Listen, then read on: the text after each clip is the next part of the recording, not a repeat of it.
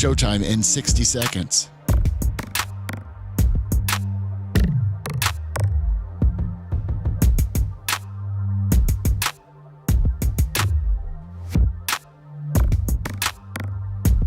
"45 seconds.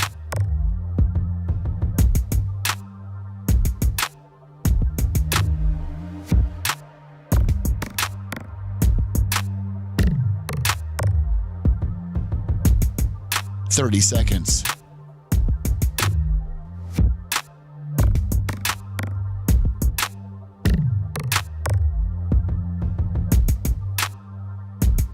The show will start in 15 seconds, and this is your last audible warning.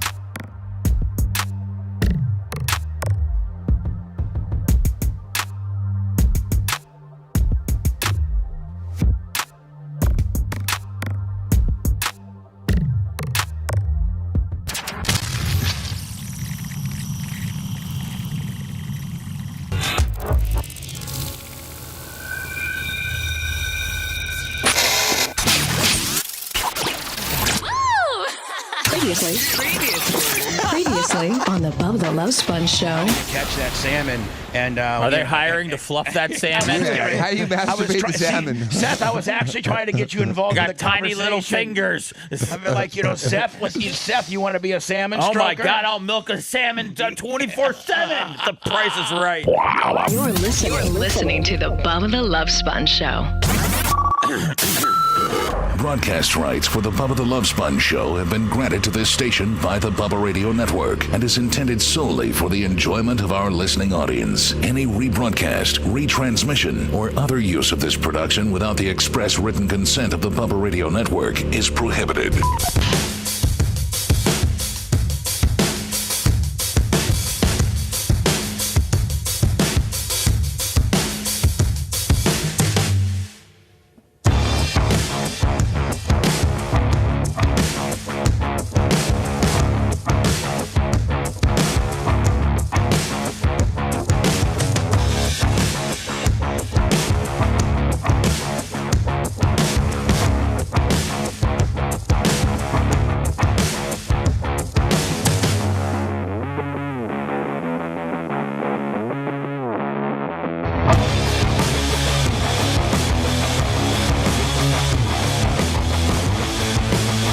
It's the Bubba the Love Sponge Show.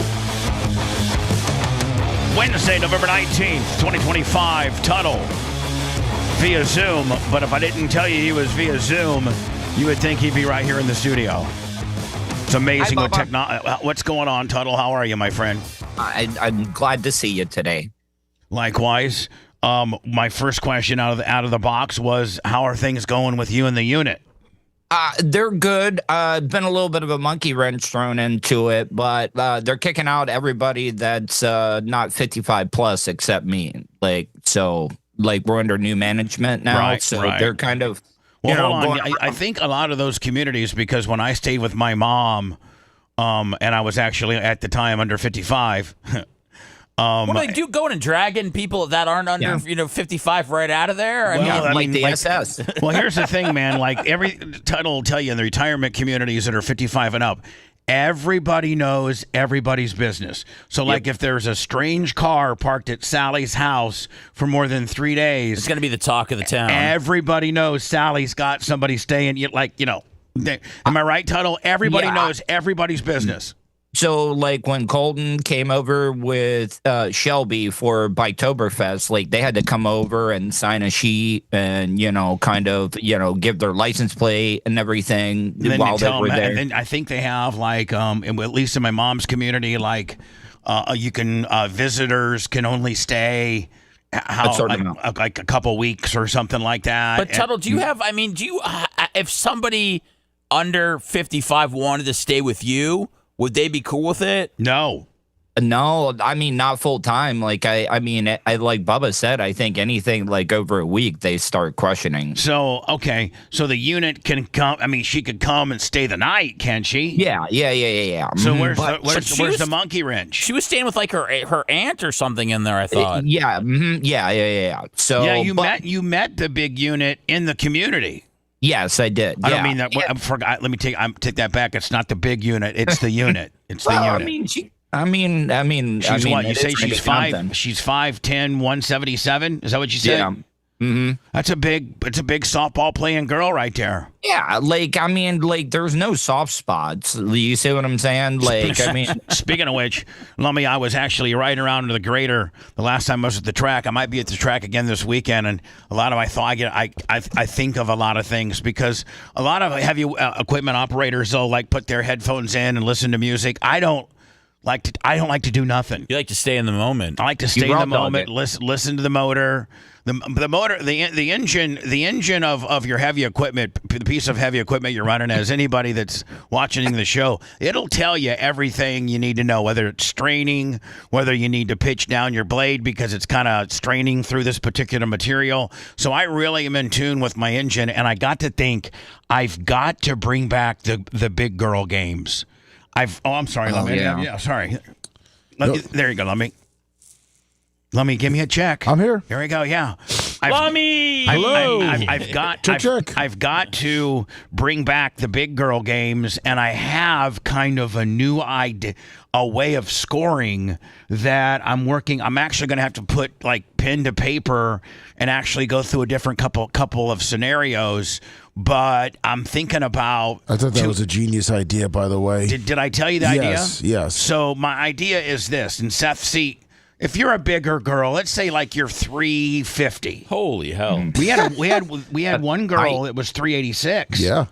But see, you instantaneously are gonna probably place last in all of the categories, and so the girl that won it last time we did the big girl games at my racetrack, Ocala Speedway, she was 5'11", 202.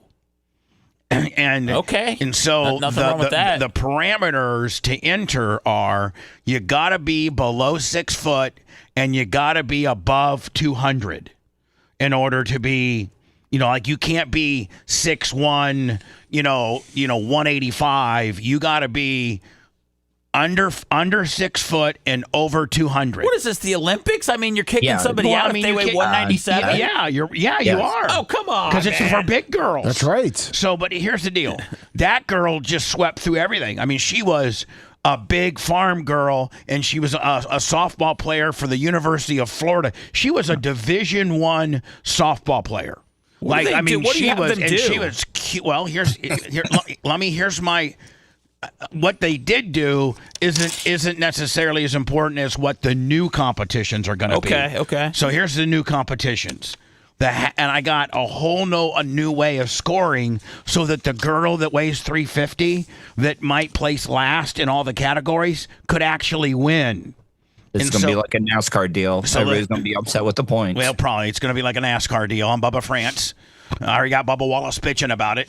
If you don't have Tuttle be the referee of this big girls game, Tuttle's going to be there as a correspondent. Wouldn't miss it. Okay, just making sure. It's Tuttle, and I've been positioned here at the high jump thing. Currently, we're at 2 foot 4 inches, and contestant number 294. Because see, your contestant number is your weight. Oh my! Yeah. So contestant number 294 is attempting 2 foot 4 inches right now. She's up. Oh, she broke the bar. No. Hey. So go ahead. Because I got such a brilliant idea. Go ahead. It is. No. You don't know my new idea. You're laying that dick down to the winner, Tuttle. That's part of the prize package. You get D-downed by Tuttle. We have to have a memorial or in memoriam for. Didn't the last didn't one of our competitors pass? 3 holes, no waiting. Who the last time we did the big girl games, she was the heaviest girl, and then she went on to have gastric bypass, and she was cute as a button. Oh, I thought she died. She did. Oh, she did. Oh, she did. Yeah. And she did win. See, the heaviest girl wins automatically $1,000 for being the heaviest girl. So, like Seth, she's walking away with some pretty decent money. How big was she? 386. Did the bypass work? Yes, Yeah. it did really well. And I think she went, and in actuality, I think she went on to get married. Yes, she did. The chat might know more about it, but I think she went on to get married, and I think she went on to actually to have maybe a child or two. What happened to? Do we know what happened? I don't know. That's I can't. okay. I don't know how she died. We want to remember her as as the big girl champion. She was She was 3 holes, no waiting. What a name! And so, listen to this, Tuttle. These are the new. Okay. First of all, let me start with the new games, the new contests. Is this locked in, Bubba? Or are you kind of open to? Oh no, I'm open. You're open. Okay. Yeah, I'm open, including I got to find a date. And I'm not going to do it. Let me remember last time I did it in like February, and it was cold. I'm going to do it like in May or June, where it's not so cold. That girls are going to be sweating their ass off. What about like spring break time? April, maybe. Yeah, April. Maybe April. So here's my competition. Shake those fat hoots at us. Here's my competition. First of all, the heaviest girl gets $1,000. So she gets that. I'm trying to raise 10,000 total, Lummy, to really make it worth people's while. Are we taking 5 off the top, or it's all okay? No, we're not. Sorry, Seth. So here are the new competitions. One, we're gonna do I've only replaced one with I've only replaced one or added one. Hacky sack? We're going to do a half a lap foot race. Half a lap foot race. That's one contest. Have a medic on standby for that one. We will. It's the longest event too. Yeah. And then number 2, Lummy, is going to be, remember we had the truck push? Yes. So we had a pickup truck in neutral. And it was how far you could push it in 30 seconds. That sounds fun. So the truck push, that's number 2, and then we had the high jump, and and this year, Lummy, I'm actually going to go on Amazon and order. They're like $239, an actual official high jump, like the pole, like the stick, or with a stick, with and then the padding, and then the two stanchions. Well, we did have them landing on hay bales, which that was some kind of cool effect. But I'm gonna get with I'm gonna see how much the padding cost, and maybe hay bale it and then put padding on top of it. It could look, but I'm not going to buy one of those really big pole vault kind. Like those are like $1,500. Yeah, that's. So if I bought like some gym mats, and then underneath the gym mats were bales of hay, that might be better. So we got the half lap foot race. Yep. We got the truck push. We got the high jump, and then I was thinking about doing 2 more. One, a tug of war. Oh, yeah. And I actually bought a professional, it was like $17.99, a professional tug of war rope that has the flag in the middle. Yeah. So that, so tug of war. And then the final one being the booty shake, twerk booty shake competition. Wow. Holy hell. Now, here's where I was thinking about changing. Tape your boners down. So if you come in at the 386 girl, you're going to finish last on all the you might kill everybody in the booty shake, like the crowd. And by the way, the booty shake competition is determined by crowd applause. Are you allowed to show your ass? Like, are you allowed to, thong it up? Yeah. Wow. Of course. Okay. Yeah. I didn't know that you were licensed for nudity out there at the raceway. That's not nudity. It's just a little ass. We had Daisy Dukes and cowboy boots were the big thing that's that that's what we're gonna do. It's the Daisy Dukes and cowboy boots twerk off. No eating contest this time? Did we have an eating contest last time? We didn't, Lummy. We didn't. Oh, we do. I guess we talked about it embarrass. the last time. Yeah. What about a hot dog eating contest? Oh, wow. Well, no. These poor girls don't want to get heavier. So here, that's plenty. The half a lap race. The half a lap foot race, the truck push, the high jump, the tug of war, and the Daisy Dukes and cowboy boots. You know what, Seth? I think you have to have at least Daisy Dukes on. You can't have a thong. I think because there might be some kids in the crowd. Really? Yeah. They don't want to see. Who's bringing their kid to the big girl games? This is Ocala, my friend. We're not even going to see the thong. They bring the kids to everywhere. They bring the kids to threesomes they're getting ready to have. Okay, I'm just telling you. So here is where things change drastically. So the winner of the competition, first place, gets 50 points. Second place gets 45, and it steps down from there. 40, 35, 30, 25, 20. And if there's more than, what is it? Let me see, 50, 45, 40, 35, 30, 25, 20, 15, 10. So, there's probably going to be more than 10 girls, Lummy. I'm thinking there was 15 last time? So you get 2 points for... Or you get 5 points. You get 5 points for just participating in the event. So, let's say, the big girl, she might, but the big girl's got a chance she's got a chance on 2 events. One, the booty shake competition. What if everybody goes crazy because the 386 girl is just shaking them ham hocks? Wow. You know what I'm saying? And she's also got a chance on the tug of war, right? Yeah, that's right. Okay. Or truck push. I mean, or the truck push. So she probably doesn't have a chance. She's probably going to finish last on the foot race and the high jump. Let's just be honest, right? Yeah. You have an order of events because that is also important. Well, we'll get to that. We know the events. We can make the order. Okay. However, I do know this, Tuttle, that the Daisy Dukes and Cowboy Boots will be last. Yeah, that'll be last. Now, this is what I'm thinking about. You start out your points. You start kind of like the way they do NASCAR, Tuttle, or other events where they seed them based on how many wins they've had or something like that. Yeah. You know how NASCAR did that? Mm-hmm. Well, this is you start with the amount of points you start with is what you weigh. Not only is that your contestant number, but that's how many points you start out with. So the 386 girl, we got how many events? We got we got the foot race, we got the truck pull, we got the high jump, we got the tug of war, and we got the booty shake. Did I miss any of them? No. Yeah, so that's 5 events. Yeah.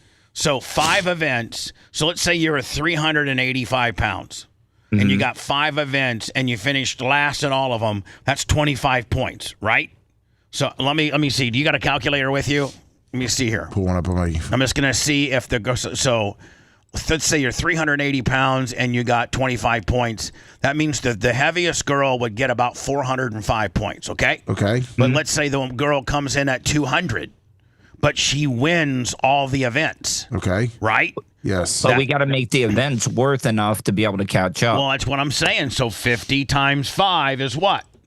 50 times 5 is 250. 250. Yes. She would have 450 points. That's right. So do you feel like you're making this a math problem instead of an Olympic competition? I'm making it so that the girl that comes in at 5'11 and 202, it's a sliding scale of points here. She's not going to just dominate. That big girl has a chance.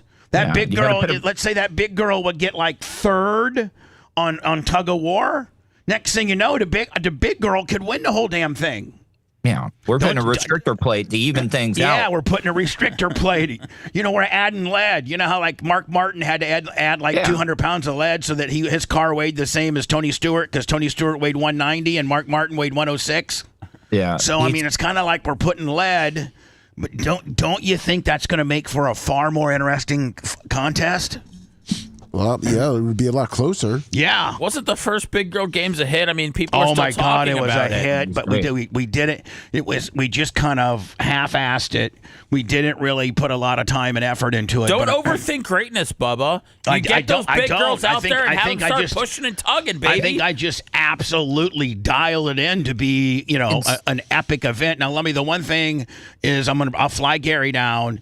And maybe, but I'm saying is I don't think we can go live. I think we got to tape it.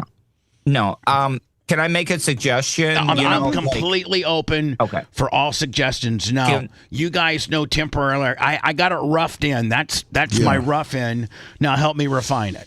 Can we have like a big girl nationals? It's the big girl game. It's the big girl games. Big girl game cauldron where we get one of our rednecks in Ocala to shoot a flaming arrow into like a bonfire. You mean you're talking like about to kick off the ceremony? To kick off the ceremony because it's like the Olympic flame.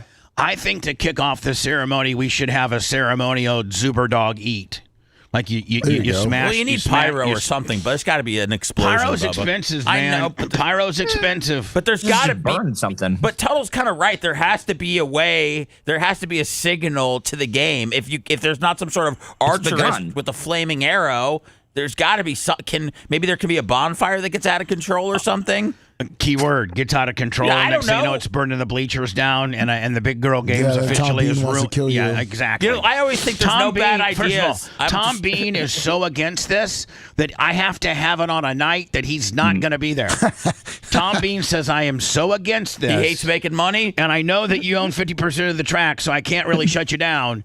But I am not I have nothing to do with this. He was not at the last one. He left. It was after we had race like the Tour of Destruction. Tom Bean settled up with all the racers, put the bank bag in his car, and called me and said, "You can start your stupid games." Does Does it give him kind of like a weird does he get weirdly turned on by it? No, I think he's weirdly embarrassed and liability. Disgusted by What's it. the liability? There about is no some- liability. having What's a fun? big girl going to fall through the bleachers? I mean, Yeah, we well, don't have bleacher runs or anything like that. So do you still have to share the cut with him that Well, night? of course. Oh, okay. Of Well, Oh, course. geez, that's I will tell you this, man. When like last time, it made like $4,000, and when I took it to his office on Monday, the money to put in the bank, he's like, "Wow, you did that much?" And I go, "Yeah." And that's after I paid. You know, I had like a $10,000 payout for prize money.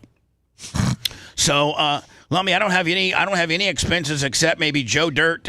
But I think Joe would probably donate his services to do the play-by-play. To be able to watch it. Yeah. no, Bubba, you need you need Tuttle and somebody else. Joe Dirt is the man. I'm gonna have Tuttle, but Tuttle's not gonna charge me to be there. No, but I'm just saying the play-by-play and stuff. I feel like you really need well, yeah, we're gonna have the boys. That's why we're taping it. get Lasker out there.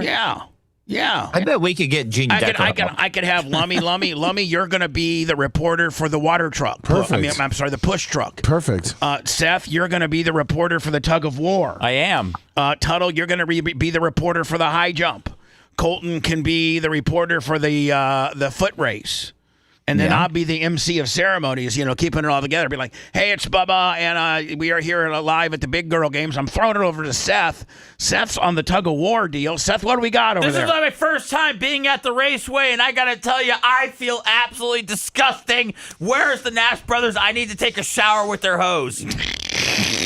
Back to you, Sponjo. Thank you. I'll send Tuttle over to do your official officiating duties. Thank you. No problem. So think about this. So a girl comes in at 380, Lummy. She finishes last on every event. That gives her like a 405 total. And, the girl that, the 5'10", 210 girl that's a Division I softball player, she comes in. She only gets 210 starting points, but she wins almost every event. So that would be, like that. But she didn't, maybe she only got second or third on a couple events. That would really tighten things up so that the 386 girl might actually beat the 202 girl. That's right. Okay. Now, have we thought about, and I know the odds are very, very slim, if there was a tie, like what would a tiebreaker be? Like We're gonna have to have A race. boob weight. No, the big girl's gonna win that. Well, I did The tie. I think the most athletic, but yet it has a little bit of advantage to a heavier person, but also a strong person could win it, would be the tug of war. I think the tug of war is the tie off. Don't you think? Because the foot vag score. Remember, we used to have a yeah, I know what the vag score is. You think any of these girls are going to be really honest? Yeah, they're just lying. Yeah. So What are you going to have them pull their pants down and we get a micrometer to measure their vaginas? Yeah, cut it open like an oak tree. Yeah. Well, I thought there's going to be kids out there, No more. Listen, now you guys are getting down the path. I got it locked in. I know how I want it. We want to see some skin, Sponjo. The only thing I need is for you guys to help me with the event. And the Big Girl Games are coming back to Ocala Speedway. All right. It's going to be huge. I got to get a hold of Tony and see if he'll sponsor it. I got to book a room at the Holiday Inn out there, man. We got to get ready. It's going to be huge. Hello, who's this? And Lummy, I'm going to advertise it on the radio, too, up Perfect. there on JVC. All right. This Saturday night. It's the second annual Big Girl Games, where big girls over 200 pounds and under 6 foot, compete in various levels of skill to be the ultimate big girl. $1,000 for the heaviest girl, $2,500 for the winner. Second place pays $1,500. Third place pays $1,000.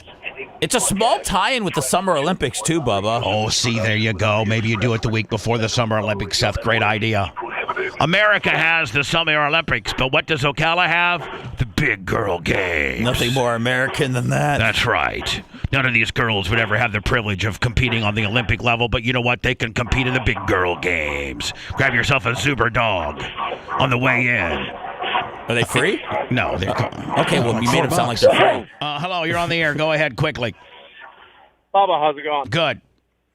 Good. Louis 3, Michigan here. Hey, your buddy, Justin Clark, he was buddies with that Joel Greenberg guy, the guy you were talking about yesterday that was in jail. Justin, the guy formerly from Florida Man Radio? Correct. And actually, that Joel Greenberg guy actually used to fill in for him and have a weekend show on Florida Man Radio. Oh. Maybe even Shannon knows him a little bit. Really? Thank you for the heads up. I'm gonna track that down. Yeah, and Clark was buddies with Matt Gaetz too. He always talked about him on the show and interviewed him. Does Clark even have a gig anymore? Like, I know he's still a lawyer. Yeah, I know his commercials are all over the place. Yeah, he does like TV commercials and like a Sunday like Best of Orlando thing with his hot chick there. Yeah, with his hot chick, stuff like that. Oh, yeah. That he completely left he left his wife and 3 daughters for this. Did he? Yeah, and she's a smoke show too. She's an absolute smoke show. You kind of left the cat out of the bag. When we were up at Fort Walton Beach, I'm the one that kind of let that all out. I caught a lot of heat for it. I don't think Justin Clark's going to be doing me any favors. You mean like his wife didn't know that he was gone yet? We had this station gathering at Fort Walton Beach and at Big Gus's Emerald Coast Harley, and here comes Justin Clark with just absolute smoke show, and I'm like on the air. Who the hell is with Justin Clark? My God, that bitch is hot. And that it was downhill from there. His wife was listening. She blows a phone call in. Shane, the former GM, comes and takes me aside and says, "Listen, I don't think that Justin wanted that out." I'm like, "Well, listen, if you guys don't want stuff out before you put a live microphone in front of me, you got to let me know, because I just you know how I am." So hey, man, thank you for the heads up. Yeah, and I think they're getting married here in the next week or two, too. Perfect. You seem to know a lot about him. Bubba didn't get the invite. Yeah. See you later, buddy. I didn't get the invite. I'm going to be at Glowbug's wedding this Sunday, 4 o'clock. I'm probably going to be junked on Monday. What do you mean? Yeah, you're going to have a lot of fun, right? Well, I guess when you go to a wedding deal, you only got to go to the wedding part. And then, the reception is, you can dip. You can stay there for 10 or 15 minutes, get you a plate, then dip. I think you can, can't you? I think you have to wait. I think the best scenario is to wait for them to roll the cake out. Is that it? Well, and then you know what? And I got Janie Cakes with me, too. She's going to want to stay there the entire time. And you know what? Out of respect to Glowbug and her mom and dad, I'll stay the entire time, yeah. No. You don't. Out of respect, I think you leave when you leave on a high note. You leave when it's hot. Cake cut and Gail. Yeah. When you leave when there's all sorts of when the bride's drunk and dancing with all her friends, that's when you get out of there. When they do the the dad daughter dance, that's when you dip. Oh, for sure. Yeah. Would it be poor taste to review? You haven't done a food review in a while. What if you reviewed the wedding food? I'm not going to use Glowbug's wedding as. What if you brought the Rizzler burger to the wedding to review? You guys are just nothing but trying to trip me up today. Appreciate it. Hello. I'm trying to be respectful. I'm actually going to. I don't do weddings. I just don't do them. But for the last wedding I went to was Ronnie the limo driver. So Glowbug, that's how special you are. We love you, Tara. Yes, sir. Go ahead. Sorry about that one. Ouch. Good morning, Bubba. Mark from North Central Ohio. Thanks for taking my call. Good morning, everyone. I think Tuds is onto a great idea.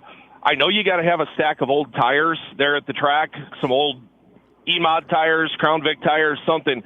take the tires, mount them to a wall, mount them to a board, something, paint them to look like donuts, and then have your honorary Miss Big Girl Nationals light them on fire to start the games. I think that would be a great idea, and it'd be a great visual for the fans. Yeah. Just a thought. Thank you. I love your clarity of your phone line. I hate your idea. Thank you. Great caller, by the way. Great. I love the way your phone has great connectivity. Reminds me of the good old days of when talk radio had landlines. But your don't idea. rednecks love stuff on fire, like tires and things? By the way, lighting tires on fire are illegal. It is. Yes. Oh wow. Yeah. Hello. Go ahead. Oh, Cal, are you ready this April 14th for the big girl games? 400-pound women flying 1 feet through the air. 400-pound girls flying 1 foot in the air. Hello, you're on the air. Hey, Bubba, good morning. I was wondering, would you think, what would it be like to see some of these big girls and have an event of them getting on a mechanical bull? I think that'd be pretty hysterical. I think so, too. I know of one mechanical bull in the Ocala area at one of the honky tonk places. I don't know. Does it travel? I don't know. Yeah, I don't know if I could get the owner to rent it, or you can rent a mechanical bull. You can. You can rent them. You can. Yes, you can get a hot dog version of one. Instead of a bull, you have them ride a hot dog leg. I've seen hot dog version mechanical bull. Well, somebody send me a link, and sir, that's a great idea. Other than they could get hurt that way. It's another chance, You get 400 pounds flying through the air. I don't know what type of mat's going to stop, actually protect you for that. So anyway, yesterday, and the reason why I'm not, glowing with pride and really in a good mood. Oh, well, I'm not in a bad mood. It's just that the news cycle got me yesterday with the Epstein. Everything is Epstein, including our thumbnail. Epstein Files released passes House. My politically based large podcast that I was set to appear on yesterday got rescheduled. So we're looking for what the rescheduled date is, but it happened right. I think it happened, Seth, in the middle of Clem Kush, I think. Yeah, you said you got a call from Mark Tate, right? I think when we were doing that, when we were doing the show, and the producers had got a hold of him, and they're like, "Listen, we are so sorry. We're not flaking out on you. We want Bubba. We want the story. We want the political leaning part of Video Killed the Radio Star, the part where Keith Davidson flipped on Michael Cohen to try to take Donald Trump down. We like that." But we don't think that fits with what the news cycle is going through right now. So we'll get back to you. And actually, the executive producer did get back to Mark late last night, as I got an email from him this morning saying, in today's production meeting, one of the things at the top of her list is my reschedule. So was bummed out about it, because it's I think I can use this appearance on this particular podcast /show. This is more of a show. I'm appearing on somebody's show for like 30 minutes. But I think still keeping that on the DL, as they say? Okay. Yeah. I'm gonna ask the producer, hey, listen, as soon as I say where I'm going, please expect, a ton of hate from the trolls. But is that okay? Like, does that even matter? I think the person that I'm going on show is polarizing and finds themselves the target of all types of trolling. So I don't think trolling really affects these people much, to be honest with you.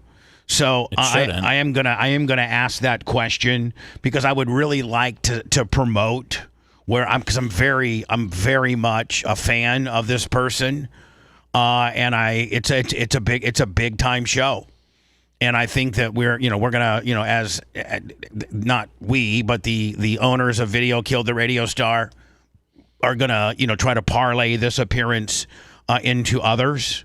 This will certainly probably open the door up to others, and we're very much looking forward to doing it. I'm going to ask Mark to ask her today when we have a date.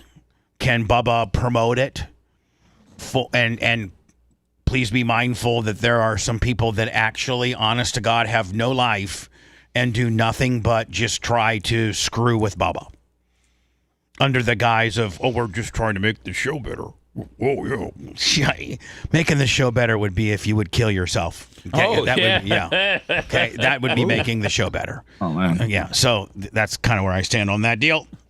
Lummy, threesomes.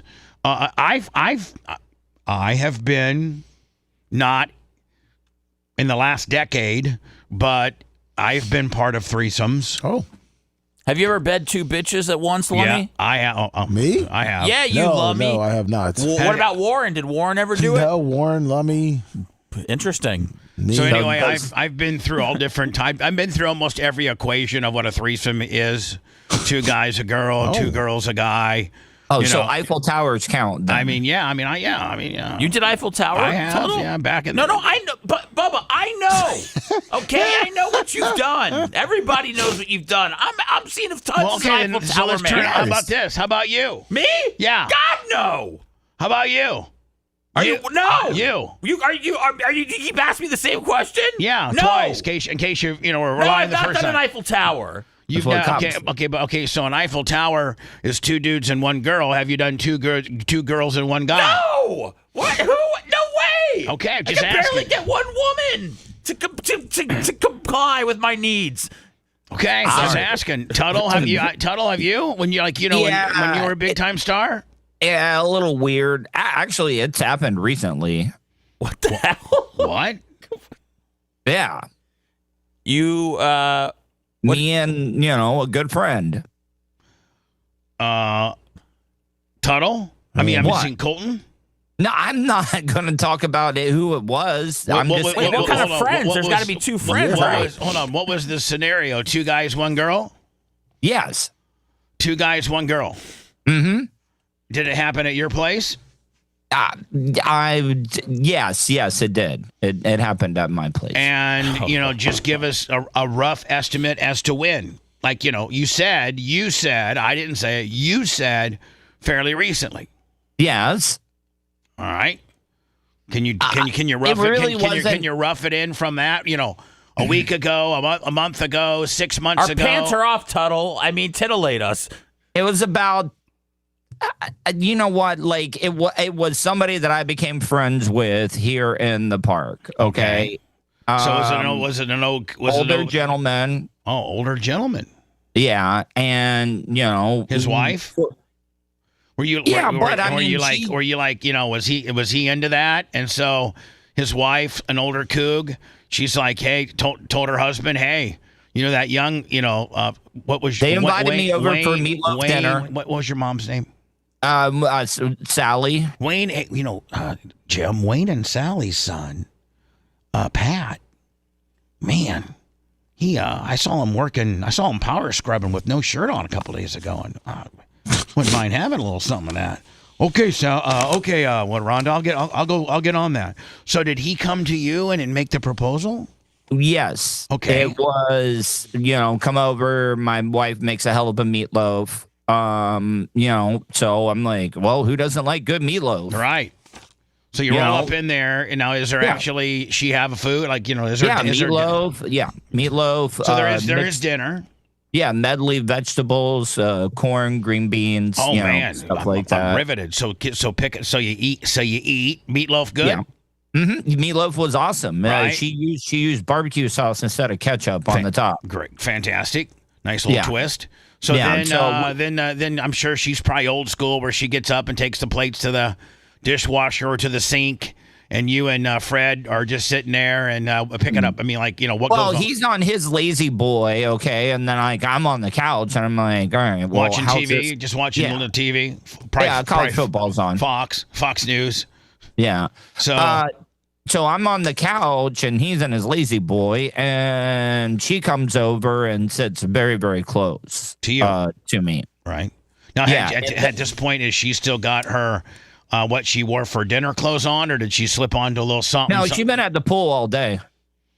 All right, so she had like a little bikini, like a bathing suit on. Yeah. All right, so she got a bathing suit on. Yeah, and she sits close to you.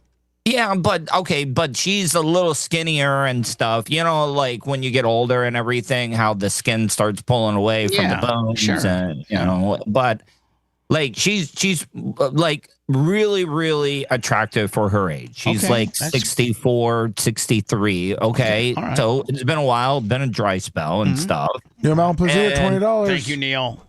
And it kind of gets to the point where now what's her first move besides sitting close to you? Hand on my thigh. Right. What did she say? Dentures out, hand on thigh. Dentures out, hand on thigh. Sounds like a new country song. Dentures out, hand on the thigh. So she puts her hand on the thigh and she says, and she says what? Well, I mean, hey Patrick. No, she had pretty good judgment, because like when she put the hand down, like she caught the tip. Oh, yeah. Well, she's no rookie. So you're saying you're laying nice, and she strategically put the hand just to graze the tip. Yes, right. Because you got to understand, Tuttle. She's by all means a veteran. Like what I'm saying, like she's like Aaron Rodgers in the league. She knows the checkdowns. You know what I'm saying? Yeah. Yeah, and So she at that point, anytime your tip is glanced, it automatically is very responsive. Well, so I'm assuming you got it grew. Yeah. Yeah, very. I mean, it grew to what it could grow. I mean, like it got there. Say it. Yeah, it got there. Right. Okay. Now what's Fred doing on the recliner at this point? He's watching. Fred's watching. Has he pulled his wiener out yet? Well, he's shirtless, like most of them. Come on, Seth. Can we be a little more, clinical? Clinical, please. What did I say? I'm sorry, I blacked out. Has he started partying on himself? Okay, I apologize. I got a little excited. Has he pulled his wiener out yet? There's not a lot of imagination that I can work around there, my friend. Turn my mic off. I'm going to work on being more whimsical. No, that's okay. Okay. So is he undressed at all? He's got his Crocs and his shorts on. Right. Okay. Crocs and shorts. Now does she? So she's are your pants still on at this point? Well, my belt, because I wear like one of those. I don't wear like a regular belt. I wear like one of those like rope type belts. Yeah. Or like the whatever. retractable kind. Yeah. Kind of like a Boy Scout belt. Yeah. Yeah. Mm-hmm. She's already got that down, but see, I've been wearing the same like shorts I wash them and stuff. I just had them for a while. I don't have a top button on there. So once she already got that loose, it was easy access. Right. Yeah. Now, at this point, I'm assuming that instincts are taking over. There is really a lot of talk. No. She gets now. See, this is what really weirded me out. Okay, because she, gets on me. Okay, because I'm still on the couch. Straddles you. Yes. Like pants off, straddled. Yeah. No pants for me. No. Well, know, I don't wear underwear. So you're nude. Yes. You're nude. Yes. Okay. And hold on. You're nude, and you're at full attention. Yeah, of course, yes, but she's Porky Pigging it the whole time. Like she just says no bottoms. I don't have the top off or whatever, because hold on. So you're saying she has her bottoms off, but her top stays on. Yes, that's what Porky Piggin is. Yes, just for those scoring at home. I want everybody to be crystal clear. Thank you. What's her man doing while this is all happening? What's Fred doing? We're just calling him Fred. I kind of lost direct eye contact with him. With Fred, right? Because at this point you're in the game. You're not really worried about Fred. I lost him. Are you thinking that Fred's going to join, or are you thinking this just might be a one-on-one? That was misjudgment on my part because I thought it was going to be like a one-on-one. Next thing you know, thing. Fred comes in and he's partying too. That's why I lost him. He was behind her. Oh, okay. So she do you and her. Yeah, I'm in one entrance. Okay, that's all we need to say. You're in a destination, and he finds the other destination. Yeah, and like every old person, he's a wrong way driver. Because he was going into an exit hole. Okay, all right. I know. We know where he is, Tuttle. We know where he is. If we know where you are, we know where he is. Was he saving one area for you to beat up? No, I think Tuttle's already beating that up. Well, she's beating it up, and he's beating her. All right, let's just settle I'm not here. doing anything. So I'm just sitting there. You're not having intercourse. No, I am. Yes, but she's doing the work, and so is he. But he's intercoursing another area. Yes. Let me do the descriptions here so we don't get lose our whole entire livelihood. Okay. All right. So she's, needless to say, having sex with two men. Yes. Okay. And how long does that go for? Well, I was. Did you lose it? Were you so in the moment that you partied that you you blew your party? Yeah, I blew my party, but I'm glad that I blew the party because feeling like easy. You were intimidated by being in that close a proximity of another guy that was partying. Yes, and the hacky sacks touching. Oh, okay. So you got parts of his anatomy touching your part, and that's you're beanbagging each other, and it's kind of that's not supposed to happen. Well, unless there's a DP. No. That's what they're doing. Yeah, that's what they're doing. That's what they're doing? What do you think they're doing, Seth? My God, I completely walked everybody through it. I'm sorry. You're an idiot. I thought that there was one guy. No. Where do you think it was? I said they were making. She was having sex with two guys. Hey, well, in two different places. I thought oral sex. No. Okay. Tuttle said exit. He came in behind. I did. Okay. Pay attention. Jeez. I know you got this big card break on your mind, but you're losing it. There's a lot of moving parts here. You're losing I'm horny. I'm so horny. You're turning into a rookie. Wow. My God, making rookie-type mistakes. I'm sorry. Rookie-type utterances. Damn it. My Lord. This is bad. But it made me feel Go to the bad. bathroom and take care of yourself if you need to, my friend. Take relief. Okay. It just made me feel bad that, so I'm assuming you feel bad. He did. Well, yeah, she was probably thinking you were a young gun and you had some longevity on your party, and she was wanting to, make it a long party, and you made it a short party, which probably Track Free Radio 25. That's our boy Gentry. Yes, it is. Gentry, I owe you an email, a return email, which I will get to you. So, does she get disappointed? Now, does she get disappointed because you partied so quickly? I partied quickly. I go clean up. I'm in the restroom, and he's taking care of his. He's still let's just say he's still partying. Yeah, he's still partying. While you're attending to your hygiene. He's still partying, and she's probably not into it because it's not the most desirable place to party, and she wanted to go long with you. Well, I think he took my spot. Oh, okay, he took your spot. Oh no, he went. Yeah. Ooh. Tunnel, shut up, Lummy. What? Ew. No, he's right. That's no, you're not supposed to go from that to that. Hygiene-wise. Yeah, you're right. You're supposed to wipe. Yeah, that's all I was saying. So that you don't get Madeira Beach. Yeah. Yeah, he might have had remnants of Madeira Beach that went right into the birth canal. Yeah. Sorry. So Tuttle, now, Tuttle, do you at this point? We doing Thanksgiving with them? Tuttle, now have you had any other interactions with these people, or do you think you blew your one? No pun intended. Oh no, I definitely blew it because it was awkward. But hold on, why wouldn't you go to her because you've established that and said, "Hey, I'd love to come over for another round of meatloaf, and I promise you that I'll have a better performance. Now that it's out there, like that doesn't even have to be an uncomfortable conversation, just due to the fact that you've already been in the game.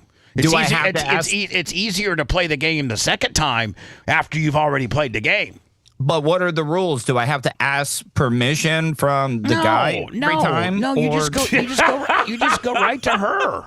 Bubba, can we ask? She runs the show. Can we ask where Tuttle, when he did end his party, where that happened at? You're a sick bastard, Warren. We're going to assume where to finish. Yeah, where'd you finish? We know where he finished. Okay. We do? Yes. You guys quit asking problematic questions. That is problematic. Yes. You're a rookie now, too, Lummy. Sorry. You need to go sit in the corner with Seth. Get over here, cowboy. Jesus. Thank God the FCC's worried about, taking ABC's broadcast license away. Don't worry about Jimmy Kimmel. Instead of me. My God. Let me answer that. Let me ask the questions when we talk about these things. You guys just don't have the skill set to navigate around. I have the highest fine in the history of the FCC. I know what to say and not to, because That doesn't prove that you know what to say. No, it does, because I've said the wrong things and I know where to stay away from. It does. So anyway, Tuttle, I think that they've, no pun intended, opened the door up for a possible, part deux, and I think you should be pursuing that. And you said she is for a mid 65-year-old attractive. But I felt kind of bad that 70 plus outdid me, though. You were just so, you need to put it on her and say, listen, I partied so quickly because you were so hot and you turned me on so much that I will make sure that I, make provisions so that I don't party early. I still got the Viagra, the Canadian Viagra. You do the Canadian Viagra a day before, and then you do it day of to build some tolerances in your deal. Should I use my exercise pump? And then, of course, pump 3 or 4 days before every day. 4 days. And then take like a gummy to desensitize. I do have some. Yeah. Yeah, you take a gummy to desensitize. And I mean, you're going to town, and Fred's finishing before you are, and he's going to get cleaned up, and there you are on the couch, still partying. That's what she wanted. You know that. She wanted Fred to party, to finish his party where he was, and then she wanted Fred to go clean up, and then you just, go to Pound Town. I thought you just wanted an alternate Wang in her life, man. Like, you're not always going to get exactly what you want when you get one of these young bucks to take care of business. But we've been able to refine it now to potentially what we're in the game. Tuttle got his, man. That's all that matters. Who cares? Not really. Tuttle can get his through anyway. This is a really special moment. And so Tuttle getting his is a selfish way to look at it. Tuttle needs to now get his and have a great performance so that this is on the so you can make this on the reg. And she can get hers. Then Tuttle, you might get her to be able to splinter off Fred, while Fred, and give her permission. Fred might give her permission to roll up over to your place. Right, I get free use? And just for a single use only. Okay. I mean, Fred's doing a cuck deal then at that point. We don't know if Fred's you're hoping Fred will just let her go over there by herself. I don't want to be rude. It's all based on your next interaction with them, where this goes. But can he really be a cuck if he was involved? It was not like he was sitting in a chair. Don't ask Bubba yet, but yes. So we don't know where Tuttle. We don't know what he is. But I don't care what he's into. We know this. We know that you messed it up. You messed up. She wanted to go long form with you, and you went short form, and that's why. So you need to now get back in the game. You got to get back in the game, my friend. It's wide open for the taking.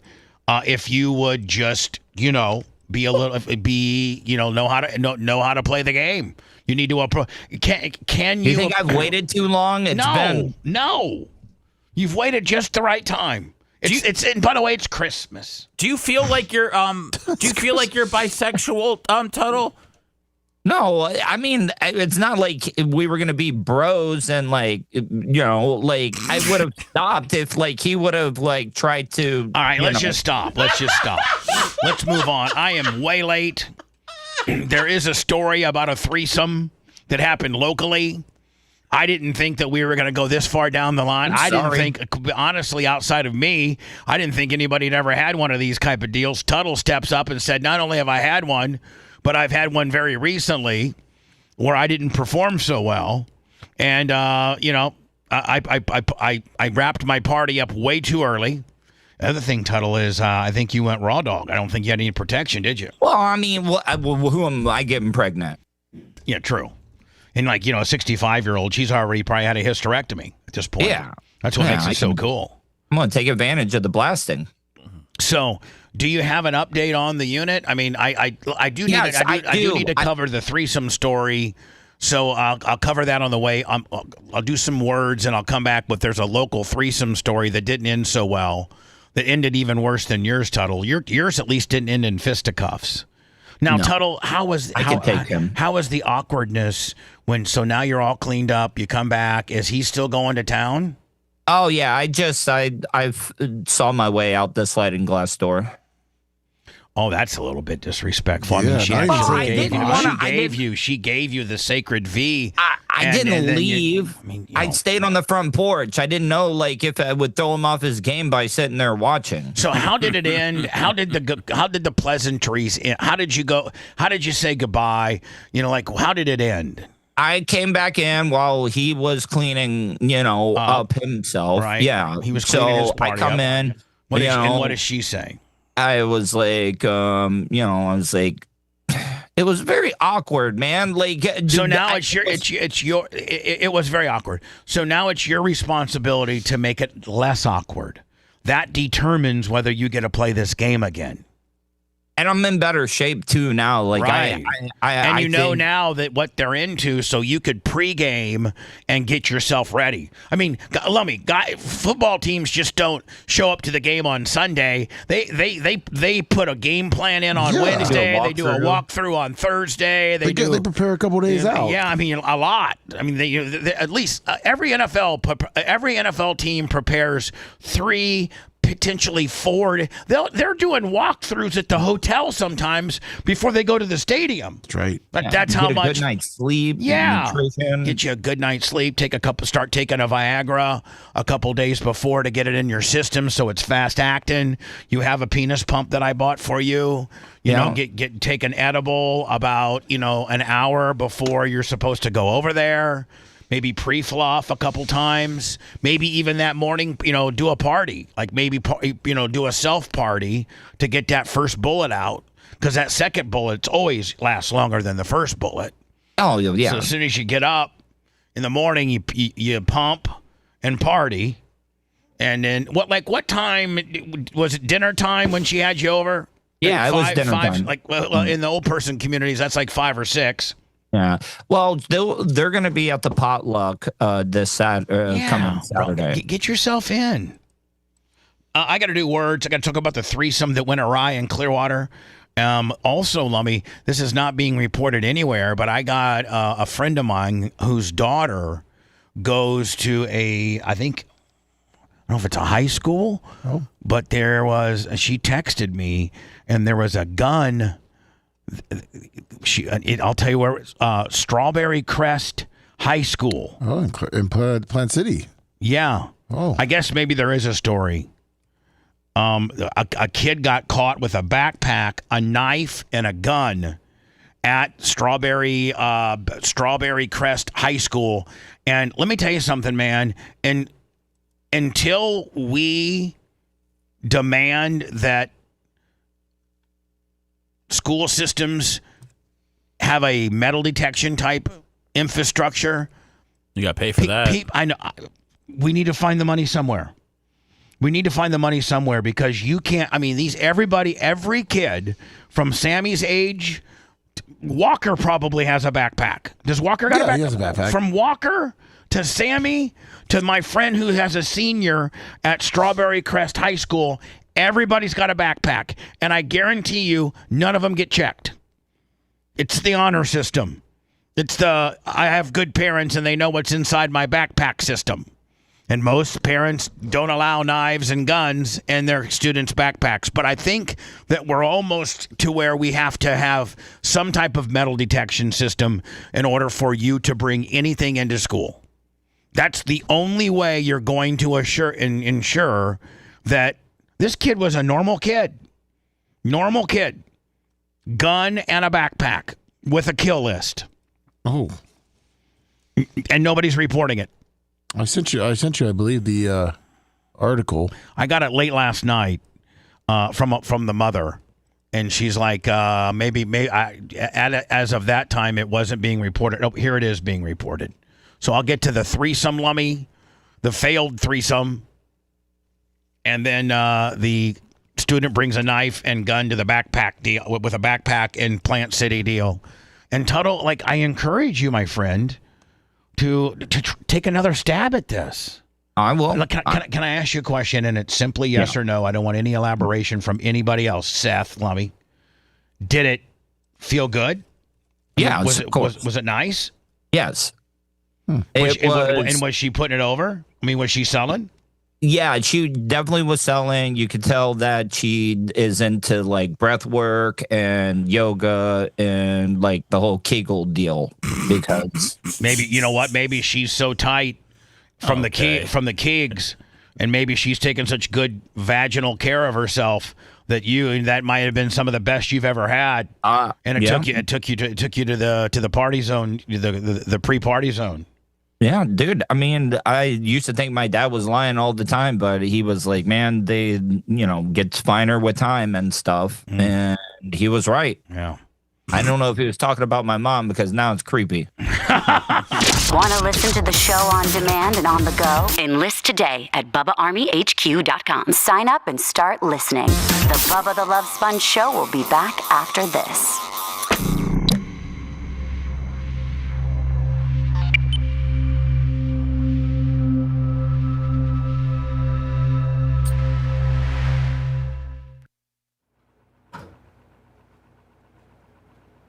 And Tuttle's he should be just picking them off. You should be, yeah.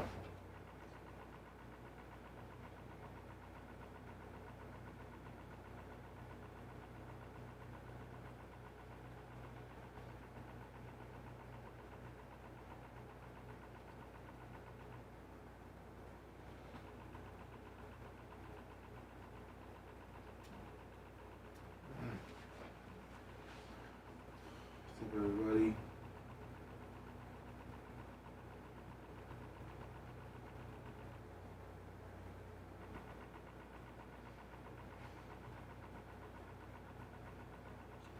Were we on the front page? Yes, sir. Are we still on there? Let's see. Where is it? 6:59 now. Yeah, we were. What's up, YouTube? What's up, Rumble? We're already at 500 thumbs up on the first hour. Let's keep hitting those. God, have we ever hit 2,000? Yeah, Gene hit like 2,100. We hit 2,000 a lot. We've had 2,000 thumbs ups? Yeah, a lot. That's where we pretty much just quit when Gene hit it by 950. At 2,000? Yeah. Also, man, I need you guys to follow and get a subscription or a notification. Hit the bell. It doesn't cost you anything on YouTube. And that will get us to, I think we're 120 away from 130. Fat Pig, 9 months. Thank you, Fat Pig. Let me see where we're at. We're 120 away. Come on, man.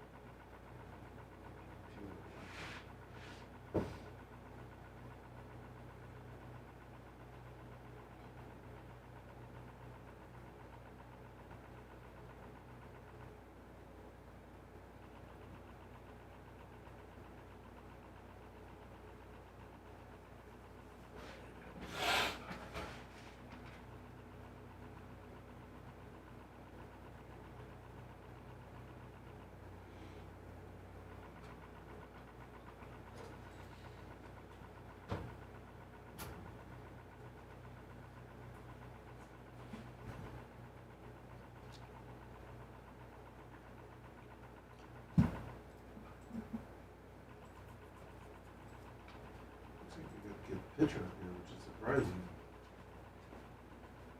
Who's got a picture? The Tampa Free Press has the kid made that picture. Bubba, would you rent out your podcast space? To whom? Well, I got something going on with a couple guys, and they're looking for studios. So, does that include? Do we just? Do they just put a? It'd be like an opening band. Know what I'm saying? Or do they just put a?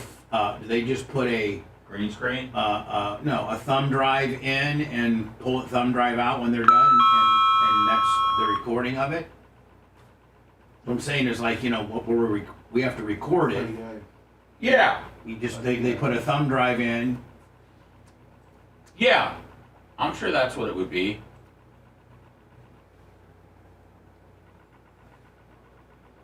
Yeah, I'm gonna have to try to talk to Macho about that, but maybe, I don't know.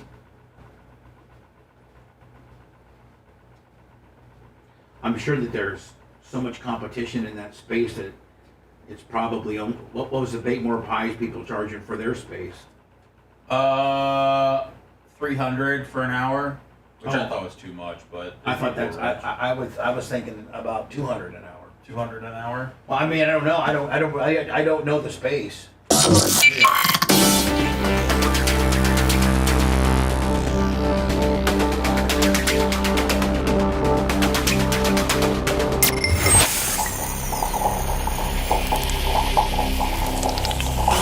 Do you have a boring driving job or an uneventful desk job? Do you want something more fulfilling and exciting? Want to learn how to tow unique vehicles and handle roadside incidents? Steps Towing is looking for career drivers. Steps Towing has in-house training by certified instructors. No towing experience required, and they offer benefits. Locations in Hillsborough, Pasco, Pinellas, Polk, and Orange counties, serving all of Florida. Apply at drivesteps.com. Tell them Bubba Army. The Bubba the Love Sponge Show, listener supported via PayPal, Venmo, and Cash App. All at the Bubba Army now returns. Dateline, November 18th, by the way, it's the Bubba the Love Sponge Show. If you're watching us on YouTube, hit the notification and subscribe, the little bell gimmick, so that you're following the channel. It costs nothing. If we get another 120 of those today, which I'm sure out of the nearly 1,200 that are watching, there's 120 that are not subscribed, getting notifications. And that'll take us to 138,000 on our way to 150. Appreciate it. Thank you. Also, welcome to the large Rumble crowd today, Lummy. Thank you for and your connection with our guy. What's our guy's name? Our Rumble guy? Oh, yeah, Jonathan? Jonathan. Yeah. Thank you. He had us on the front page for a little bit, though, so thank you for that as well. Thank you. Are we working on the X bugs, on the bugs? Well, it's not on us. It's on their side. Oh, it's on there. Yeah, but yes, it seems like theirs is getting a little more smooth. So anyway, after a planned sexual threesome failed to materialize, a Florida woman became angry and pummeled her boyfriend in the face. An alleged attack witnessed by the woman who had been invited into the couple's residence for some group sex. Ooh. According to this police report. Oh, it has a police report. Should I click on that? Yeah, I looked at it. It doesn't have anything really extra. Nothing. No names or nothing like that. All right. So I need to go back. And it says, according to the investigators, Angel Lynn Curl, age 47, and her boyfriend invited a female friend to the Clearwater apartment Saturday evening to engage in sexual activity. However, the coitus, is that how you say it? Coitus? Is it coitus? Coitus. The coitus plan was interrupted, cops say, when all parties declined to participate in said sexual activity. An arrest affidavit, which has a link on that too, does not reveal why the tryst was aborted. According to the sex definition, following the sex declination, Curl allegedly became angry and reportedly struck the 47-year-old victim in the face. And he was seated on the couple's living room couch. Here's what went wrong: is he started paying more attention to the old girl, to the girl that they're bringing in, and his wife got a little bit over the top jealous. She's like, "Oh, you don't kiss me like that. You don't go down on me like that. Oh goodness. Oh, we have to bring another girl in for you to do that. This isn't happening." The female invitee, cops say, watched Curl strike the victim in the face with a closed fist. Ooh. After being read her rights, Curl denied hitting the man.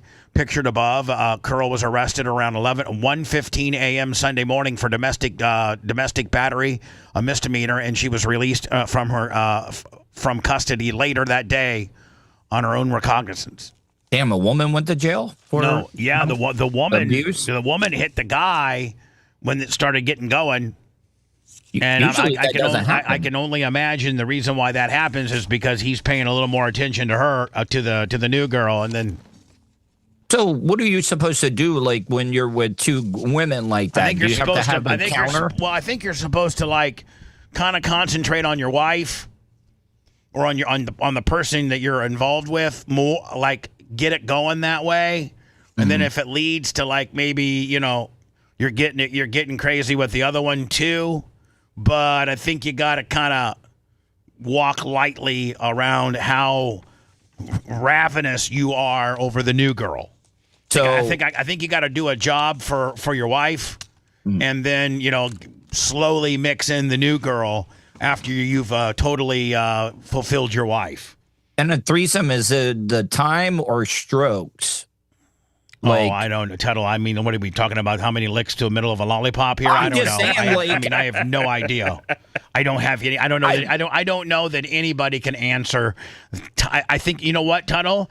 It's quality. One stroke could feel like 5 minutes, depending on the motion of your ocean. Yeah, it's quality. It's the quality of sexual attention you're giving your significant other. But if you're fretting, the new girl pulls off her top, and you're like, "Oh my God, those are the nicest tees I've ever seen."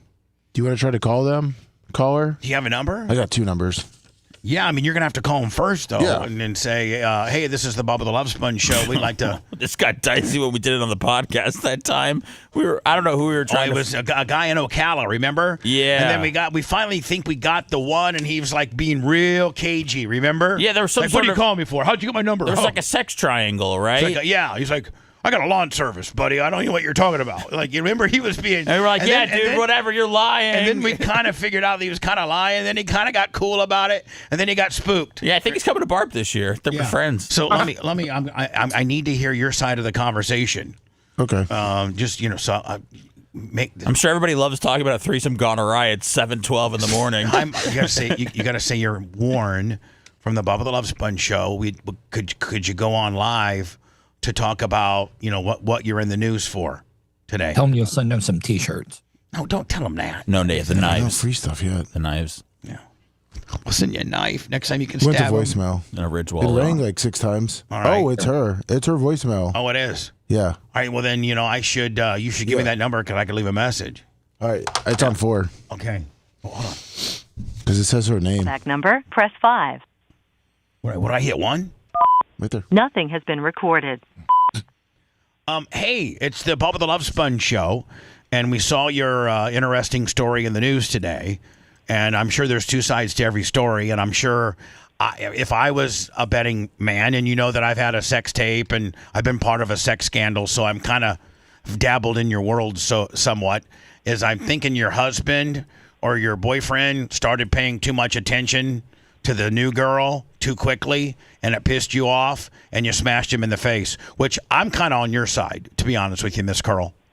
If you'd like to call, I'd love to have you on the air, 813-902-8222. We are widely distributed across multiple platforms, nearly 500 to 600 million total views. We're also heard locally in Tampa, and we're also in Fort Walton Beach, Panama City, Phoenix, Arizona. So we'd love to get your innocent message out. Call us if you can, please. And good luck to you. Maybe we can help you get a lawyer. We have the best criminal lawyer in all of Clearwater, Kevin Hazlett. Maybe we could, in lieu of going on and giving us exclusive, maybe take care of your legal fees or at least help with you. And give you the attention you deserve. That's right. Maybe hook you up with a man that's going to really make you the focal point, right? That's right. I'm sure you're good enough. Why we need to bring another one in? So good luck to you. And we look forward to hearing back from you, Miss Curl. I am completely on your side. If you're satisfied with the message, press 1. To listen to your message, press 2. Message review. Hey, it's the Bubba the Love Sponge show, and we saw your interesting story in the news today, and I'm sure there's two sides to every story, and I'm sure if I was a betting man, and you know that I've had a sex tape, and I've been part of a sex scandal, so I'm kind of dabbled in your world somewhat, is I'm thinking your husband or your boyfriend started paying too much attention to the new girl too quickly, and it pissed you off, and you smashed him in the face, which I'm kind of on your side, to be honest with you, Miss Carl. Seth, you got to act like, if you'd like to call, I'd love to have you on the air, 813-902-8222. We are widely distributed across multiple platforms, nearly 500 to 600 million total views. We're also heard locally in Tampa, and we're also in Fort Walton Beach, Panama City, Phoenix, Arizona. So we'd love to get your innocent message out. Call us if you can, please.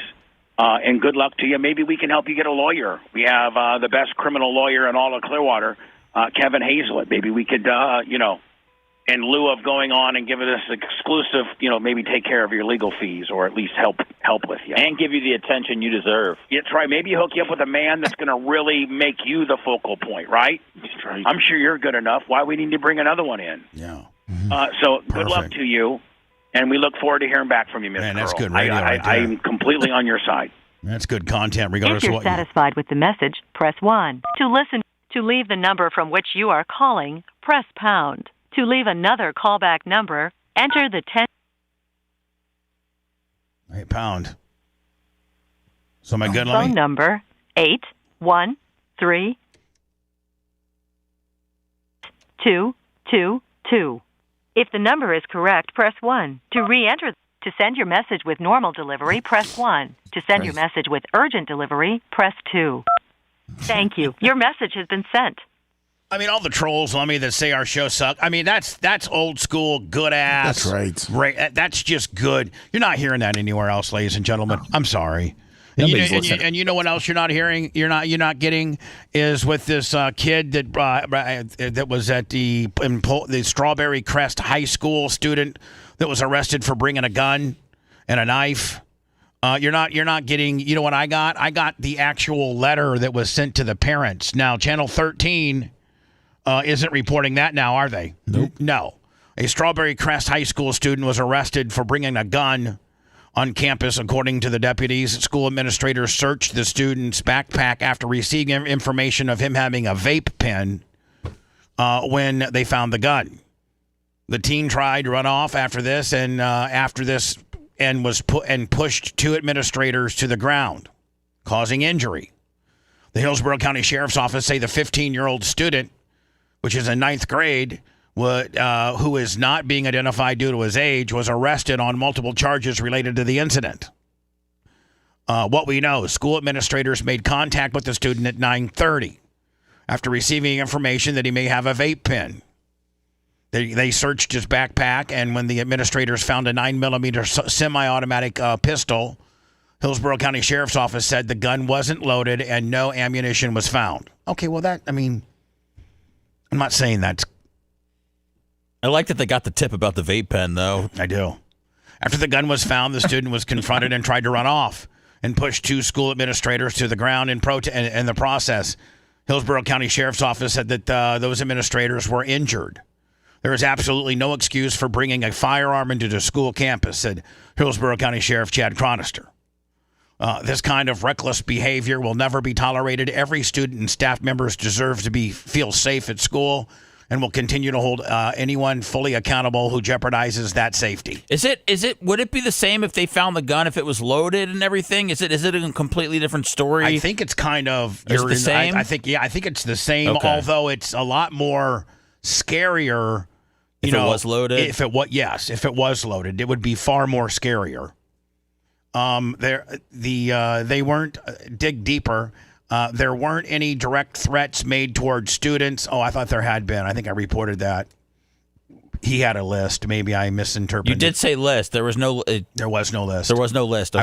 I was wrong on that. But you were the only one reporting that. Possession of a gun on school grounds, minor in possession of a firearm, 2 counts of battery. This remains an active investigation. Here is what the parents were sent yesterday. Let me read it to you. Strawberry Crest High School Charger. They must be the Chargers. Dear Charger family, this is Principal Watson with an important message.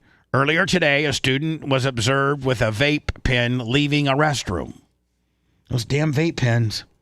In accordance with our safety protocols, administrators conducted a search of the student. During the search, the student removed they on Channel 13 didn't say anything about a knife. Nope. But the letter to the parents say, during the search, the student removed a knife from their backpack. Our school resource deputy intervened and was able to secure the knife and take the student into custody. After continuing our search of the backpack, now, hold on now. This is way different, Seth, than what the news is reporting. This comes from the principal. A loaded gun was found in the backpack. Wow. Interesting. Now, where's the disconnect here? I mean, I would believe the principal that sent a mass email to all parents as maybe potentially more thorough and believable than, like, who got it wrong?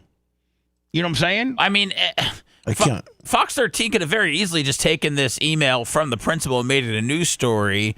The fact that it's not mentioned, I don't know where they got all their details from. But Channel 13 specifically said the gun was unloaded with no bullets. They said that in the story. And so the letter to the I hope the principal would. I would hope that he would have the firsthand information. Yeah, I would hope the principal would be the one that had the most legitimate, accurate information, because it's going to every student's mom and dad. I mean, I don't think I'm sending a letter home to everybody unless I have all the details in front of me. If the gun's unloaded, that would be kind of a better thing to send than this. After continuing our search of the backpack, a loaded gun was found in the backpack. Please know that all students and staff are safe. We are deeply grateful for the swift and decisive actions of our school resource deputy and our administrative team for securing the weapons and maintaining the safety of our campus. The student has been arrested and will not be returning to our school. The safety and well-being of our students remain our highest priority. Thank you for your continued support in keeping our school safe. So my question is, who's lying? Well, see, the Hillsborough County Sheriff has it that it was not loaded and no ammunition was found. That's from the Hillsborough County Sheriff's Office. So hold on. It was not loaded and there was ammunition. There was no ammunition found. Yeah, so why would the principal in his initial, because you know that the text to all, the email or text to all parents came relatively quickly. Yeah, jumped the gun. That's something that you get out immediately, because the parents need to be the first to know. Now, the investigation by the Hillsborough County Sheriff's Department, that takes time. And I'm just saying, like, did the principal jump the gun and he got it wrong? Or did the Hillsborough County Sheriff's Department get it wrong. To quote Lincoln Park, in the end, does it really even matter? Yes, it does. It does. Yeah, I think it really does. I sent you the county's website. I think it really does matter. Finding a kid with a gun loaded is different than finding a kid with a gun that's not loaded. Because you know what? With that, here's the thing, Seth. That unloaded gun, he can't hurt anybody with. But with that loaded gun, he can. So let me, what's this here? That's the Hillsborough County. Well, that's what they released, what they found. Oh, the kid probably didn't even know how to shoot if he didn't check to see if it was loaded. Ninth grade. I think I read this already, did I not? Yeah. On October 9th, he's got a picture, made contact. Oh, did that picture of the kid? Yeah, No, if you the go down a little bit more right there. This is him right here? Yep. Alan Juarez. Ramirez. Alan Ramirez. Possession of a weapon on school grounds. Minor in a possession of a firearm. Battery on special official employees. I'm glad to see that the sheriff's offices are now kind of like letting the info out on these little bastards. But here's the deal, man. I think it's a big deal whether the gun was loaded or not. It really is. It's a very big deal. Is that our potentially our threesome call? No. If she calls back, I'll definitely. Yeah. Hello, who's this? Sponge. Yeah. Why'd you take so Hey, long? it's Jody. How are you? Jody, please respond quicker. When I say hello, be right there for me. Dance for me. Sorry, I had you on speakerphone. Yeah. Long time no talk to. Sure. What can I do for you, buddy? No, I was just checking in. Have you talked to Dion lately? Oh, is this Jody? Yeah. Fisherman Jody. Yeah. No, I talked to him. He came to town when right before the season, right? Well, when Shiloh was part of the unrestricted free agent signing, and there was a chance he might make the team. He came to town and visited Shiloh. I went to lunch with Dion. I've exchanged a few texts with Dion since then, but no, not really. I haven't really spoke to him. Have you? Yeah. I still keep in touch quite a bit. I always ask about you when I talk to him. I seen him maybe 6 months ago in Fort Worth. Oh, did you? Yeah. We stay in touch. Had Thanksgiving with his family one year. We stay in touch quite a bit. Fantastic. I need to stay in better touch. He invites me out all the years that he's been the coach. Has it been 3 years now, Lummy? All 3 years he's invited me to come out to a home game and actually stay with him. And I just So you haven't been to the new crib? No, I haven't. Have you? Oh yeah. Been fishing out there quite a bit. No, well, you're talking about the Texas crib. Yeah. You've not been to the Colorado crib. No. The new Texas crib's got like a 15-acre fully stocked bass pond and you got it. Like 150 acres. I think his mom has a place on the property. Is Dion really a good fisherman?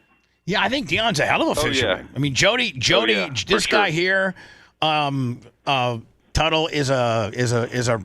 Are you a professional fisherman, Jody? No. Mm-mm. But you're a good fisherman. Oh, for sure. Yeah. Is Dion by professional fisherman standards? Is he a good fisherman? For sure. Beyond that, very competitive. Calls his shots. He knows what he's doing. And well, I mean, in that pond is just jacked full of big bass, is it not? Oh yeah. Yeah. And it's just not, anywhere he goes, we fished quite a bit back in the day, but even when we didn't go to a stock pond, we still caught fish. Right. Do y'all ever do any saltwater or no? Dion's not a saltwater guy. He likes the bass, does he not? Yes, just bass. Anyway, Jody, where does life put you nowadays? I'm in Texas. Oh, you're in Texas.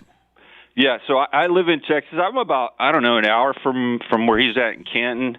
So I'm actually working in New Jersey. I travel back and forth to Texas to New Jersey. But what's your job? We stay in touch. My wife stays in touch with Tracy and Miss Connie more than I stay in touch with him. So what type of job are you doing now, Jody? So I'm VP of operations out here in Dallas of a company, a family-owned company, extrusion company, Western Extrusions. Well, that tells me nothing, Jody. Like, what are you doing? Are you digging rocks? What are you doing? No. Vice president. I know, I understand, but what's the company do? What's the company do? Are you guys mining Making diamonds? money. Are you guys Aluminum extrusion. So like a Tesla, we extrude for Tesla. We do aluminum parts, shower door, solar panels, anything automotive, distribution. All right, marine. so you're in the manufacturing business of aluminum parts. Yes. So like the stamping and the dyeing of whether it's the automotive industry or the shower industry, you make aluminum parts. Yep, there you go. Hey, Sponge, I was at a casino playing golf about 3 or 4 years ago, and I played golf with a guy who owns the Chili Bowl, Emmett Hahn. Yeah, I'm He brought your name up. Very good friends with Emmett Hahn. He does own the Chili Bowl, and he is loaded. Yeah, we played 18 holes together, and we talked about you quite a bit. This has been 4 or 5 years ago, but it was just a small world. Hey, where are you from? I said Tampa, and then he started talking about. Then your name came up, and then we started. I mean, he's a great guy, super nice guy. Did he tell you when I flipped about 40 times at his Chili Bowl?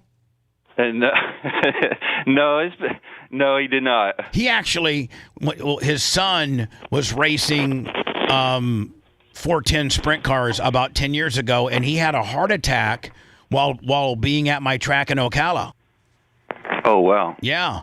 And I went and visited him and made sure he was okay. But Emmett Hahn is royalty in the dirt racing industry. He's such a good dude. He really is. And thank you for bringing my name up, Jody. What's that? I said thank you for bringing my name up. Yeah, and he talked highly of you, and I guess he bought Tony Stewart's RV. I don't know. We spent the whole day together, and then I see him later that night in the casino. I was like, wow.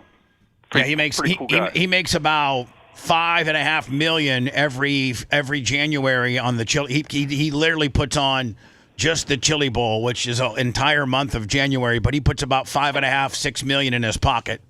Old Emmett Hahn. Yeah, he gave me his card. He said, anytime you come out to Tulsa, just give me a call. I'm like, okay. Hey, you want to talk about who the real Tulsa king is? It ain't Sly Stallone. It's Emmett Hahn. I'll tell you that right now.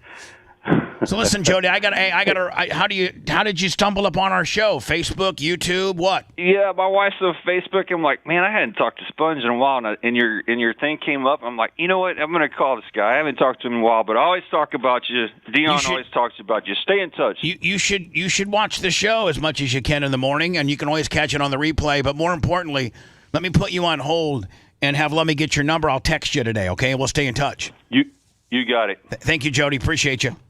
All right, Sponge. All right, thanks, man. Good guy.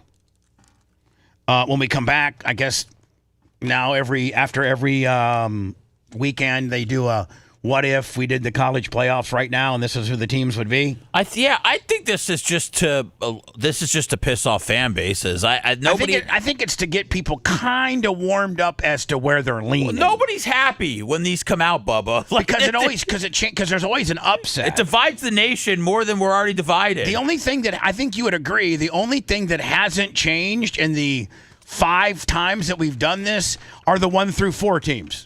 Everything else is just, Notre Dame was 10th one time, and now they're 9th, and Alabama was up there. Now they're 10th. It's just 1 Notre through Dame 4. Gets taken care of way too much, Well, though. I know. Let me do words. We'll come back with that. If you liked that segment, then you'll definitely like the new redesigned BubbaArmyHQ.com. We'll be back to the Bubba the Love Sponge show after this.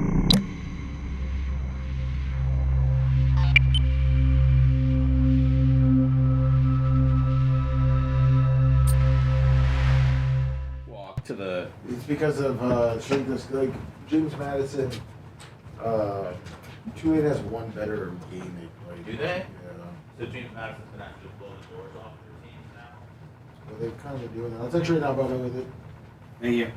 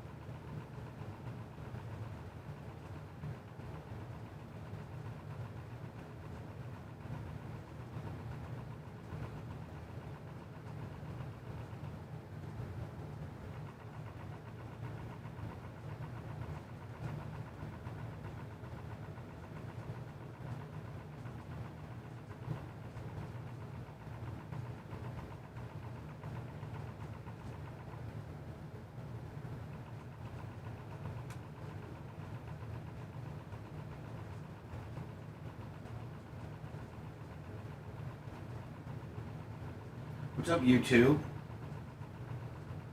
Can you motherfuckers go and subscribe and get a notification? I know there's 120 of you motherfuckers out there. We're at 720 thumbs up. So you're going to try and tell me out of the 1,500 that are watching right now, there's not 120 of you that are just watching without being subscribed to get notification. Today's what, Wednesday? I hope I'm not fucking here on Friday still begging for 86 fucking of these motherfuckers.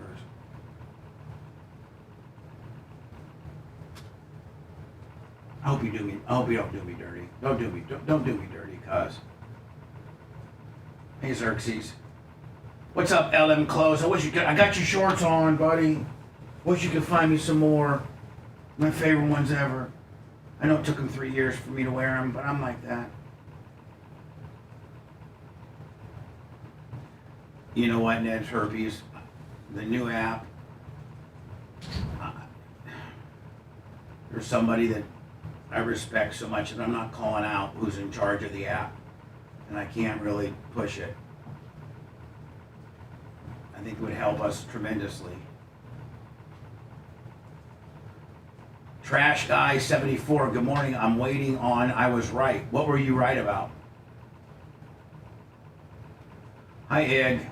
Hi, Tina. What were you right about, Trash Guy? Besides being borderline fucking getting ready to get piss me off and get blocked. What was Trash Guy right about? Go ahead, Trash Guy, tell me what you were right about. Gloat, pound your chest.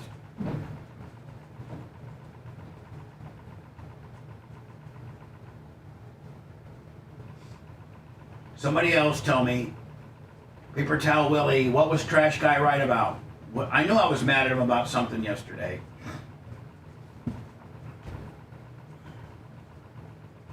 To the podcast name. I haven't given the name out. Saying that someone put out a female podcast, remember the name the other day. Mentioned female. Allegedly you gave away the gender on the podcast. But you, Dan, and I arranged a Nick the Gun Guy. I still don't think Oh, okay, that's cool. I still don't think that I'm the one that said it. So, fuck you, Trash Guy 74. Because I don't think I'm the one that said it. So you can fuck off. Oh, boy. I'm not going to say that you're right, because you're not. Oh boy, Trash Guy. I don't know who the fuck said it. It doesn't really matter at this point, I don't think. But I'm not going to fucking say it. It is cold in here. Mm-hmm. Morning, Iggy McGillicuddy. I wish Iggy could find Trash Guy and smash him to the surface. Whoa, Trash Guy. Longhorn 39, 52 months. Fucking Trash Guy, fucking.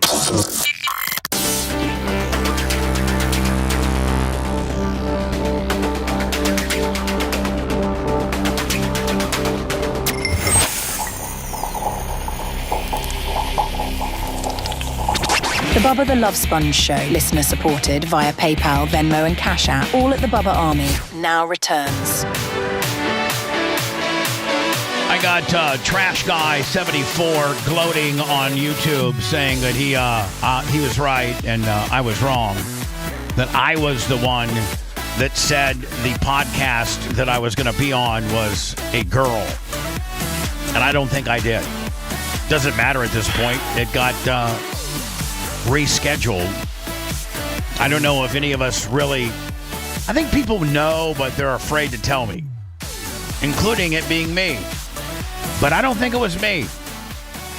Everybody always wants to use, oh, Bubba, you're the oldest motherfucker. You're the oldest mother effer, and you forget stuff, and you're all pilled up, and all that kind of stuff. No, not really. Let me told you who said it. Who said it? The first time I heard it was Jay. Okay, yeah. So Jay did it. Yeah, he was the first person I heard. So it wasn't me. It wasn't me. No, not the first time. No. So Trash Guy 74, suck a D. It wasn't me. How about that little rhyme for you? Suck a D. It's not me. Did you block the Trash Guy? No, I don't know that I blocked the Trash Guy, right, but I feel as if he needs blocked. Well, he just might have some facts, maybe. Or he's just a dick. Both work. And I hate dicks. I know, but it's a big portion of the audience, Bubba. I don't know if this trash guy's been dead. Where are you, trash guy? No, he's right there. But where are you? Where are you, trash guy? Looks like someone took care of him. Good. If you're gonna come out, double down, trying to make me look doubling down, saying that it was Brian. Trying to make me look bad, trying to be a dick, trying to stir up problems. Who cares? Who cares who it was? We end up getting rescheduled anyway. So who cares? Like, do you literally have your pants off and you're just jerking it feverishly, trying to know that you were right when you said all along that it was me, and in actuality we're finding out that it might not have been me. And at the end of the day, could we be talking about anything more dumb than that? Like moving forward and trying to put together a good program for y'all? Does that matter? Does that really have? Does that? You being potentially right on something, does that really? Well, yesterday for the podcast, we were talking about it because, Lummy was catching some heat for it. And then I believe the trash guy said it was you. And Lummy had the information that it was potentially Jay or Brian. But Lummy didn't want to say anything about it. But Lummy was the latest to say it, closest to the event. Correct. And he messed up. Anybody that said it messed up because I didn't want it out there because just of the troll world that we live in. So back to what I was talking about. If the college playoffs were to be today, this is how they'd have them seated. The buys, the first round buys go to Georgia, Ohio State, Texas A&M, and Indiana. 4-1-3-2. Then it goes Tulane, and is that Texas Tech. Texas Tech. Yeah. At 12-5, 12th seed Tulane, 5th seed Texas Tech. 9th and 8th seeds go Notre Dame and Ohio and Oklahoma. That will feed into the winner of that game would feed into the Ohio State game bye. The winner of Tulane Texas Tech feeds into Georgia. The winner of Miami and Ole Miss feeds into Texas A&M. And then the winner of Alabama and Oregon, which that would be a hell of a game, feeds into IU. How is Georgia ahead of Alabama when Alabama beat Georgia? I don't know. It's 2 losses, I think, for Alabama, right? Alabama lost to Florida State. It's the 2-loss gimmick. So I've known about this for a long time because her and Steve and the babies left. God, I forget. I think it might have been 2 months ago. Because I was actually with Brooke and her husband. So was my sister. We went one weekend and visited her, and that she actually got the call from her agent asking. And I think she made a ton of money doing this. Nice. I heard like $35,000 an episode, and there's 7 episodes. So Brooke Hogan is making a return to TV. Months after her father's World Wrestling Entertainment star Hulk Hogan died died earlier this year, HGTV tapped Brooke Hogan for season 7 as its renovation competition series Rock the Block. The upcoming season will show celebrities. Really, I think Brooke left literally like the Monday or Tuesday after the premiere of Video Killed the Radio Star when we had the premiere. I think she literally left. Her, Steve, and the babies left, and this was all filmed in Vegas. So they've been in Vegas all along. And I think, what'd you say, Lummy? You talked to Steve yesterday. I think they're coming home this weekend. Yes, they are. We were going to have them over for Thanksgiving, but I think Steve has, like, there's some old hockey players, and like they're getting together with somebody, and I think some of Steve's family in Orlando. We might have them over for Christmas. Oh, nice. Because Brooke doesn't really have any family. I mean, she doesn't talk to her mom, her dad's dad, and I don't know what her relationship with Nick is like. I don't think it's good. That's sad. And so, and then Steve's family lives all of his family lives in Michigan, just outside of Detroit. So they don't make it up. Traveling with twins. Hold on. 6 and 7 month old twins. Poof. I mean, Lummy, you got a 4-year-old, and Seth, you got, well, Sammy's pretty independent. She's probably pretty easy to, Sammy's probably at the age where she's pretty easy to travel with. She can carry her own backpack. She's independent. You don't have to really watch Sammy that much. She can sit in the middle seat. Phoebe sits on the out. I'm thinking Phoebe sits on the outside. Sammy sits in the middle, and you sit against the window. Do I got the configuration right? No. Is it opposite? I'm on the end. You're on the end. Sammy in the middle. Mama on the far. Sam likes sitting by the window. Oh, okay. So anyway, but can you imagine traveling with infant twins? Whew. No thanks. Anyway, the upcoming season will celebrate celebrities paired with designing pros competing to add the most value to their properties. Each team will have 6 weeks and a budget of $275,000 to transform the identical cul-de-sac builds, boosting one-level living with private courtyards, multi-generational suites, RV garages, and anyway, it's going to be interesting when this comes out. Maybe we'll have her on the air to promote it.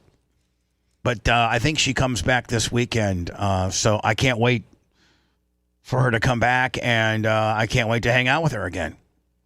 I was thinking about this. This will be the first Thanksgiving where I don't have any plans, because last year everybody felt bad for me and stuff, because, this is your first Thanksgiving and stuff. Without your mom. And, yeah, without my mom and stuff. So what are you going to do? Well, I would think that, Colton's mom and dad, who have practically raised you. Yeah. I mean, like, you've spent hundreds of nights over there. Yeah. And your tenure with me, and you're being a friend of Colton, that I would think that you'd just be the natural, like almost Norm from Cheers for the Colton family.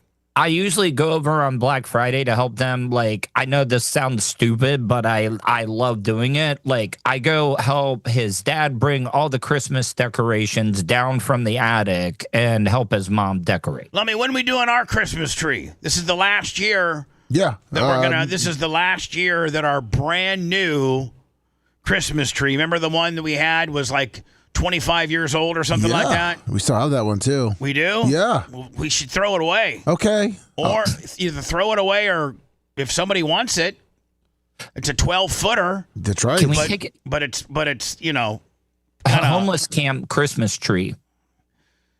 Yeah, but here's the thing. It's not a real live tree where the homeless people can just put it in a trash, and people, and well, you know what, Lummy? I think you can put it in a dumpster just like you could a regular tree. Yeah, you could. But I need that out of here. Okay. Do you want it? No. That thing's. Does anybody? Trace beat it to the hell. Yeah, Trace actually was like, wasn't he like jumping on it and trying to like body slam it and things like that? Well, yeah, he was trying to get it. Yeah, he didn't know how to get it in the bag. And we would just be drunk and fight the Christmas tree. You guys would be drunk and you would fight the Christmas tree. No longer that probably took 5 years off of its shelf life. I just bought a brand new one. The brand new one's beautiful. Our plan is for Friday. Oh, me and Big Red. This coming Friday? Yes. So it's ready for when we come back Monday? Yes. Oh, and it looks so beautiful too. Yeah, because are you going to do the lighting on the air? Like the first time? We should. Maybe Monday morning, Lummy. You're kind of like Bumble on Rudolph. Yes. And you can be the one that lights the tree. Are you inviting Tuttle over or what? No. You're not. No. Wow. That's kind of what I was throwing out there, Seth, just to see who on the show. Why would I mix up your already, he's got nowhere to go. Nearly decade. Well, hold on. No. He said that was his Black Friday tradition. Hold on. That's after Thanksgiving. You're trying to tell me that Colton isn't Colton's dad's name's Doug? Yes. That Doug, and what's the mom's name? Maria? Jackie. But I'd never call them by their first names. Mr. and Mrs. Heist, that they've not invited Colton's very best. Is that how you say it? Yeah, you're fine. That Doug and Janet have not told Colton to extend an invitation out to his. I mean, would you not agree that like he's your Larry Plummer? Yeah, I would say so. Yeah, he's your best friend. I don't know. I just think it would be kind of cool to go to Tara Clem Thanksgiving. Yeah, we already got too many people. No, I don't think you do. I think Tara opens it up to everybody, right? I mean, she's almost running the soup kitchen out of there. I mean, she is, but. And I'd like to talk shop with her.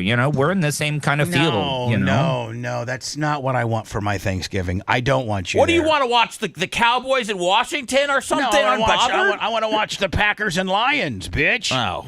I will be a Packers fan for the day. Tuttle, it and has sit there nothing and to do with what team you pull for. We're already going to have a full house. I got my aunt and uncle. I got one bad dude and Aunt Georgianne. I got Erica's son, Vicente. I got, I think our friend Joe Kralis is coming. Dude, Tuttle barely takes up any space, although Liz has a good point. That couple that Tuttle banged might invite him over, too, if they find out. Why don't you do, Tuttle, why don't you start there? Start with the coog that you had a threesome with. I mean, if she could whip up some meatloaf, I'm sure she's good with the turkey and the gravy and the chitlins and all that, whatever kind of stuff these old people eat. Okay. So, I mean, like, you truly don't have a place for Thanksgiving. Are you trying to say that? Yeah, I don't. No, I mean, I got a place. It's just going to be very lonely and hold on. Myself. We haven't got into the unit. Why don't you? You can go to Honey Baked Ham and reserve a turkey and a ham and all the fixins at Honey Baked Ham, but you better do it. I would say today would probably be the last day you can put your reservation in. Dude, that's not a second date. It's Thanksgiving, is it? Yeah, and then bring her kid over too, and come cutting the Honey Baked as much Ham. as you think, as much as you think that's not a second date, that's pretty pimp.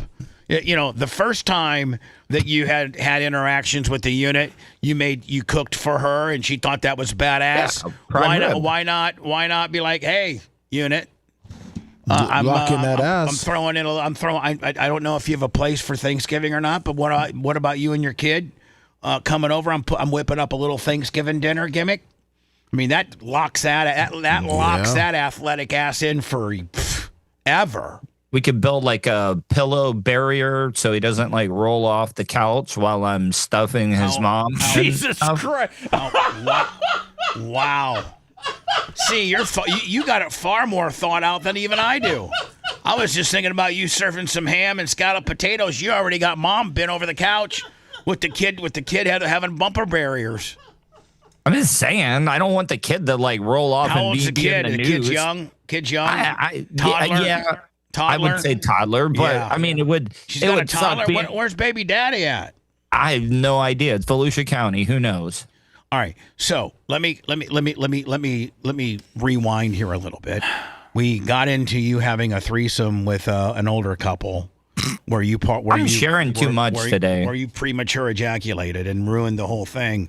But where do you stand with the unit? The last time we had talked, you guys made out, right? Mm-hmm. You guys had made out and then made plans for. It's been 2 weeks since I've seen you. Yeah. Made plans. So I'm sure that you've probably connected with the unit from then until then. So, we're going on another date this weekend. We already got plans. She's into the, mechanic and does work on cars. And, have you ever seen the trucks that are squatted in the rear? Yeah. Yeah, well, they're having one of the squatted truck this weekend. You're going to a squatted truck show? Yeah, because she's done some work on them, and she's the mechanic that squatted some of these vehicles down. Yeah, now since the last time you've been on the show, have you had any physical interaction with her? We've talked, but no physical interaction. Yeah. All right. And but we plan on doing it because she doesn't have the kid this weekend. So see, you're going to get laid Saturday night. Well, I mean, I don't know if I can compete with squatted truck guys and stuff. She's bringing you as a date. Yeah, she's bringing you to show her her mechanical ability. You're kind of the bitch in this scenario. But if that gets you ass from the unit, then so be it. Yeah, but I mean, I kind of have a name here in Volusia County and stuff. I don't know. Maybe she's bringing me to a truck show to Maybe like. she's kind of showing off a little bit. Like, hey, listen, you know what? Look, you know who I'm dating now? Tuttle, formerly of Monsters in the Morning, and now with the Bubba the Love Sponge show. Also as the security manager at the old folks retirement community. He locks I'm up. getting a raise. He locks up the laundry room and runs bingo on Wednesdays. I got a real catch here. He's going to cook me some turkey and stuff me while my baby doesn't fall off the couch. Yeah. That's my man right there. Look at him. Look at that part. Look at that parting of that slick back hair. Yeah. I mean, Moses would be jealous of that parting. Look at that. Yes, exactly. But what I'm saying though is that she invited me. She made the plans. Perfect. You guys are going to go. She's picking me up in her truck. You're going to go to the Lowrider show. Is this on Saturday? Yeah, Saturday. And then afterwards, since she's picking you up, that naturally takes you back to your house. Mm-hmm. Now, see, what I would do, Tuttle, is I'd have some kind of something whipped up so that all you have to do is heat it up, like some lasagna or make something. Listen, you can go to the Olive Garden. And like Lasker did. Remember when Lasker's brilliant. He went to Carrabba's. He goes, let me tell you something. First time I had a date with Sarah, went to Carrabba's, bought it all, and then transferred over to my own utensils, my own dishes and stuff. And she thought it was homemade. I know you hate them, and I know you got cuts for them that I'm going to play on Friday. But that's pretty brilliant. You could go to Carrabba's or Olive Garden or something like that. Get like a pan full of lasagna with some breadsticks and put it in your homemade, casserole dish and say that you, hey, when we come back, honey, I already got it made. I just got to put it in the oven for like 10 minutes to heat it up. But I made homemade lasagna for us. Yeah, you don't think she's peeling off those panties? My Lord. I just think I don't want to pick pussy food like that. Me making me look like a big pussy you think because lasagna makes you lasagna is a guy's. That isn't like making some pussy food, as you would say. That's a manly type dish right there. I was thinking more like some good hamburger helper or something. Because any idiot. Any B-Fud could make hamburger helper. But a guy that has to layer the noodles and the ricotta cheese. I can make spaghetti pie.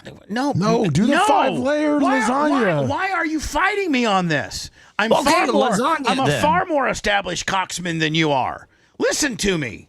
God. Get the 5 or 7-layer lasagna. Yeah, go to. You didn't get any bitches for your lasagna. You got them because you're radio prowess, okay? And you made them suckle you in the boss's office. He doesn't have an 8,600 square foot mansion on the water. No, he doesn't. He's got hamburger helper. He's got spaghetti pie. He's got his strengths. Seth, the lasagna's a lot cheaper in the freezer aisle. You can get a banquet lasagna there. Stouffer's. You can get Stouffer's. Yeah, Stouffer's. No way, the sodium's off the charts on those things, Lummy. Let her grab her right there in front of her. That's why you go to Olive Garden or Carrabba's and get the dish full of lasagna to go, the tour of Italy to go. Will they give you breadsticks as well? Yeah, they'll give it to you all. And you can say, I rolled the breadsticks up myself and everything. God, Tuttle, I'm trying to help you, and all you're doing is fighting me, and you're worried about that I didn't invite you for Thanksgiving. I don't want to, listen, I don't want to bring anybody that I work with to Thanksgiving. Thanksgiving is a time to be with my family. Remember when he brags about that he used to go to Thanksgiving with Stacy Keebler and test and everything like that? I didn't work with those people. I wasn't on the WWE roster. No, but I'm just saying. They're fond memories, aren't they? You know what? You ask me of another man that would pick Stacy Keebler that would pick Tuttle over Stacy Keebler, and you know what? Seth, get back to me. I brought up a bad point. Okay, exactly. Yeah, you got me there. Hey, do you want Chris Jericho and Edge and Christian and Test? And Stacy Keebler, or do you want Patrick Tuttle? But don't you feel like Tuds would make it entertaining and bring some content to the table? I don't know. I'm not trying to do any content. In fact, my mom and sister and everybody, they get mad if I try to create content during our family gatherings. They get so mad. They're like, no. You're not taping anything. But they find Tuttle endearing. We're not going on your stupid YouTube channel. None of that. We can recreate the anop. No, you know what you can recreate? Trying to get some ass off of the big unit that's already trying to give it to you. Okay. My Thanksgiving is not open to anybody that I work with. Okay? Better not find out like Lummy or Seth. Lummy ain't going. Seth ain't going. I'm not letting him in. I'm going to go pick up a hot plate. Hello. Yes, you're on the air. I know you have me on speakerphone, but yes, you're on the air. It's the Bubba Show. No, you're not on speaker. It's Cracker. All right, Cracker. We'll be there when I say hello. Be there. Sorry, I apologize. Hey, so I was calling to tell Tuttle. You there? Yes. All right, Chris, I'm over you. I'm just really. Hey, I wanted to know, Chris. I'm over people right now. You've irritated me by Tuttle trying to position himself to infiltrate my Thanksgiving with my family. I'm sorry you don't have anybody, Tuttle. You could have anybody you wanted. You could have the unit and her kid at your place and get ass for Thanksgiving. That's better than hanging out at Tara's place. Tuttle, I'll send you a pop-up playpen and some toys for the kid. Okay. What if Tara She's not going to override me. She's not going to override me. She's not. Would you be mad if I texted her? Oh, don't do that, Tuttle. Don't go behind my back, Tuttle. You've known me longer than almost anybody in this room. How's that going to work out for you? When I tell you no, I don't want you at my Thanksgiving deal, and then you go behind my back and play on my sister's emotions. But she would say yes, though, right? Because she hates to tell anybody no. Yeah. She's the nicest woman in the world, and I would end up being a big family feud. Hello, who's this? Bring your cat, Tuttle. Hey, Bubba, it's Jim Lockwood. Here are two things. First of all, who cares if she's driving you, Tuttle? That makes you feel kind of like, like a bitch. I mean, I'm completely blind. I can't drive, and I would listen. Women. It doesn't matter. It doesn't matter if a woman picks you. Hold on. If a woman picks you up in her car, yes, it's somewhat bitch-like, but at least you're returning back to your house, which is where you get. Which is where you get it's the not ass. like he's riding on her handlebars. It's a car. Yeah. And since they're returning back to his house, then it's his den of sin, and he's got ass locked in. She's just not gonna pull in the driveway and say, "Okay, Pat, see you tomorrow," and then you get out. No, he's gonna invite her in. He's gonna have a roofied up drink ready for her, and he's going to violate her in every which way he can. So should I draw a line if she tries to open the door for me when she picks me up and stuff? Tuttle, or no? Just be a man and open the door for her. Don't get into a big. You're way overthinking this. You're way overthinking this. Okay. Just be there. Be there when she's there. Jump in the car. Go to the truck show, and then prior to all this, go to Carrabba's or Olive Garden and have some food waiting. Tell her that you spent all morning making lasagna. It's already cooked. All you got to do it's in the oven. All you got to do is warm it up when you guys get back. So let's not eat or stop by anywhere because I got homemade lasagna, keyword, homemade lasagna ready for us when we get back. Okay. Boom. You're getting lasagna and tuna on the same day. Well, I am not overthinking this, but I do have one question. She drives a truck. Should I try to shimmy over to the middle while she's driving? Or sit in my regular? No, don't ride, bitch. Does she have truck nuts? Don't ride, middle, bitch. No, that's where, no. Be a man, get in her truck, say, I'm excited about seeing all these trucks you might have worked on. I'm really into trucks, but I just wanted to let you know, let's not eat anywhere or anything like that. Let's save our appetites because I got homemade lasagna that I've been working on all morning. It's already cooked. All I got to do is warm it up. So after we get done, we can come and have a homemade lasagna meal. Boom. Okay. If you play it that way, you get ass. If you play it the way, I don't even know why you'd want to play it any other way. Listen. Why don't you? I want to get some ass. You used to listen to me. Now you just resist me. And he was drunk back then. He's a sober man now. If You want a deep dive into the Bubba the Love Sponge show from the past? Go to BubbaArmyHQ.com. We'll be back after these words.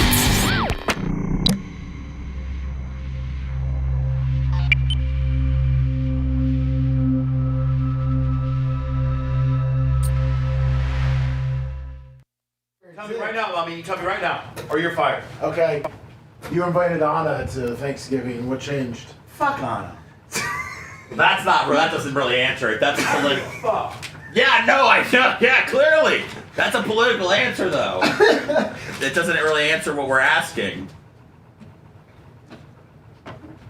I wasn't gonna say anything. I was waiting. I saw Longwood, and I'm like, I wonder if Seth's gonna see it. Seth didn't say anything. Oh yeah, no, I saw that shit. I was like, that's good, but I was like, oh man, that could go really south. Yeah.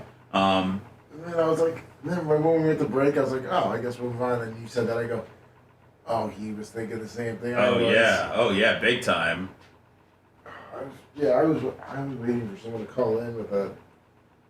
Did she go to Thanksgiving with him? With Bubba? Oh, she did? Oh, wow.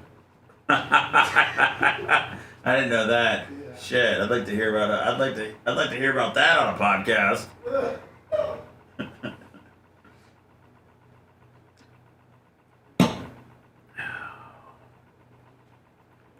What's up, hoes?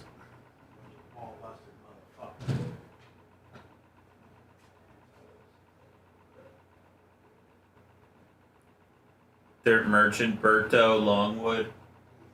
What's up? What it do?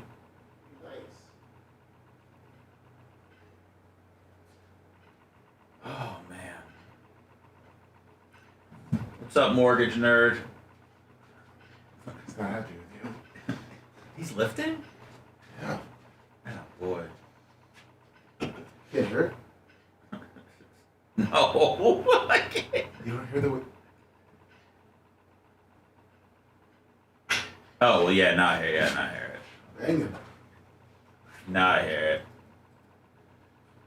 Yeah, being back in the studio is much better than being out of the studio as far as Dirt Merchant. just doing a show. But it's also great not living out of a hotel. What's up, Felix Longwood? What you got, James? Berto, you're always making money, dude. I'm gonna just fuck eBay, dude. I'm just gonna start giving you my shit, and when you run into people, you just sell it. Let me know. What's up, Jay Bowler? Where'd Metro open up? What's up, LM? Metro was I think started in Jacksonville, and they've really started spreading out. Metro Diner? Yeah, they had one in maybe I'm thinking of something else. I take it all back. What's up, Lou?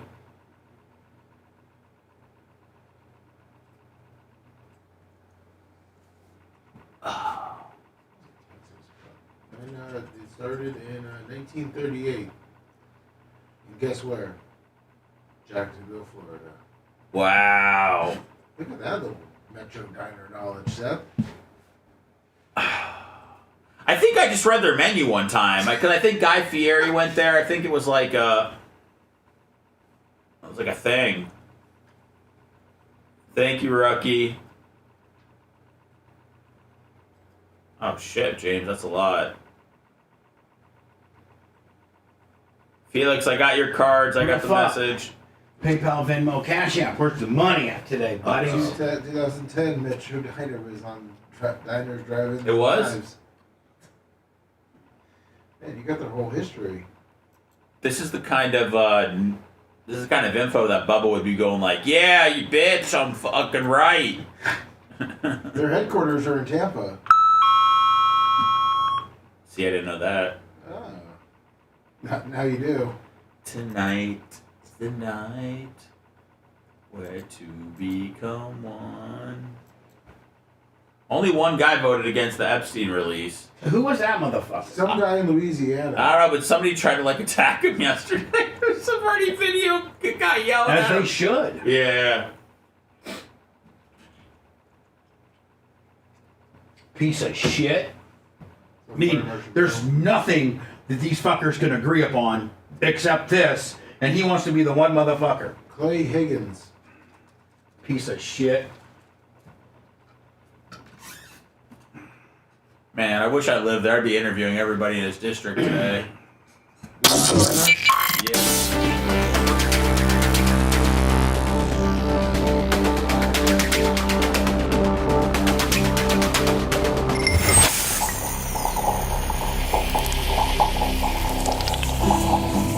Lately, we haven't been doing as much.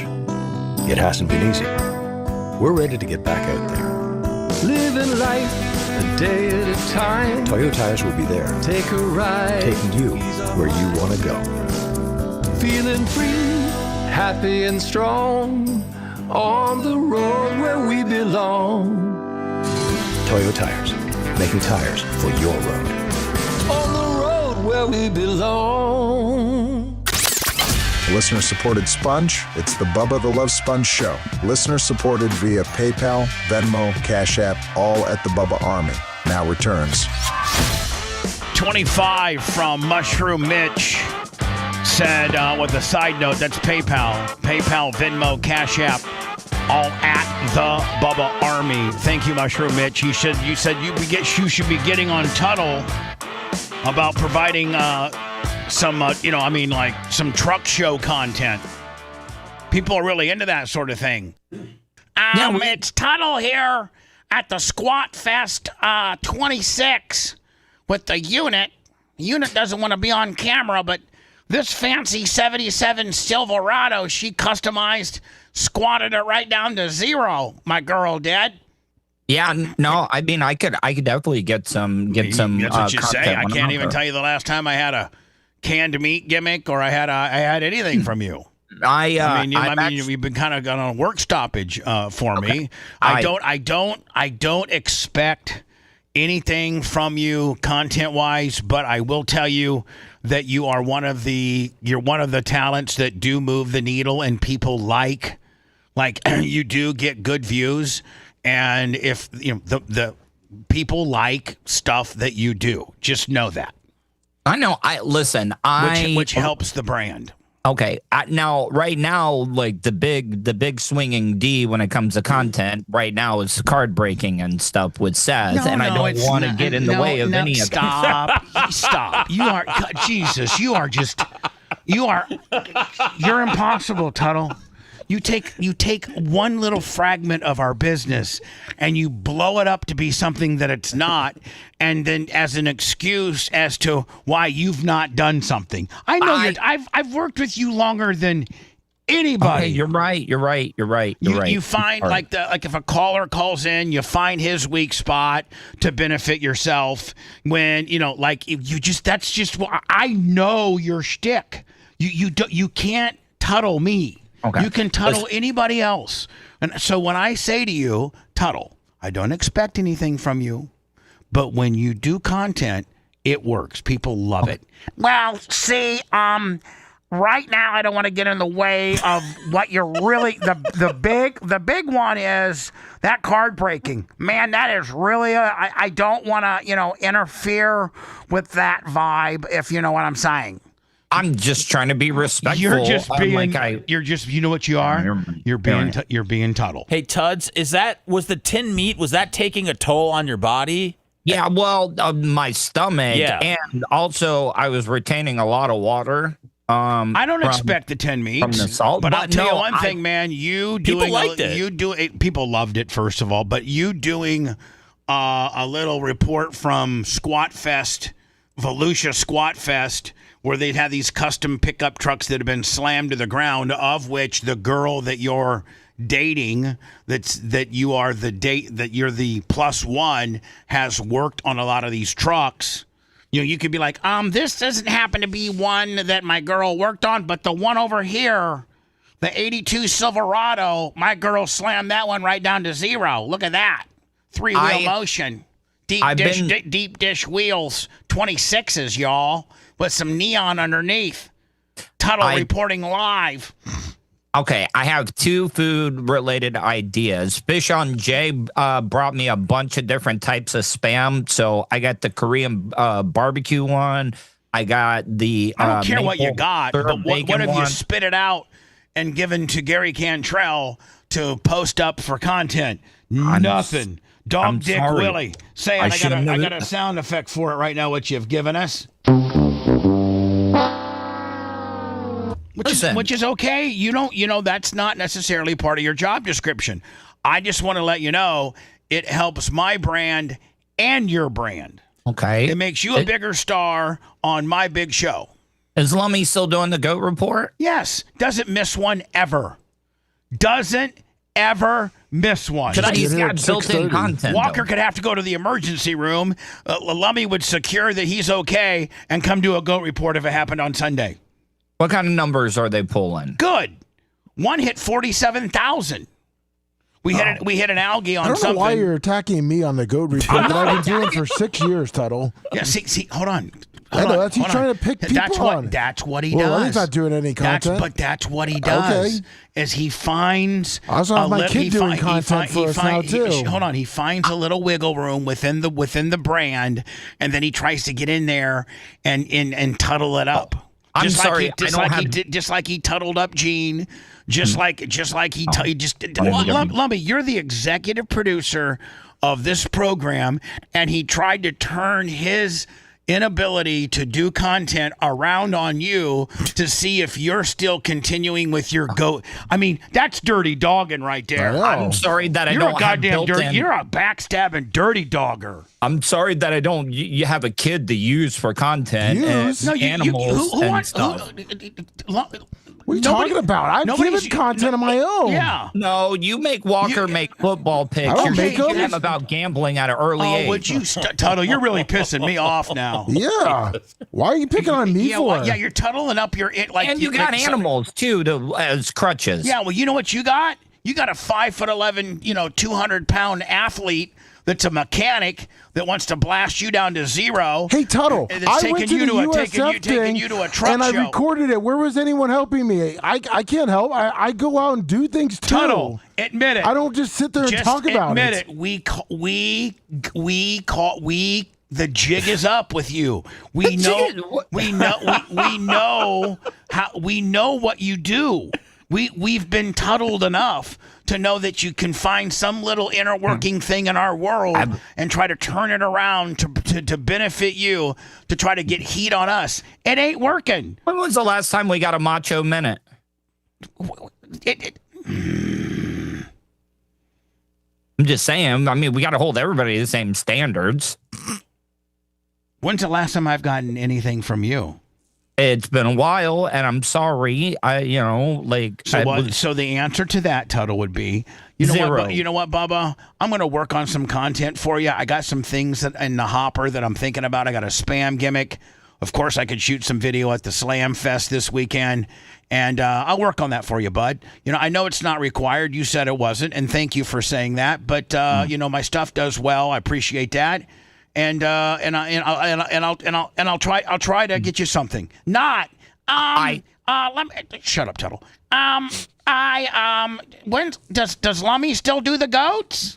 Mm-hmm. And when's the last time Tuttle? I'm sorry. And of course I don't want to get into the break, because the break seems to be the big hubbub around there. So I don't want to infiltrate that world. So Lummy, when's the last time we had a macho minute? When's that happening? Oh, and Bubba, how about the chicken sandwich gimmick? When's the last time you did one of those? Oh, I was waiting for that. Yeah. Mm-hmm. Yeah. Didn't get to it. Oh yeah. And didn't you invite Anna one time to Thanksgiving? See, I want you to be Tuttle. We talk about things in your life, but like the threesome that you had with the old bag and you premature ejaculated, and the fact that you're going to a car show with this chick that you're seeing now. I want to get into things that I don't want you to be this constant negative counter programmer that you've gotten yourself into this little bit of a rut. you've gotten yourself into that. Okay. Bud. Listen, I'm sorry. I have an idea. I am going to Colton's house this weekend, and it's a great idea. Oh, and that I just want to let you know, I don't have any place to go for Thanksgiving. So don't you think if I just got a hold of your sister behind your back that she'd probably let me go? That's the world that's the Tuttle world that I live in now, and I don't like it. I don't like it. I'm gonna. You have enough talent to be able to either talk about what we're talking about or talk about things that are happening in your life that we find entertaining. You don't have to pick apart us in order to make yourself look better because you haven't been doing anything. Okay, I'm going to review Gene Lasker's powder coating work that he did for Colton because it's pretty shoddy work that I've seen on his behalf. Hold on. Don't tell me what you're going to do. I feel like Nike. Just do it. Okay. And don't. That's okay. Just do it. And no, I'm not going to get mad. His powder work. His powder coating quality is up for interpretation. If he's putting it out on the streets, and then you have the right to analyze it. But you don't have the right to pick apart Lummy's goat report or anything like that. Like, stop getting heat with us, the very people that like you and have you on the show. And start doing, more Tuttle-like things to others, not us. Because after you see the video that I'm going to do, I think he owes it. His reputation as a powder coater, he needs to redo those for Colton's parents for free. Okay, that's a synopsis that I don't need to know. Let's clip that for Friday. I think he did them initially for free. Tuttle. Well, then he needs to pay them money. Tuttle. I just want to I'd like for you to give me some Tuttle content on the truck show. Okay. And you don't, if the unit doesn't want to be on camera, then just make it about the trucks. Make it about yourself introing the trucks. Make it trucks, and more trucks. And stop trying to divide all of us. And listen, I'm sorry, I'm back to my old ways. You are back to your old ways. Less the drinking. You shoehorn yourself into the show, and then you get heat with somebody. And I got to draw the line when you're starting to take hacks at Lummy. My God, Tuttle, is there no sacrificial lambs with you, Lummy? I mean, Lummy of all people to get heat with, one of your biggest proponents, Lummy. Macho's pretty upset too. Yeah. So what, Macho, your mic's on. I'm so goddamn mad I can't talk right now. What was the Macho minute? He was working out. He was supposed to do, Yeah, he's supposed to do workout. And Macho doesn't want to do that. He told me that. Just like if Seth came to me and said, I don't want to do. Listen, every one of you at one time or another have gotten a hold of me privately and said, I don't want to do that. And I have always been super cool about it. Seth doesn't like large crowds. I don't require him to have as much interaction at social events as I do Lummy. Lummy is an absolute magnet for people. They love him. Seth is opposite. He wants to do his time and get out of there. That's the understanding we have. I don't have a problem with it. We've talked about it before. It's not. I'm a good inmate. I want to do my time and get out. Yes, exactly. He wants to get his work release paper signed and get out of here. But you, Tuttle, on the other hand, I know your tricks, buddy. In fact, you should be somewhat a little bit smirky in the fact that I just absolutely dressed you down and completely analyzed your complete shtick. That's your shtick. Whether it's a caller, whether it's a coworker, when you're on the hot seat, you instantaneously start by trying to start a civil war amongst us. Sounds like I'd be a good politician, I guess. You already got Stein kicked off the show. No, wait, don't put that on. Yeah, I mean, No. I thought Stein's coming back. Stein's coming back, but not on Wednesdays. I'm just telling you that. But at the same time, now I know your tricks. You're just trying to cut deep and put salt. Of course I am. I'm the host. I'm supposed to cut so effing deep you can barely survive it. Don't put that on me. I told you, I said, I have no problem with Alex Stein being on the show. I even reached out to him when his friend Charlie died to say, hey, sorry about your friend. I wasn't being sarcastic or, anything like that. Like, I reached out to him. I mean, you've run many of people off, Tuttle. I mean, you took a shot at Lummy. Who takes a shot? Who? Maybe it was more at the goats than Lummy. No, stop. Goats. Don't even try to. Don't even try. Those goats are stupid as hell. Oh, jeez. Okay, I'm sorry. All right, I'll shut up. All right, he's looking at me. Sorry. I'm sorry, Lummy. Well, I know they're your kids. I was just, they love the goats. I know. PETA loves Everybody the goats. loves the goats. And for you to take a shot at Lummy, the sacred cow of the show, the executive producer, the good guy, the goat whisperer, the man, the lifter of all heavy things. He has to put the Christmas tree up this week. The bumble of the Christmas tree. I mean, he's just absolutely the salt of the earth. Everybody loves Lummy. He's almost on an Angus type level. I mean, and for you to take a hack at him, and here's the thing. Gary's I mean, he's done full blown goat reports in the middle of a Cat 5 hurricane. Okay, but I mean, what's Gary's problem? Oh, because Tuttle attacked Gary last week, and Tuttle hold on, you attacked. Oh my God! You attacked the Gary Cantrell. I just said that I wouldn't give him a big bonus because you don't know how long he's going to be around for. That guy works harder than any of us. I mean, he literally puts in a 12-hour days between the shorts and the reels and the edits, and now I'm he was having health issues at the beginning of the year. Now I'm giving him exactly. Now I'm giving him long-form podcasting that he has to whittle down. I mean, this guy is working his ass off.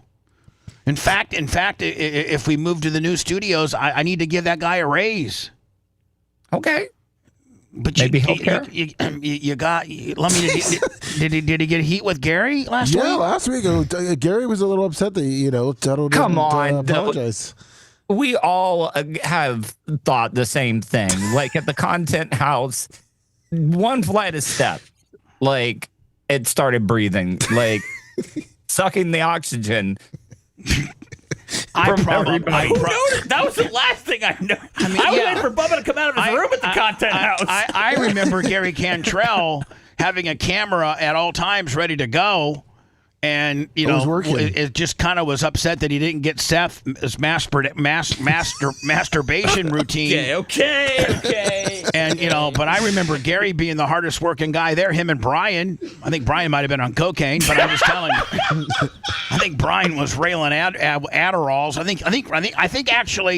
I think Seth was boofing Brian with Adderall. Brian gets that stuff at the gas station that gives you energy. I think Brian might have been Stevie Nicks and Adderall, and Seth was the boofer. I mean, I'm just telling you, Tuttle. Pull it together, buddy. You're so talented on your own laurels. Stop trying to get heat with everybody. I'm not trying to get heat. I just thought we could be honest. Well, be honest about what? Gary being a heavy breather. All right, so Gary's a heavy breather. What does it matter? He doesn't. You know what? He's got a sit-down job. I guarantee you that he doesn't breathe hard when he's clicking his mouse. How do you know if you're a heavy breather? I don't.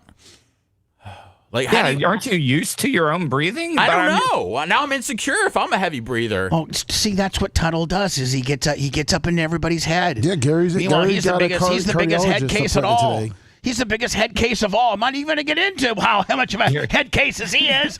Because I'm not supposed to talk about it. I've been told not to talk about how big of a head case Tuttle really is if we were to get to the real truth of it. Everybody says the most rude things to me on a daily basis. I've been told, Lummy, in no certain terms, do not talk about that situation anymore. Tuttle gets upset. But you're the head casey of all. But you try to get our head cases going. You're a weasel. Oh, no. Chuck 941, Tuttle's a weasel. He is. You're a little. Jeez. For you to take a hack at Lummy. Oh, my God. He's taking everybody out today. Yeah. That is bad. I haven't said one bad thing about Bubba. How can you? You can't get a word in edgewise. I'm so effing mad. Well, Bubba took himself out when he threw himself under the bus for not doing a food review for this calendar year. Yeah. I am really busy with this new studio. You guys know that. And Lummy, you also know that there are some weeks where I have 3 podcasts lined up. What you have Macho for to do the studio? Oh, Jesus. Yes, Macho is doing his part in the studio. Bubba has to relay the vision. It's a lot for him to. A lot going around. I'm not saying anything bad about Mach. I'm just asking, Total, let me ask you a question. I want you to be totally honest. How bummed would you be if I texted you later today and said, Tuttle, I just don't think we're going to need you anymore. You're done. Today was just too much. Shannon Burke was quite the visionary. Well, okay, but all right, listen, I would feel really bad. Let's just be honest. You like being on the show, but you got to dance with this, bud. You're just such a goddamn little infiltrating. But sometimes the weasel. music takes him into a different place when he's dancing, Bubba, and we got to wait for him to kind of, it's like kind of having a seizure. It's like we got to wait for him to snap out of it, and then he's moving and grooving with us again. I know, he man. just kind of had one where he just took out. I think it's an AFib. I think somebody needs to shock his heart back into rhythm because he's just out of it right now. But it's impressive he was able to take everybody out there, even Gene Lasker's powder coating, everybody on the show. He got everybody. I know. He got baby. That's impressive. He got baby. He didn't get you though. He didn't get you. You know why?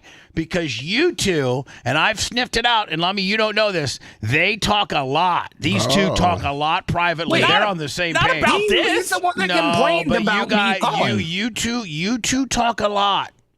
You two are way more friendly than you lead on to believe. About TV shows. No, about everything. About life. You do. Well, I don't talk to Tuttle very much. I don't talk to Seth very much privately. I don't talk to Macho Man very much. I don't talk to Lummy very much. Working here, Bubba, you need a friend sometimes, okay? And I'm there, and then sometimes Tuttle's there for me, and sometimes I'm there for him. That's why Tuttle ain't taking any hacks at you today. That's you're like you're insulated from his hacks. Well, I thought I took Lummy took a hack. I took a hat. Macho took a hat. Gene took a hack. I got a card break hack. No, you got a card break put over. That wasn't a hack, bitch. That was a put over. You don't even know what you're talking about nowadays. Tuttle, say something awful about me. I can because listen. Because you're my best friend deep down, and then you'll next thing I know, I get a text from you, and it says was that real or not? And don't forget to spread my break today at 1:00 with Brian the Petroni. We got 3 slots left. I've been trying to help, come up with ideas for card breaks and stuff. Yeah. I told him. Yeah, you know what? You've been coming up with ideas for card breaks, but not one goddamn idea for the show. I'm big into watching dart throwing, professional dart throwing, and they got trading cards on them. He has pitched some good ideas that we're going to be implementing. Hello, you're on the air. You're on the air. Go ahead. I'll have you squatted trucks. Hi, Bubba. Yes, go ahead. John Doe, retired 5-0. How you doing this morning? Good, John Doe 5-0. What's up, buddy? Listen, you gave Lummy some half good advice. You never ride bitch, yes, but what you do is you drive, and hopefully that thing has a long, smooth bench seat. And then once you're driving, you say, she's not gonna let Tuttle drive her custom truck. She's just not. It's a custom truck. She's not going to. Tuttle's gonna have to ride bitch, and that's just how it is. Tuttle can save face as a man by having a homemade cooked lasagna meal ready to go when the truck show's over. That's the way to her vagina. If he's going to listen to me or not, I don't know. Listening. Appreciate the input, my friend. And it wasn't Lummy, it was Tuttle. You got it asked backwards. Lummy does ride bitch when Ashley drives because Lummy's intoxicated. That is right. So let's just know where everybody stands. And Seth rides bitch with Phoebe because Seth gets anxiety if he goes over 54. So that's where everybody stands right now. I drive at all times. Sometimes Merch Crate gets put in the back of the tailgate. That's where we stand. You make her run 10 paces behind the car. Right. That's where we stand with who rides where. Thank you for your input. Hello, go ahead. As Tuttle was burning the house down, he put out a really good joke that you guys kind of just went under, and he said that Gary had awake apnea, Yes. No, he had what? He had awake apnea, not sleep apnea, awake apnea. That's funny. That did get by us, idea. Thank you, sir, for recognizing Tuttle's brilliance when he wants to be funny and not start picking on people. Awake apnea. So, Tuttle, listen. I'm sorry, Gary. I think you should apologize to everybody that you've taken a hack at, except Gene Lasker. I do not require you to No, that's not happening. And guess what? And hold on. Guess what? Not only is it not happening, but did I denote that I didn't need it? You should give me some credit by the fact that I automatically threw in there that was not needed. That's how much I'm pulling for you, buddy. Okay. I didn't say you had to say sorry to everybody that you're taking a hack at, including G. Lasker. I knew that'd be a problem. So I started the conversation with Lasker not included. But you need to apologize for everybody else that you've taken a hack at and be genuine. Because I don't want to fight amongst ourselves, Tuttle. I want you to add to the show. Contribute. Don't counter. Contribute. Don't counter.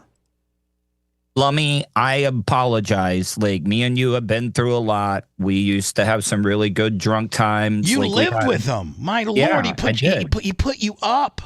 Gave you shelter. We know where that story leads. No, so. I'm not going. Okay. I'm not going to the ceiling fan. I'm not going there. I'm just saying, you put a roof over your head, bud. When nobody would, he put a roof over your head. We had that drunken party time in Tallahassee. Me and Lummy were bros. I'm walking fine. through the streets. I'm fine. I'm fine.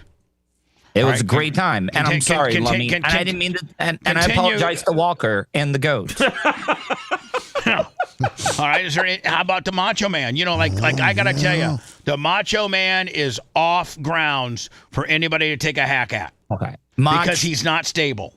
I'm sorry. I did. He will kill. He will absolutely, without in a very silent type way, snap your neck. Well, remember how upset he got when he thought Tuttle wasn't texting him back. Right. Remember, I mean, I'm just saying, you don't know Macho Man like I do. He is a loose. He will absolutely snap your neck. He was so mad yesterday that he was ready to go down to downtown Tampa and beat somebody's ass.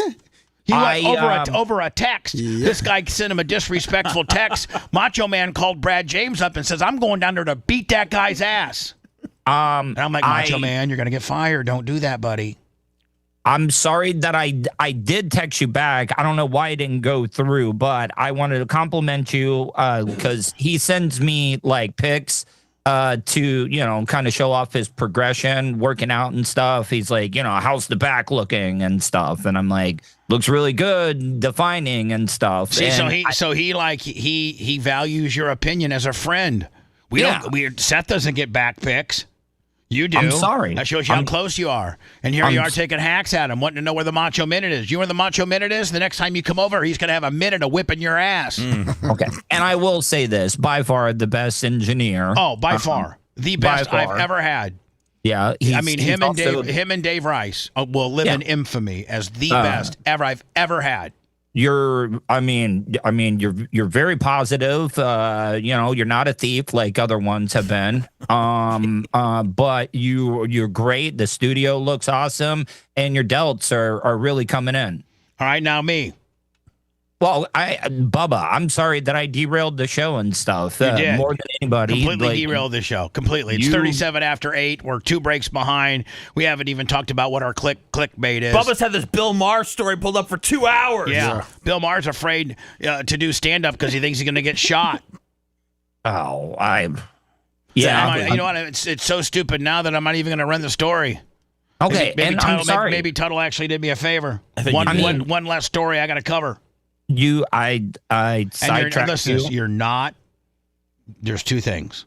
I accept your apology for whatever the hell stupid stuff you're trying to throw my way. Secondly, you're not coming to my Thanksgiving. Oh, and you're not. And you're not asking my sister to come to our Thanksgiving. I would never do that. I hope not, because I want my Thanksgiving to be my family and my friend, not my coworkers. Did you really invite Anna one year? I was, the poor horse teeth bitch had no place to go. What about this guy? I had a trough full of hay ready to go. Oh, my Jesus. You're listening to the Bubba the Love Sponge Show. If you want 24/7 on-demand Bubba and the crew, go to BubbaArmyHQ.com. The Bubba the Love Sponge Show will be back after this.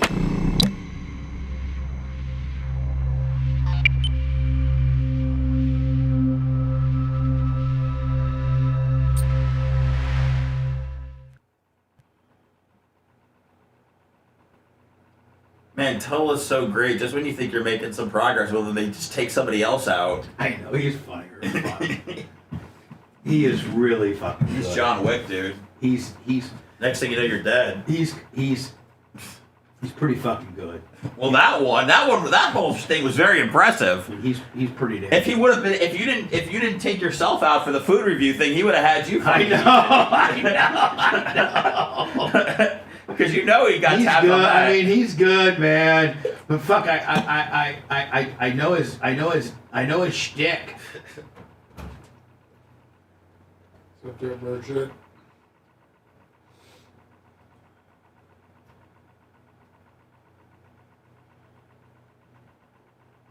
Who is moving out there?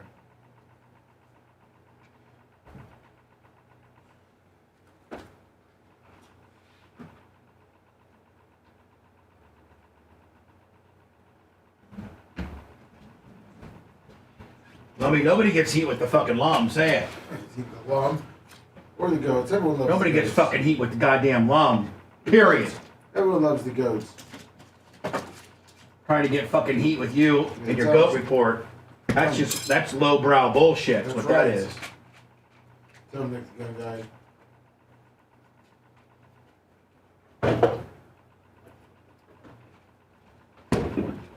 That's lowbrow bullshit. Trying to get heat with the luminator over there. Super low fucking brow. You tell him fucking Andrew K.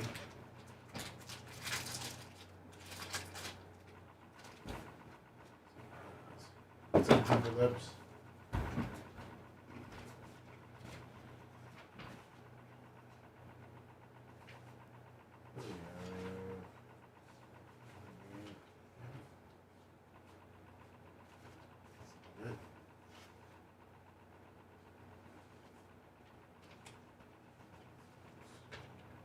Coco.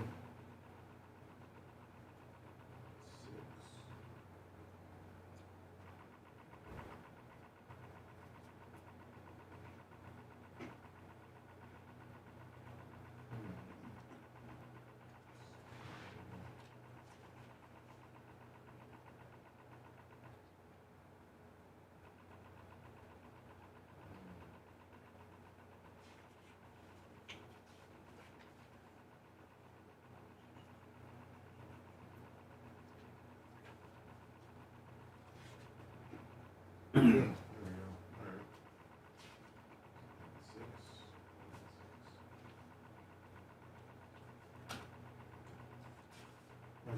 Stays there. Has he ever talked to Dave?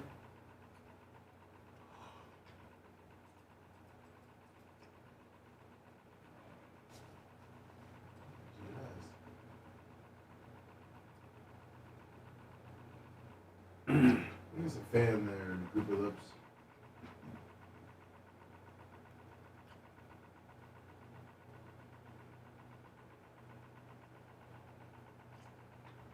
Congress.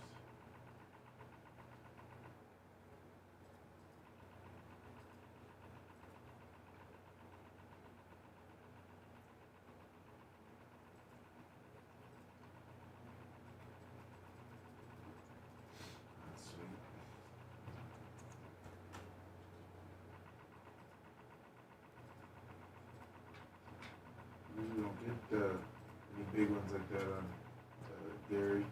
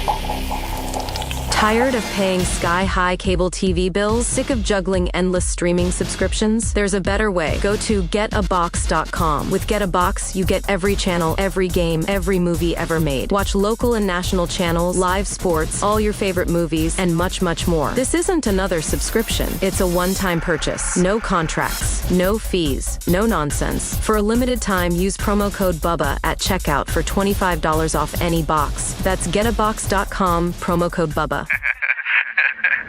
The Bubba the Love Sponge Show, listener supported via PayPal, Venmo, and Cash App, all at the Bubba Army, now returns.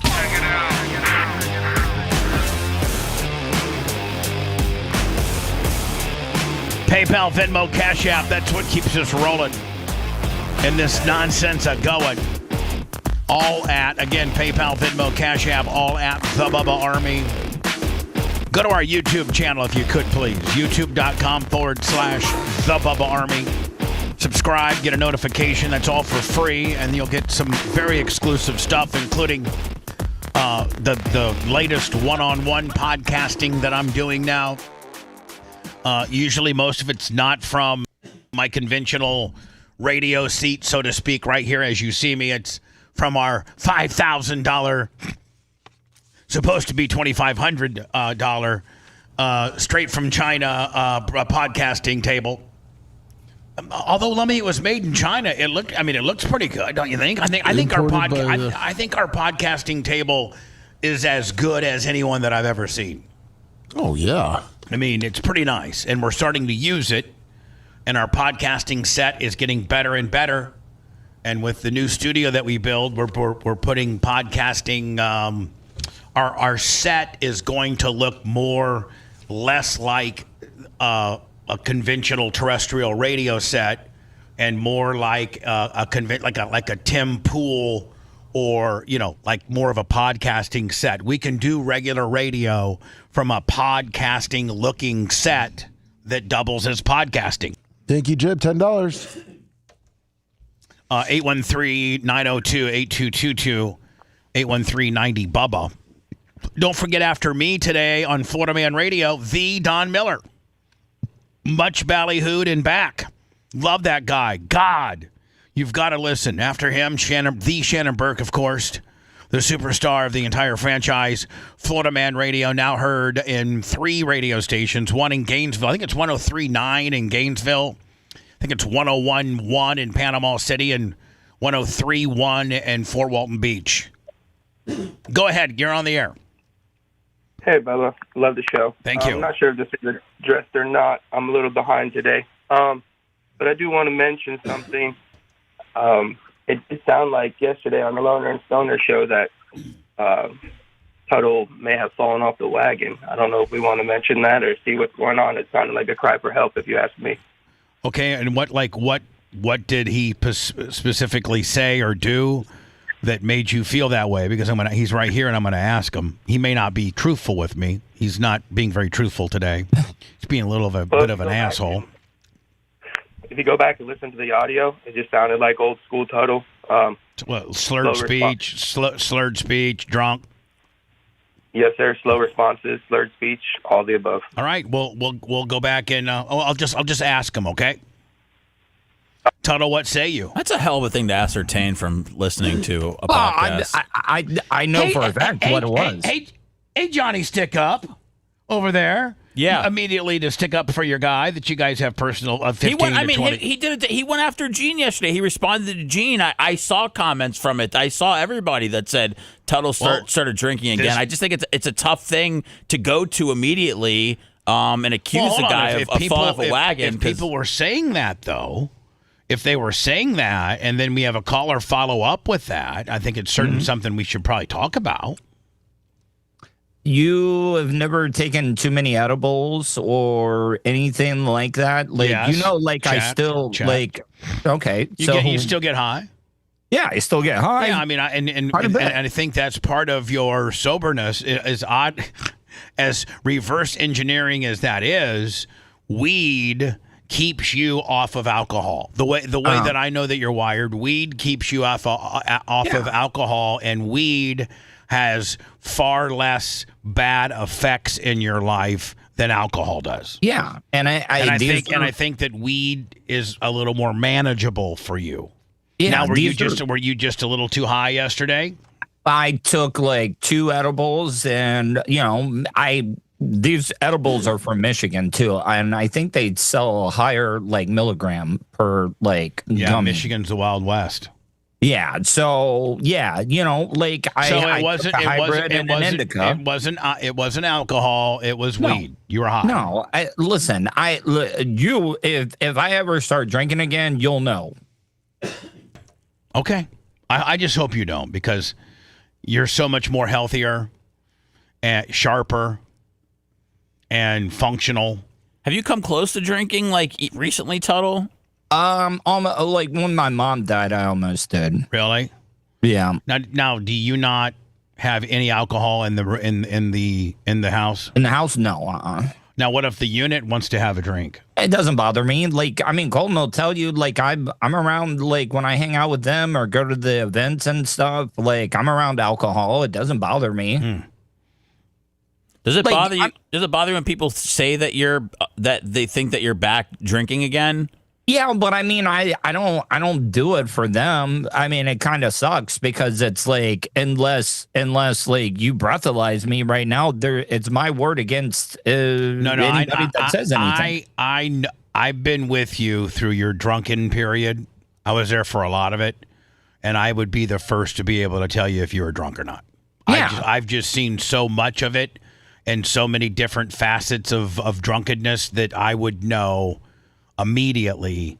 You also have a sensitive nose. No, meaning even if I was piping you in like I am now on Zoom, if you were drunk, I would know. Oh, yeah. I would know.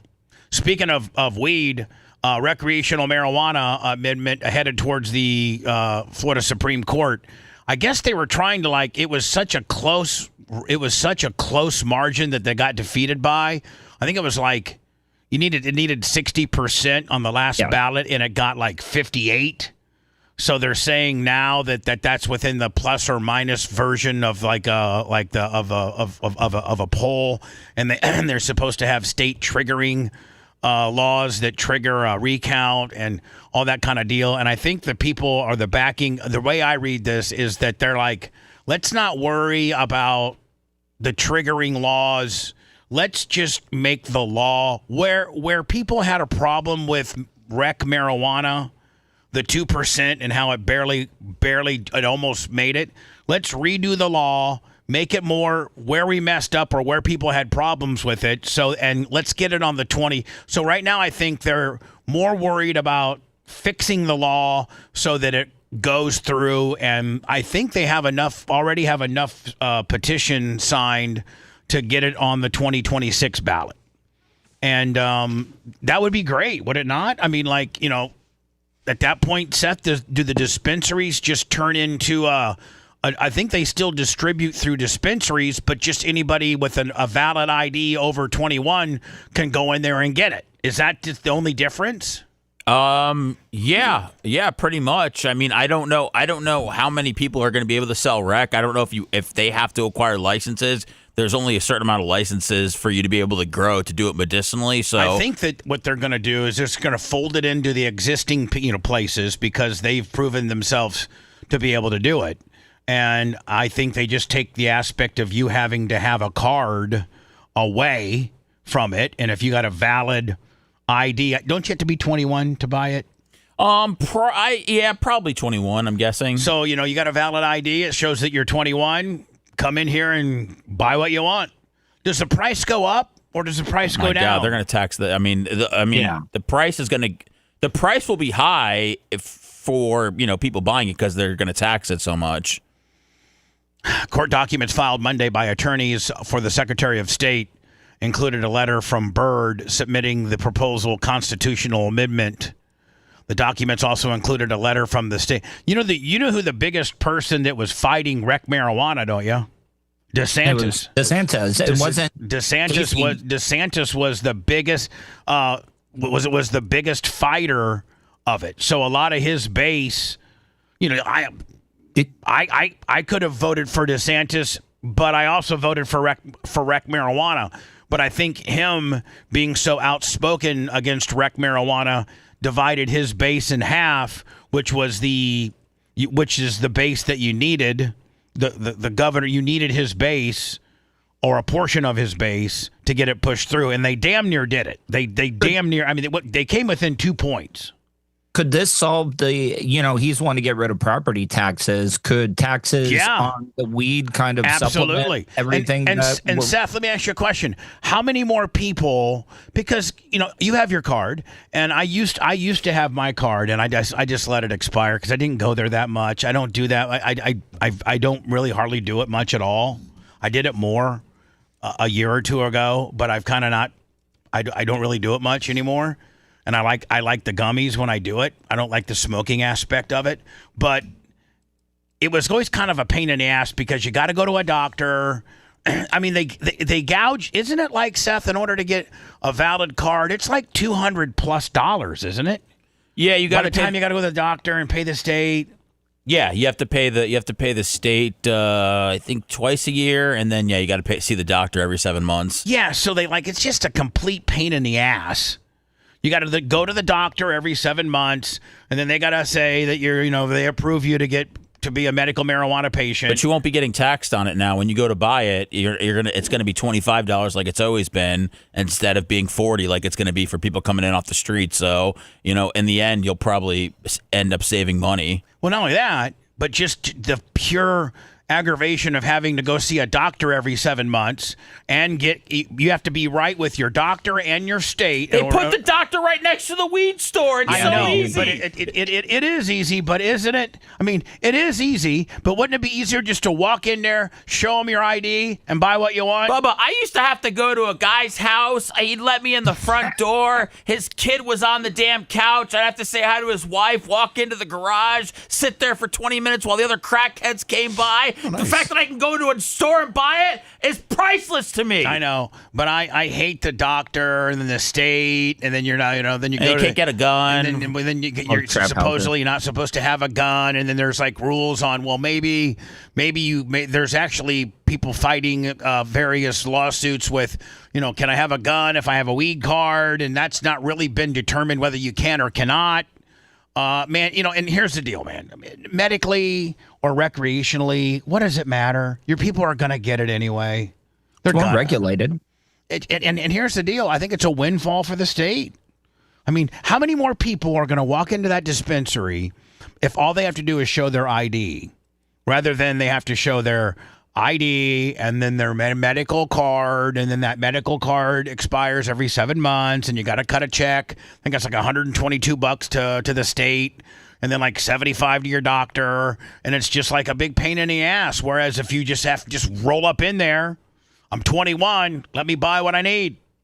Boom. And the state makes more money because, people like me, I'm not jumping through the medical marijuana hoops anymore. I'm done. I'm done playing in that game. It's bullcrap.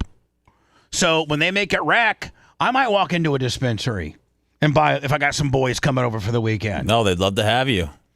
I don't think this is a very good look. And do you think the Giants will have a problem with this? Yeah, he's hurt, isn't he? The Giants, who this guy, the Cam Scattaboo guy, was probably on his way to being the NFL Rookie of the Year.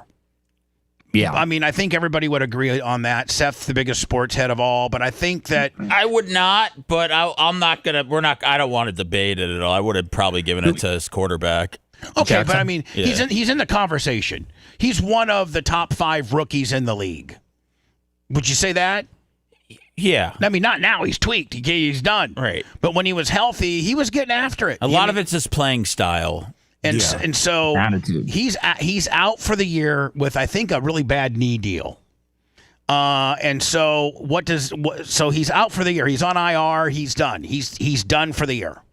So what does he do? He shows up to when the WWE go to, I guess, New York or Madison Square Garden or whatever.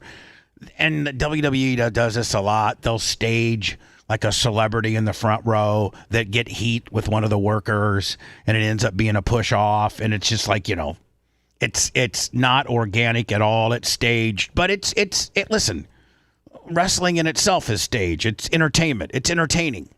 But if I'm the Giants and I got what this guy, was he a first rounder? Fifth. Oh, he was a fifth. Yeah. Oh, so they got him for pennies on them. They got him for like $18. I mean, right? I mean, fifth rounders don't make a lot of money. This is an insane thing to even have any sort of negative feeling about. Well, what I'm saying is like, if I'm the Giants and I'm like, okay, we got money invested in you. You are a bright spot in our organization. You're rehabilitating a major knee injury. I don't necessarily know. Now, I know that a lot of athletes have no riding motorcycle provisions after Big Ben ate it on his motorcycle. Yes, These NFL teams will sometimes put provisions on what the athlete can and cannot do recreationally. And I don't know if this is a good look. If you're rehabbing your knee, you're on IR, and you're going to your local WWE event, getting into a high spot with JD McDonough, and getting into a pushing high spot. Judgment Day. And here it is. And again, none of this is all staged. But if I'm the Giants, I don't like this at all. I mean, this. You think the 2-8 Giants, who just canned their head coach and are just and who are relying on this guy to come back healthy? They're not, Bubba. Their future quarterback is concussed and has had 4 concussions. I'm saying this year they're not worried. They're not worried about a 5th round running back having fun. Okay. Let's go. Come do it. Come on. Now, see, that push right there could have retweaked his knee. He's already had surgery on it. I mean, the WWE wrestler, I mean, he pretty much, he really lays into him pretty good. And the Scadaboo guy has to take a couple steps back. I mean, he had knee surgery, major blown out knee surgery. What are you going to do? Let's go. Come do it. Come. Now watch this put. It's his ankle, knee, it doesn't matter. I can't believe it. That's what the judge. Turf toe, I don't care. I would not. If I'm the Giants, I'm like, man, and I think some of the guys around him are still are on the active squad. Yes. I mean, I kind of see your point as a business owner, Bubba. Yeah, these guys are property. Yeah, these guys are property. You own them. You don't want them doing this kind of stuff. Not when you're paying them. Not when you got millions and millions and millions invested. So in what them. do you put in your what do you put in the contract? No having fun during the season. When you're hurt, I would say I don't know what Seth. I don't know necessarily what you put in the contract, but I would say that they would be able to use. They would have better judgment than to get into a physical altercation at a WWE event that could potentially get them hurt. When you're on the IR. Give him life-changing money, and he just throws it right in their face. So it's official. And who is the one asshole? It was some dude from Louisiana. The House voted 376. I don't even know what the hell the vote was. 471 to 1. 471 to 1 to obviously let the Epstein Files out. Who was the one dude that said he didn't want him out, and why?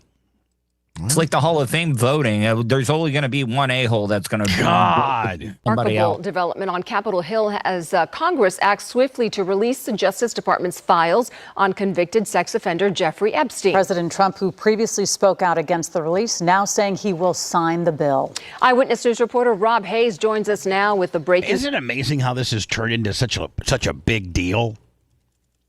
developments. I get why it's been a big deal. It feels like it's just been overtaken, like it's overtaken us. I feel like it's been a story for like 10 years now. Yeah, exactly. Rob. Yeah, talk about going from 0 to 60, right? That Epstein bill went from stalled for months in one house of Congress to passing both houses in just hours. Now, hold on. Had it, and I'm not trying to make this a Republican or Democrat thing. Please don't think that. But hadn't the Biden administration, didn't they have these same files for 4 years? Yes. Okay, so why didn't they release them? Now it's set to land on nobody even cared about it back then. President Trump's desk, conceivably in just hours. But even though the president has promised to sign it, there are still some questions whether the entire Epstein file will be released. And that's what's going to come now. Okay, did we get it all? No, there's X amount redacted. Okay. I think we need to get every piece of it and have it redacted, and only the people that get redacted are the women or people that were victimized by Epstein. It doesn't matter what your political affiliation is, what your job is. If you're not a victim, you don't get redacted.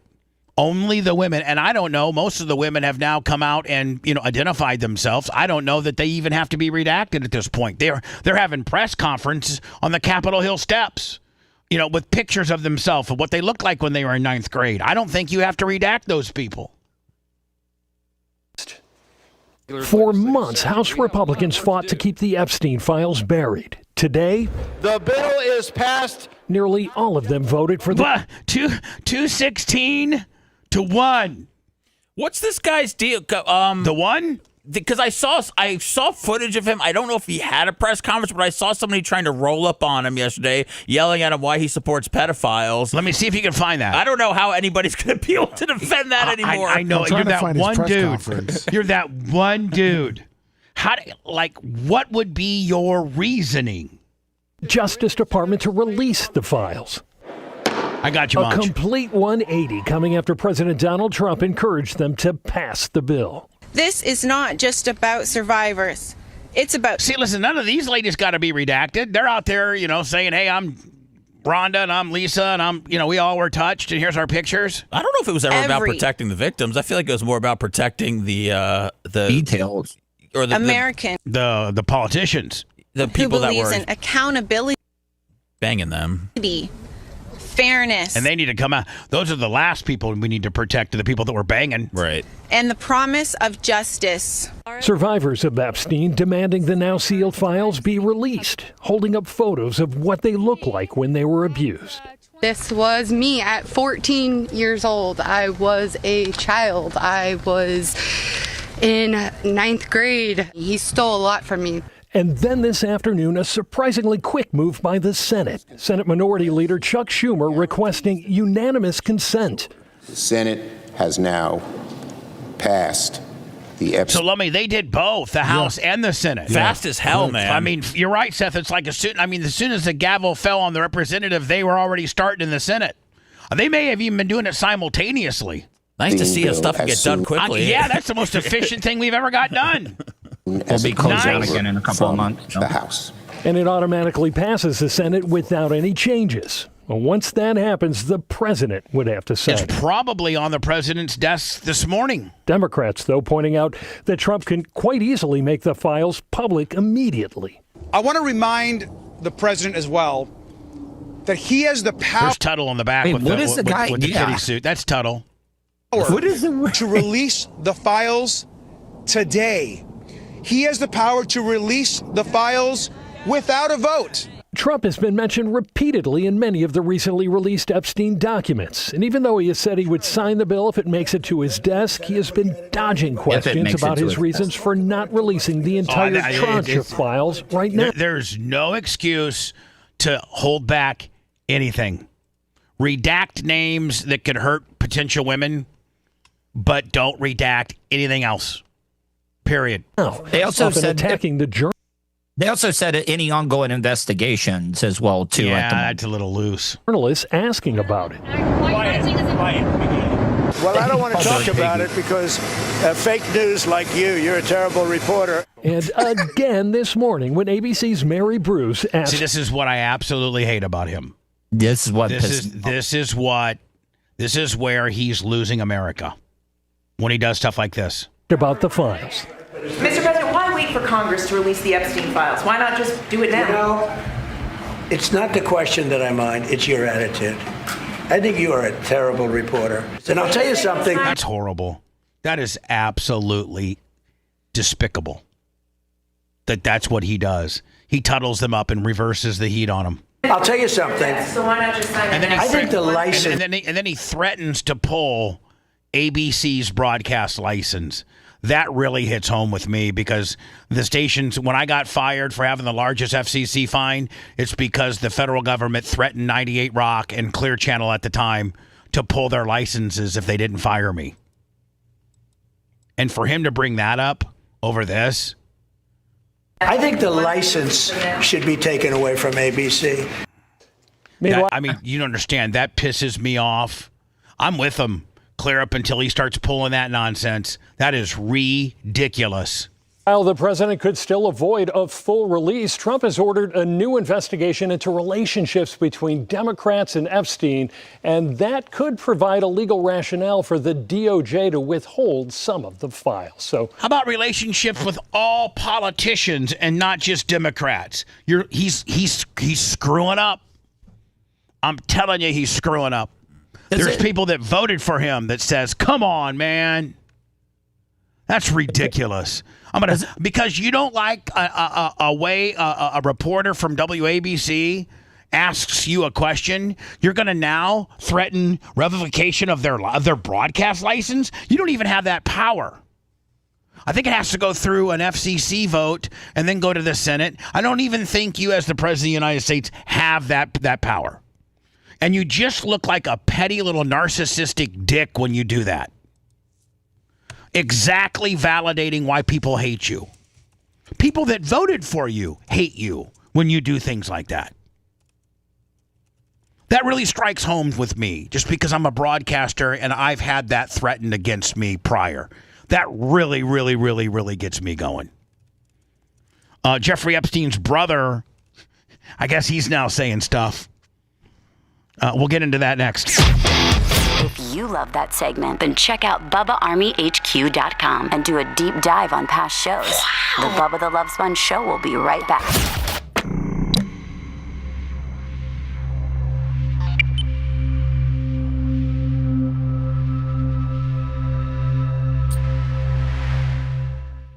What, 9:40? Probably the last break, like 9:40. Bring them in. I'll hit break 7. Okay, just put them on the middle. I guess what we're just gonna promote is we'll say Beat Bike Fest and his channels and his racing channel that you're gonna be on for the interview. I don't know who talked me into this one. I got the green room roped off for the breaks, so we'll figure it out.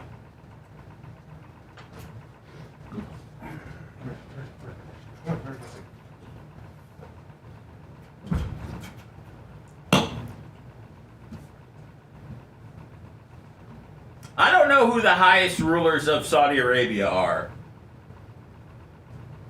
I can't tell. They all seem like they're rich.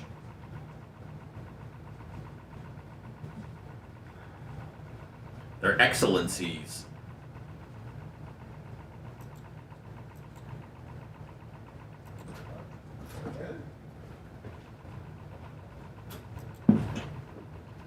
Anything? Is there anything on the remote control for the lights? No. We need to buy a new one, I guess. Oh. Did I forget to turn them on today? Yeah, no, they were on. They go off randomly. That's why I think we just need to buy a new remote switchboard again. Yeah. They're cheap anyway. Okay. I don't know why it's going off like that. Yeah, let's get a battery for my key fob too. Okay. What's the number you need? What's that? What's the model number? 2032? I'll let you know. Yeah. I'll get back to you on that. Got a weak key fob.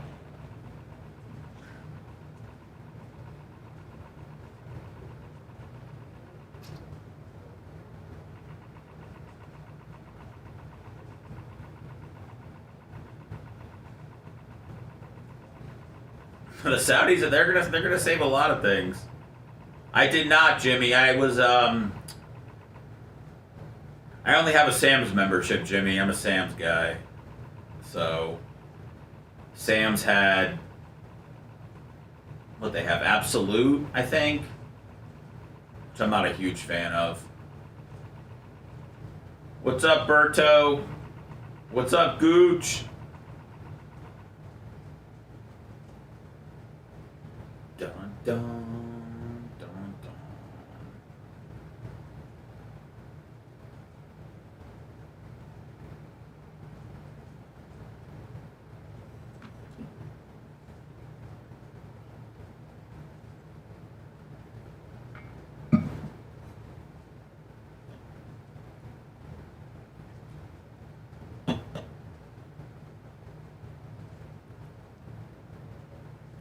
CR 24050, CR 24050.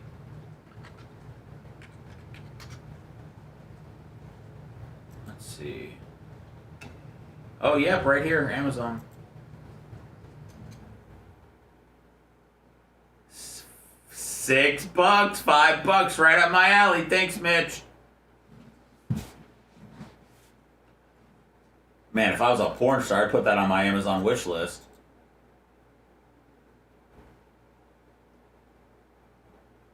BJ's does?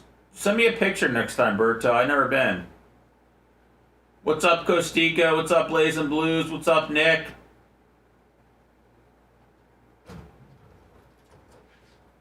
What's up, ATS? What's up, Tony? Great looking car, Nick. Great looking automobile.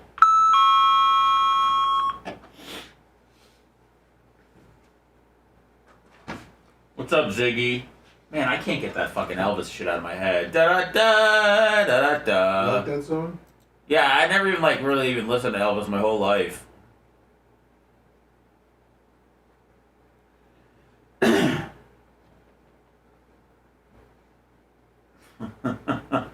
I don't, BS Pro 5. I haven't heard of them. Are they R&B? What up, Jay Bowler? What's up, Cash?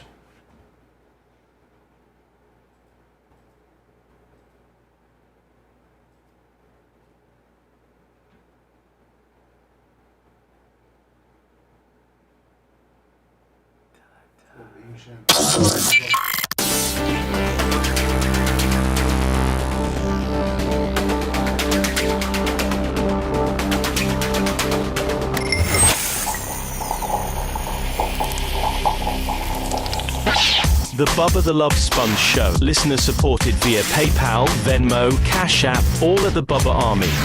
Now returns. I got a guy that's going to be on the show about 45 after the close the show out. His name's Jack Corpella. I think he was a WWE announcer for about 5 years. He worked with Lucas Oil Motorsports. He's got a huge Facebook presence with his Cycle Drag franchise. Cycle Drag on Facebook, Cycle Drag on YouTube, 690,000 subs. Cycle Drag on TikTok, Cycle Drag on Instagram, and then Racing Jack, which is new on YouTube. So we'll have him in the last break.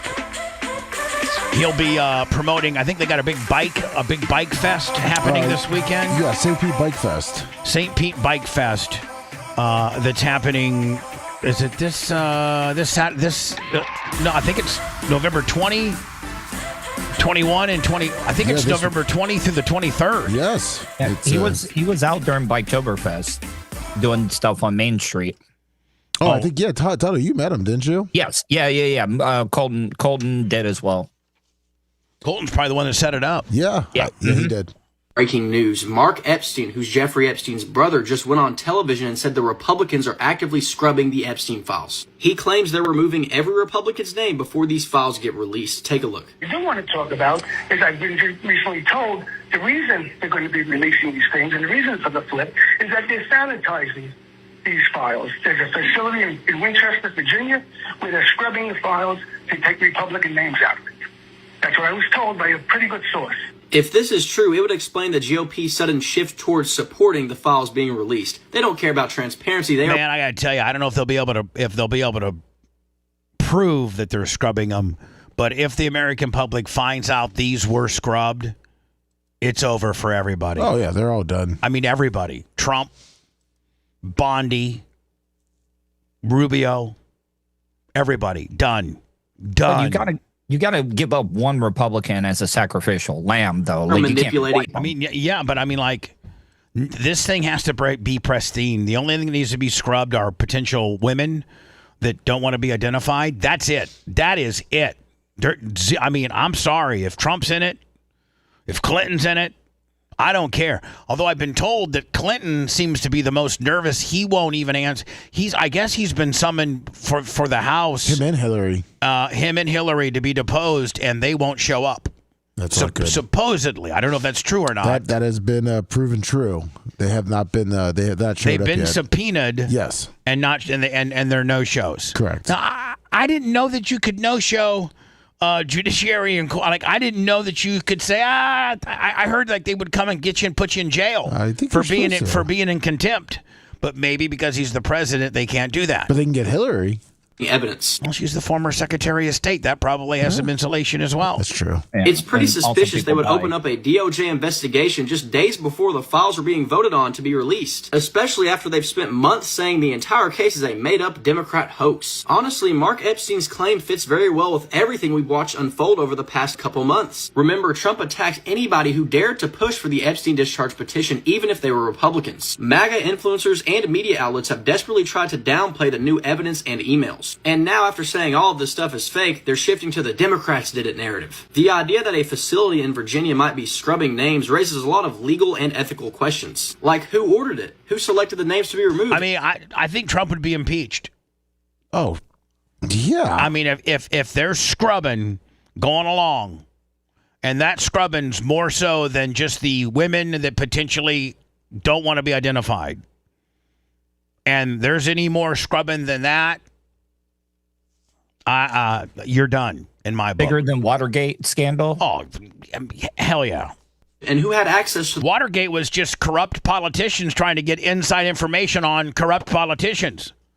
It wasn't anything to do with child sex trafficking, grooming, molestation of children. Please. The raw files. We have some breaking news. Mark Epstein. All right, so from one thing to another, I'm all over the road. I hate states that lock down abortions. I just don't understand why I almost wish it would go back to the federal. Well, if it went to the Supreme Court now, we'd have no abortions, period. If they controlled it, because what is it, 5-3 conservative? Something like that. Yes. So they'll lock it down. You can't have an abortion. You have to go to Jamaica to have an abortion. So they threw it back to the state level, and everybody's like, well, that's where it should be. But yeah, until you get backward-ass states like, what is this, Kansas or something like that? No, I think this is Wisconsin. I don't know. Making South Carolina, I think it is. Making abortions like so restrictive. Florida's got an unbelievable. Is it 6 weeks for Florida? I think it's 6 weeks. Some women don't even know they're pregnant after 6 weeks. They just think they gained a little bit of weight. To enact the nation's most restrictive abortion ban here in South Carolina just hit a huge stumbling block tonight at the State House. A Senate subcommittee refused to advance the proposal after an hours-long hearing. Oh, good. Maybe it's good news, Lummy. Remember, they're saying, no, we're not going to lock it down. We're going to open it up and keep it, somewhat manageable. Listen, there's a happy medium there. 6 weeks is 6 weeks is too strict. And 27 weeks is too liberal. Yeah, stalled in the subcommittee. Let's hone it in around 20, 21 weeks. The baby is not viable until 24 weeks, meaning it can live outside the womb. And this discussion you're never going to win this discussion with it. This is such a polarizing discussion. I'm sure that I'm going to get a ton of hate just on my opinion. Well, there's just no changing anybody's mind on this. Right. Like you're set on stone. Oh. And listen, my position is, I as a state official cannot take that right away from a woman. That is a woman's body. Yes, it might be taking a life, but you're taking a life inside of a woman's body. It's her right to choose. Period. Now you set some rules on that. Yes. You can't have an abortion, one day before you're going to get delivery. But we could come up with some type of language that we all could agree with. The hardcore liberal that want to make it, clear up until the day before the kid's coming out, they would live with viability. And that hardcore evangelical person that wants to lock it down to 2 weeks, they're going to have to give. You got to give and take on this deal. Splitting Republicans in the process. State House reporter Mary Greene explains what led to that vote and why it doesn't mean this bill is dead just yet. Last month, the Senate Medical Affairs Subcommittee heard several hours of testimony on this abortion bill. On Tuesday, it was senators' turn to discuss the controversial legislation. Do you ever notice that anytime it goes to a vote, like when Kansas had that triggering law and Oklahoma had that triggering law, when if Roe v. Wade would ever be overturned, then they went to a triggering law where abortion was absolutely, going to be illegal. Bubba showing his true colors. What true colors am I showing? Pro-woman? Is that my true colors? Pro-woman? And that's a woman's conscience that she has to deal with, not yours or mine? So what's my true colors? And you know what? Every state that they've taken this to referendum, and like Kansas and Oklahoma and things like Missouri and things like that, they had these trigger laws that made it completely illegal as soon as Roe v. Wade got turned. Every state that had an opportunity to vote for it opened it up far past 6 weeks, like closer to 16. I understand that there's very strong feelings and emotions surrounding all aspects of this debate. Right now, South Carolina bans most abortions after around 6 weeks into a pregnancy, allowing them past that point in cases of rape, incest, fatal fetal anomalies, and to save the mother's life. But the bill proposed in the state Senate, called the Unborn Child Protection Act, would ban abortions from conception and only allow them to save the mother's life. It's a far greater departure. So that's like 0 weeks, right? Yeah, that's pretty much. I mean, the minute that you release the hounds inside of her, and one of them is taken, one of those sperms has penetrated an egg, and she's 3 days pregnant. Boom, you can't have one. Than what a bunch of backward ass hillbillies. The average South Carolinian, the vast majority of the average South Carolinians are willing to stomach. Democrats uniformly oppose the restrictive proposal, and it raised two serious points of contention among the subcommittee's Republicans. I still want easy 1986 to further describe what Bubba's showing his true colors. That really got me. Why don't you expand on that? Was that on YouTube or? That's on YouTube. Okay. Is he calling you a rhino? I don't know. What are you talking? Tell me what true of my colors are being exposed. Republican majority splitting its members. The first was a provision to criminalize women who get abortions in South Carolina, putting them behind bars for up to 30 years. A law without penalty has no teeth. 30 years for a woman who doesn't want a kid and is responsibly wanting to take care of it well within the weeks set aside, and you're going to put her in prison for 30 years. No deterrent effect. Punishing the mother. Abortion goes for is a road or a bridge too far. The other provision would also mean up to 3 decades in prison for anyone who helps a woman access an abortion, including providing information about where the procedure is. So if you would just text the girl where you could get one or drive her there. No, I think they're talking about the doctors. That legal. Oh, okay. Yeah, a hard time supporting a bill with a section in it that basically says what you can and can't talk. I am a rhino, I guess. Whatever. What? He hasn't said anything yet. I know, but they're calling me a rhino. What's a rhino mean? It's like you're a Republican, but you're kind of like an undercover Democrat. Yeah, exactly. Hell yeah. I think both parties have some interest. I think both parties have some good things about them. I think everybody should be a goddamn rhino. Oh, wow. I mean, there's some good things. Are they saying Marjorie Taylor Greene's a rhino now? I'm saying you should be able to just smoke a joint with your handgun and take your 18-year-old girlfriend to the abortion clinic. What's that make me? That makes you a real American. I think that makes me pretty good. I think that makes me pretty cool. It's an acronym, so I was a little off, but it's Republican in name only. To somebody about. We have to. Well, no, I believe in the Second Amendment. I believe in the Second Amendment. But I also believe in abortions. I believe in legalized weed.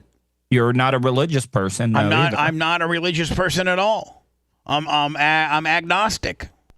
To have a mindset that you don't have a right to provide information to someone on how to kill an innocent person. Efforts to roll back those strict... That thing's the size of a cashew at times.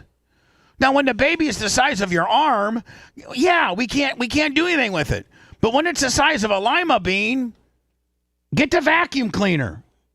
Measures failed, with the 3 Democrats on the subcommittee voting with a few hardline Republicans. And do you ever notice, I got to go to words, but do you ever notice, man, everybody just wants to label you, and then the label's bad. You just can't have any common sense anymore. You got to be one way or the other. Oh, you're MAGA. Oh, you're conservative. You're liberal. You're a rhino. You're whatever. You're a piece of shiz. Republican in name only. What the hell? What about just being an independent free thinker and saying, you know what, I like guns. I'm not necessarily that religious. I like weed. And I like a woman's ability to choose to do with her body with what she chooses. Up until I want to put rules on abortion, but I want to put logical rules. Not when a man and a woman have a child in Florida and they decide that they cannot raise this kid, and it's 4 weeks in, and they have to fly to Chicago. What about you also supporting gay marriage? Do you think that also... By the way, I support gay marriage, too. What's that? I like lesbians. Yeah. What's that? You're an NPA. What? No party affiliation. No, I'm a goddamn rhino is what I am. Just say it. You're a rhino. Might as well own it. Being rhino's cool. If you want 24/7 on-demand Bubba and the crew, go to BubbaArmyHQ.com. Right now. The Bubba the Love Sponge Show will be back after this.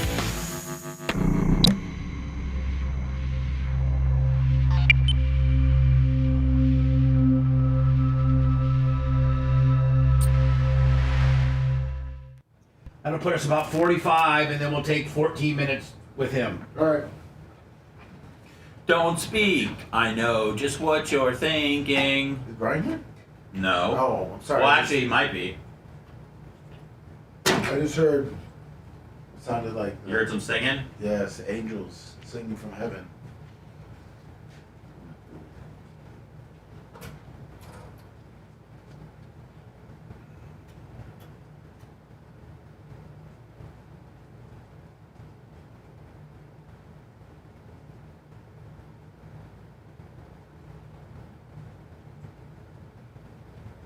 Hey, I'm a rhino.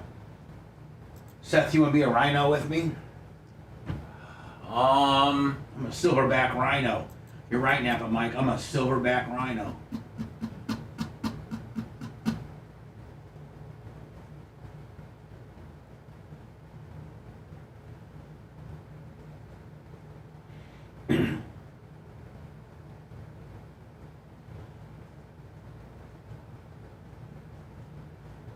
I'm reading your chat. I'm amused by it.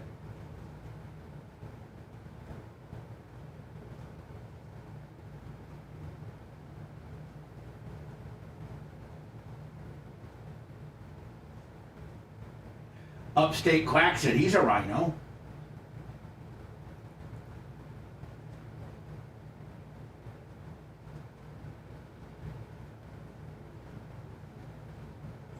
Tuttle, get off your phone and talk to him, they said. Tuttle's nowhere to be found. We can't talk when Tuttle's talking. Oh, we can't? No, so it'd have to go fully to Tuttle, I think. So it's over to us right now. Yeah.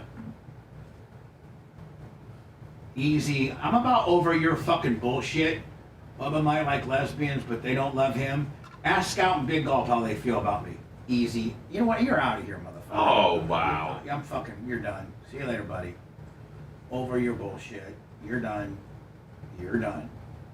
You're done. Fuck you. Now, who else wants to go? Who else wants block? Fuck with me right now. I'm in a blocking mood. Raise your hand if you want to leave.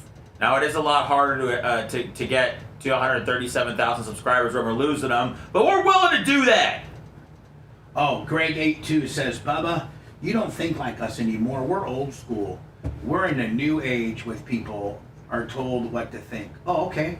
Well, since I don't think with you anymore, then you don't have to fucking watch me anymore. No, you guys are both old school. They don't think like you guys. Oh. I think he's with you. I don't want you to block people that might be supporting you. Bubba, people don't think like us anymore. Oh, okay. Well, then I need to unblock him.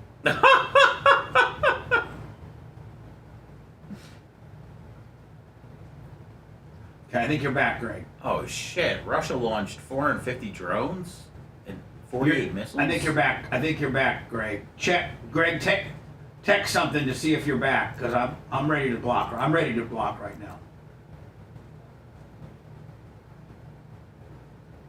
Okay, there you go. Phew, thanks. Sorry, I'm so glad for Seth to be my smarter one here.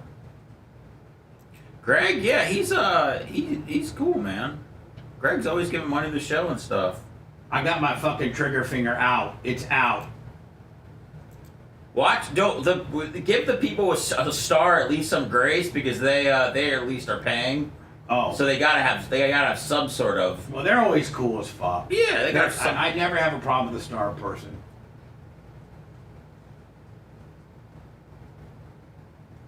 Yeah, that's how I talk to people who disagree with me, Johnny Bullet, and you're out of here. Fuck off. My channel, not yours. See you later.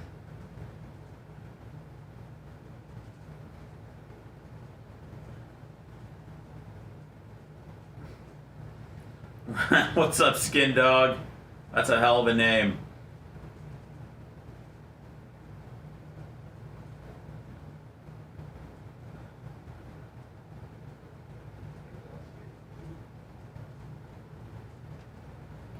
Man, basketball sucks right now. No John Morant, no Wemby, no Jalen Williams. Are my Pacers out of gas? Oh, dude, they might get the first pick in the draft this year. That's huge, Gary. And if they, who's here? Oh no, I was talking to Gary. Sorry. And if they do get the first, who goes? What do you mean?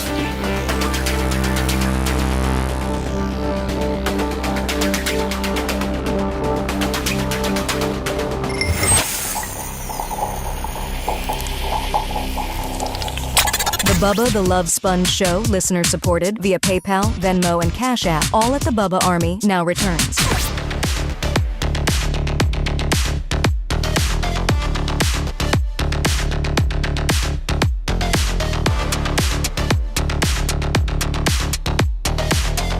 Kenny G is gone. Out of here. Out of here. Well, I mean, I did the umpire like, yeah, out. Oh. I just punched him out. Kenny G, fair. What did he do? Pissed me off. He said, of course you would feel that way, a guy that's had 4 abortions. What do you mean? That's kind of bullshit. That's right. He's out of here. Man, Lumby, I'm going to punch him out. Bam! Out! Kenny G. I like playing this new game. Bubba's got his blocking finger warmed up and ready to go. He's a long time, but he's a long time. Screw him. That's a different Kenny G. This is a different one. This was a full-blown hater. Powers. This is a full-blown hater. Okay, I'm sorry. I niffed him right on out, just like I niffed Tuttle's technique out today. I'm sorry that they're being mean, Bubba. It's okay, Tuttle. Thank you. Stacey Placid, that was she a senator or a representative? No, she was the delegate from Virgin Islands? Virgin Islands Yep. that was talking to Epstein in 19 when there was some type of hearing about something, and he was texting her real time live updates as to what she was supposed to ask, questions that she asked, and the Washington Post put it all together, and she was asking, basically was, Epstein's kind of liaison into, Epstein had infiltrated the U.S. Congress during a congressional hearing, and this is her response. The beginning of that hearing, the ranking member, Jim Jordan, had the disrespect to Elijah Cummings, may he rest in peace and his name be a memory, after not allowing Mr. Jordan to shut the committee hearing down. So I needed to have Jeffrey Epstein watching this on C-SPAN and telling me what to say, including but not limited to giving me Donald Trump's personal assistant's name, and for me to bring that up and try to bust some balls on that deal. How about that? I turned to Mr. This whole Epstein thing has just gotten out of control. Jordan and told him to have respect for the chair and to basically shut up. And that moment went viral. And I began to get innumerable texts from friends, from foes, from constituents. From Jeffrey Epstein. After he's been about arrested. What was happening. After he's been arrested.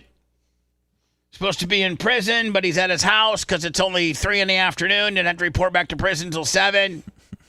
Happening in that hearing. And I got a text from Jeffrey Epstein. Yep, you did. And he was your largest contributor as well. And you're the person that represents his island. His island is in your jurisdiction. So what you got to say about it, bitch? With your gut that's bigger than your boobs. Oh, yeah. So's mine. Saying, you know what? You and I, Stacey, got something in common. My gut's bigger than my boobs, although my big boobs are getting bigger. At the time was my constituent who was arrested while he was texting you. Yeah. It's not public 14-year-old. Yeah.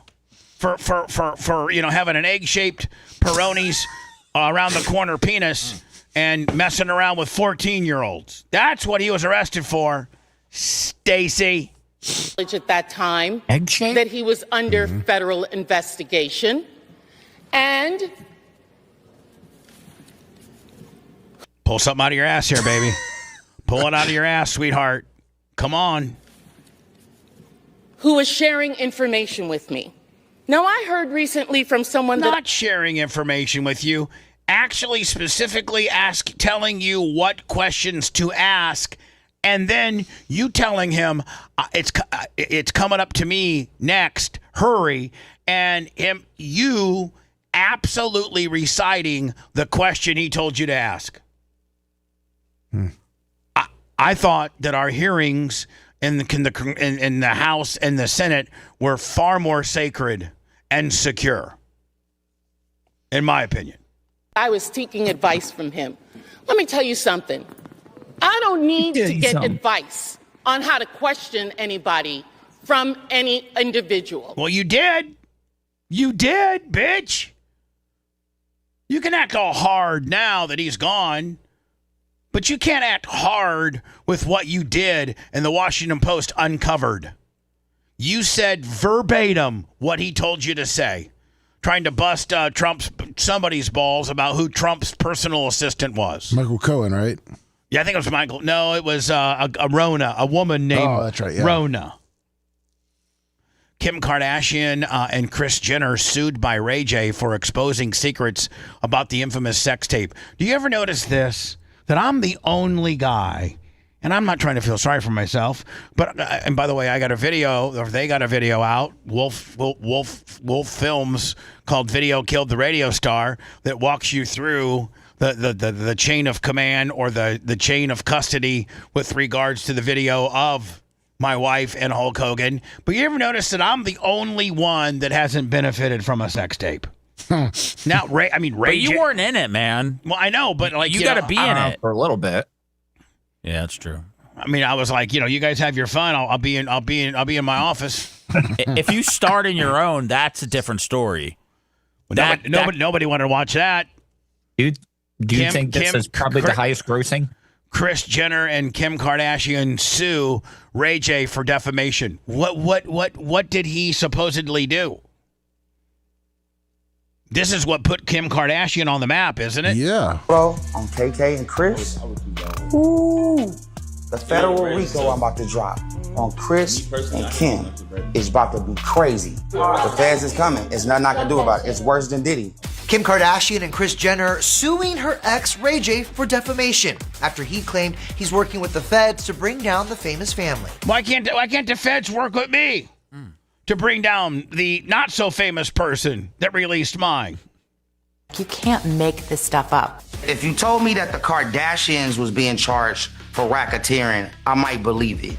Ray J comparing the alleged case to the Diddy investigation on TMZ's The United States versus Sean Combs. He then doubled down on a live stream. It's worse than Diddy. I need to get me a RICO attorney. The feds are coming to investigate. Yeah, because it's like, I can't be the dirty guy no more. Ray J hasn't shared any specifics or any evidence regarding the alleged racketeering case. It's basically mine was racketeering all day, was it not? Used to extort money out of Hogan and to get me fired and better themselves? I mean, that's as racketeering and as extortion as you get, ain't it? A charge on an enterprise. It was started to go after the mob. The legislature implemented the RICO to say, hey, it doesn't matter if you're the actual person doing the crime, if you're part of an enterprise and you're participating or involved in it, you can be held accountable. Cox Communication Tuttle is an enterprise, ain't it? Yep. Big one. For those crimes. Owned by a huge hedge fund. In the lawsuit, Kris and Kim, who dated Ray J for 3 years. What's that? Isn't Don Buchwald's law firm a pretty big enterprise? Yep. Until 2006, claim he has long exploited them for personal gain and is, quote, unable to accept the end of his fleeting relationship with Miss Kardashian over 20 years ago. Ever since the sex tape scandal, I have to be really careful at how I'm perceived. I shot the tape, 5.5 years ago when I was like 21, 22 in Cabo. He didn't catch no heat on the deal. Eric Holt, $20. He didn't lose his money. Just living life recklessly. Me too. Being young. How painful was it for you when your home video went public? Obviously that's nothing that you want to be seen. It's kind of hard to explain because you think you do something in private and then the whole world sees something and you're not prepared for it. Yeah. Ray J has not commented on the lawsuit. I'm on a journey, so, it can't stop here. I'm on a journey too, my friend. And if you be so kind to go rent Video Killed the Radio Star on Apple TV, Google Play, or Amazon, my journey will continue. What was the total that Hogan got, money-wise? All in with Cox. With Cox, I've been told. With Cox and Gawker, he was Gawker's largest contributor. He got $31 million from Gawker. I don't know what he got from Cox, but I've been told it was 55. Ooh. That's what I heard too. Actually, I'm sorry. Actually, I heard 52. 52 million from Cox. This is just what I heard. Rumor on the streets. Don't know it to be true. 52 million from Cox and 31 million from Gawk. Now, do you got to pay that all up at one time, or can you do an installment? One time, buddy. Let me do words, and I'll have our guest in, okay? Want to listen to the show on demand and on the go? Enlist today at BubbaArmyHQ.com. Sign up and start listening. The Bubba the Love Sponge Show will be back after this.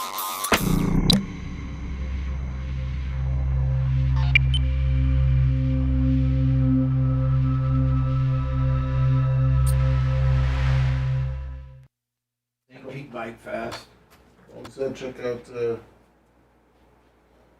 Loner and Stoner. Colt wants you to check it out. What's that? Oh, Colt was just saying tell everyone to check out Loner and Stoner before Friday.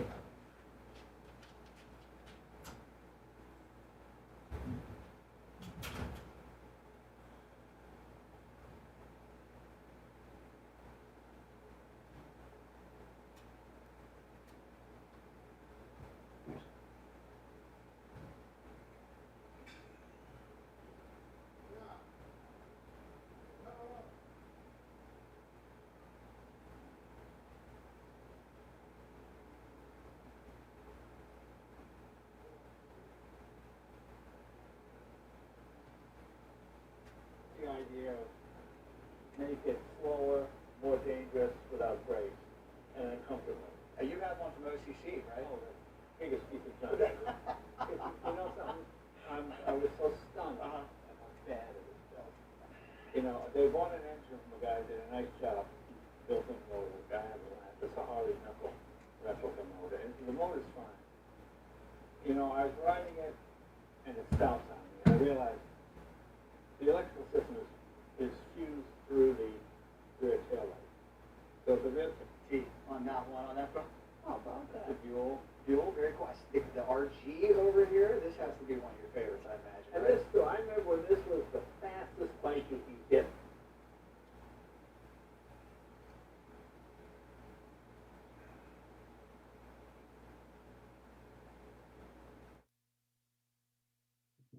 Okay. All right. I think I'm live now. Sorry, guys. I have not done a hot mic today, but sorry. But I'm here now and I'm doing a hot mic answering your questions right now. I think it's been a pretty fun show today.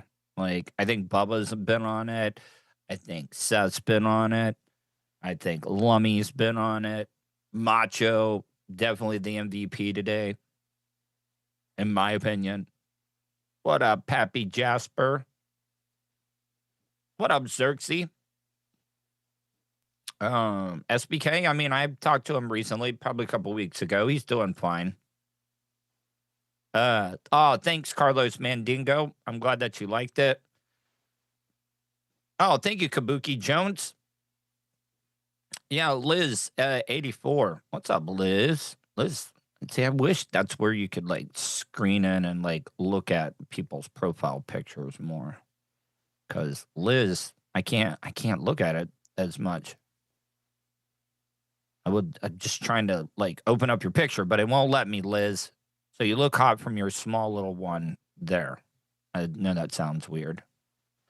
Nick the Gun Guy, thank you. What's up, Tuttle? It's Captain Zabida. What's up, man? How are you? Awake apnea made me pop. I know. Hopefully I wasn't being too mean. What's up, Kelly? Hopefully you're having a good day.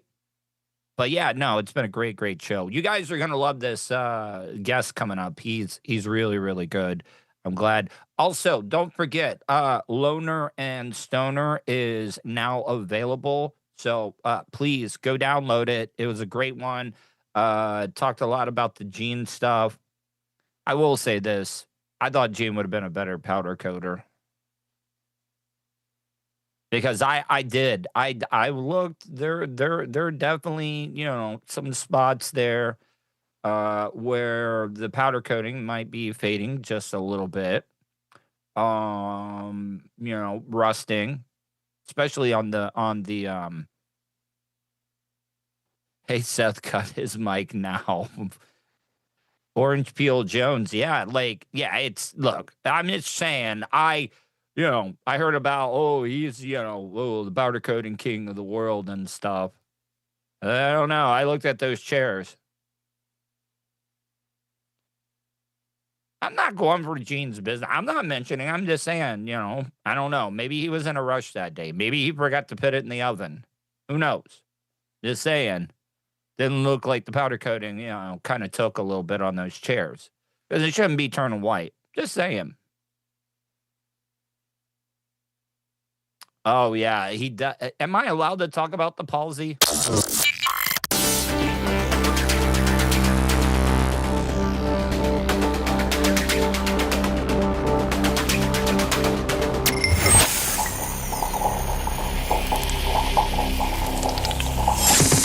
The Bubba the Love Sponge Show, listener supported via PayPal, Venmo, and Cash App, all at the Bubba Army, now returns.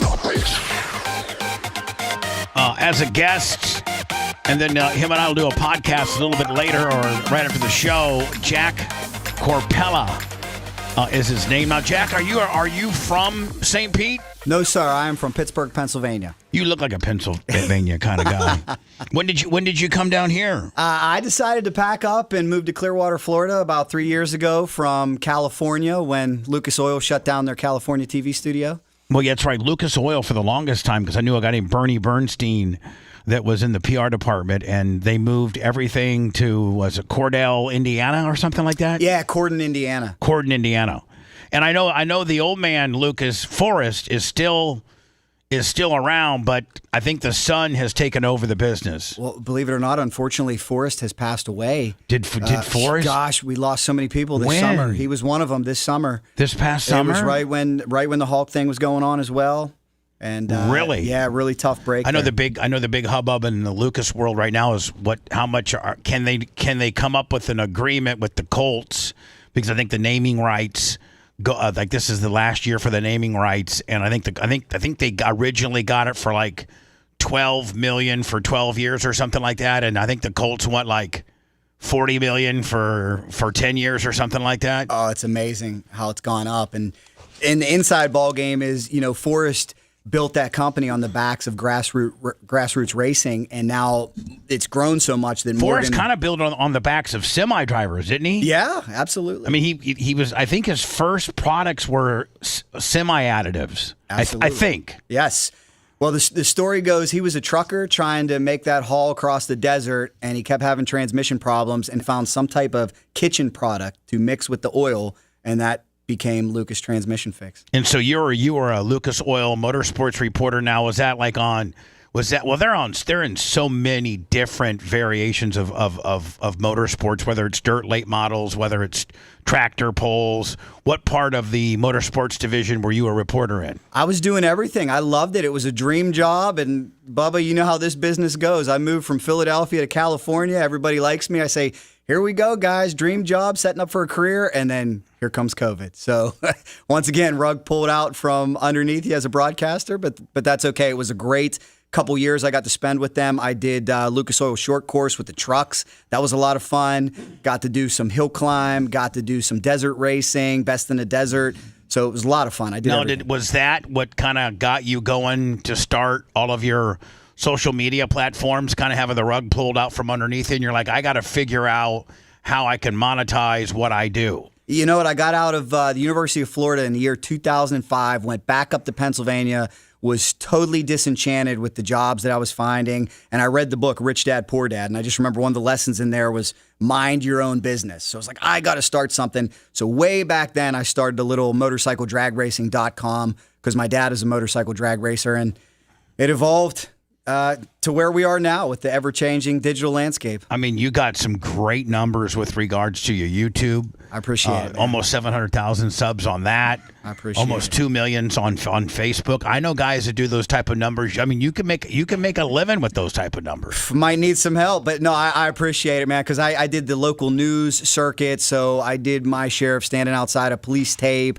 outside of homicide scenes, and that just was not for me. So now I'm working every bit as hard, but the fact that I can go to a dirt race, you shoot your own content. Shoot my own content. Whatever you want. Mm-hmm. Whether it's the hot chicks at Daytona Beach, bartenders, or whether it's guys doing burnouts, or whether it's Sturgis. Now, is Sturgis like the Holy Grail? I've never been, but is it like the Holy Grail and Daytona Bike Week can't even touch it, or is Daytona Bike Week, right up there? You were bringing up a great topic for a video that I'm coming out with, because that is the most asked question. Sturgis versus Daytona. There's pros and cons. Myself, I give Daytona Bike Week the slight nod. I think that is the mecca, but Sturgis is special. But Sturgis has the infrastructure with regards to like facilities that are purposely built for that. Yes. Whereas Daytona just kind of infuses what they already got into Bike Week, whereas Sturgis has purpose-built, like Jesse James has got his own place. Is that kind of the difference with regards? Like Daytona's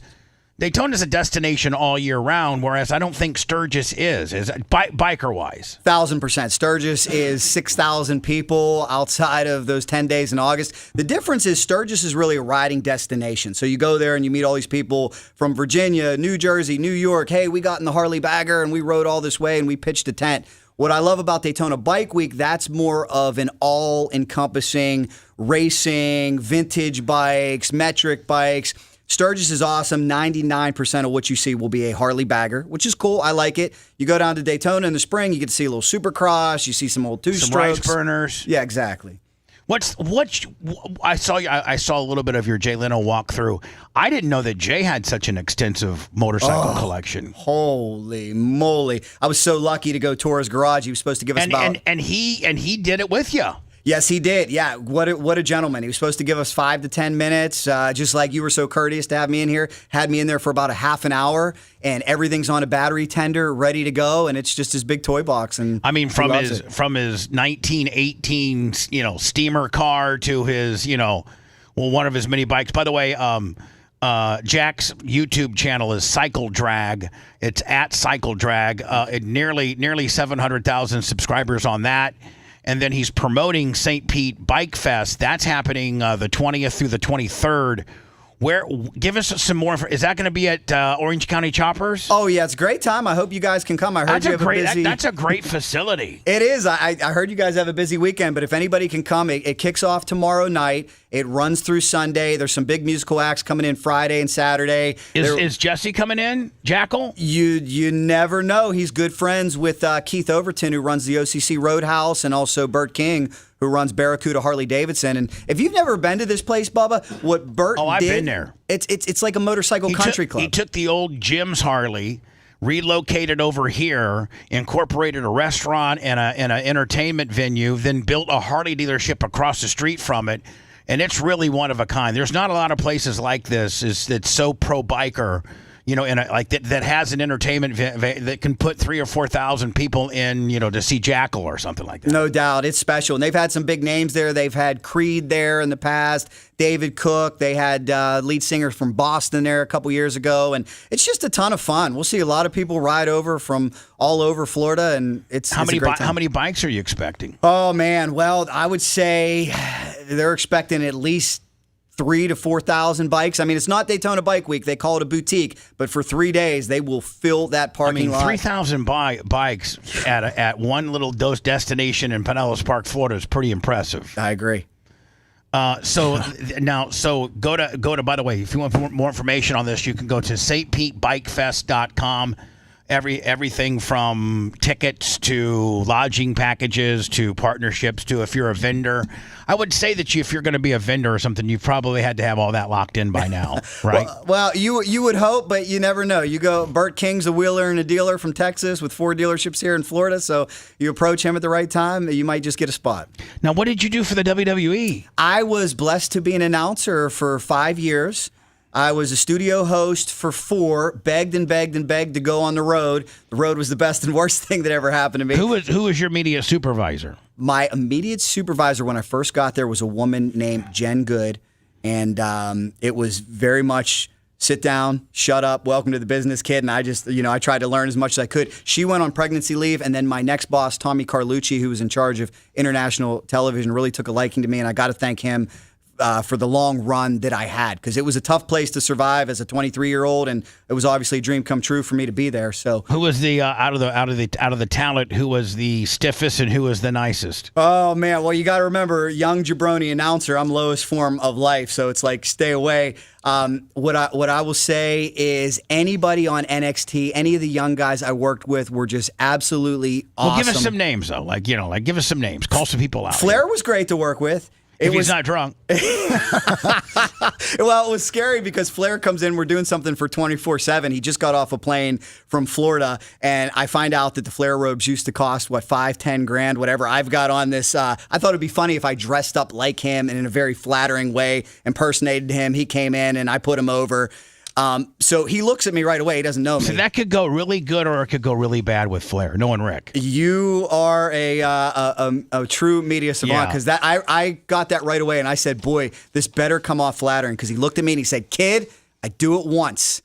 So it came off where I'm being the nature boy. He comes in, he says, you aren't the man. To be the man, you got to beat the man. Cuts this beautiful promo about him and Ricky Steamboat and all these matches, and then after that, he liked me and invited me out for a drink. So once you get in with Rick, he's super loyal, and I think Matt Heller super close. Yes, they're super close, very close. So Jack Corpella, am I saying it right? Yes, Jack? sir. Yes, sir. cycle drag pretty much across the board, with the exception. It looks like you've opened up now like another YouTube called Racing Jack. Yeah. Now, is that like a spin-off of your big deal? Well, I love racing, and what I found when I go to the four-wheel community, sometimes they get thrown off by the name cycle drag. So I said, you know what? I'm going to start back up with this. And we were at Best in the Desert, Vegas to Reno, which is a destination race. I'd love to see you do it someday. Now, like, are you a late model guy, a sprint car guy, a midget guy, an open wheel modified guy? Like, what are you? I love it all, and that's why I love the fact that now you are a track owner, and I think that's so admirable that you're out there getting it done. 14 years.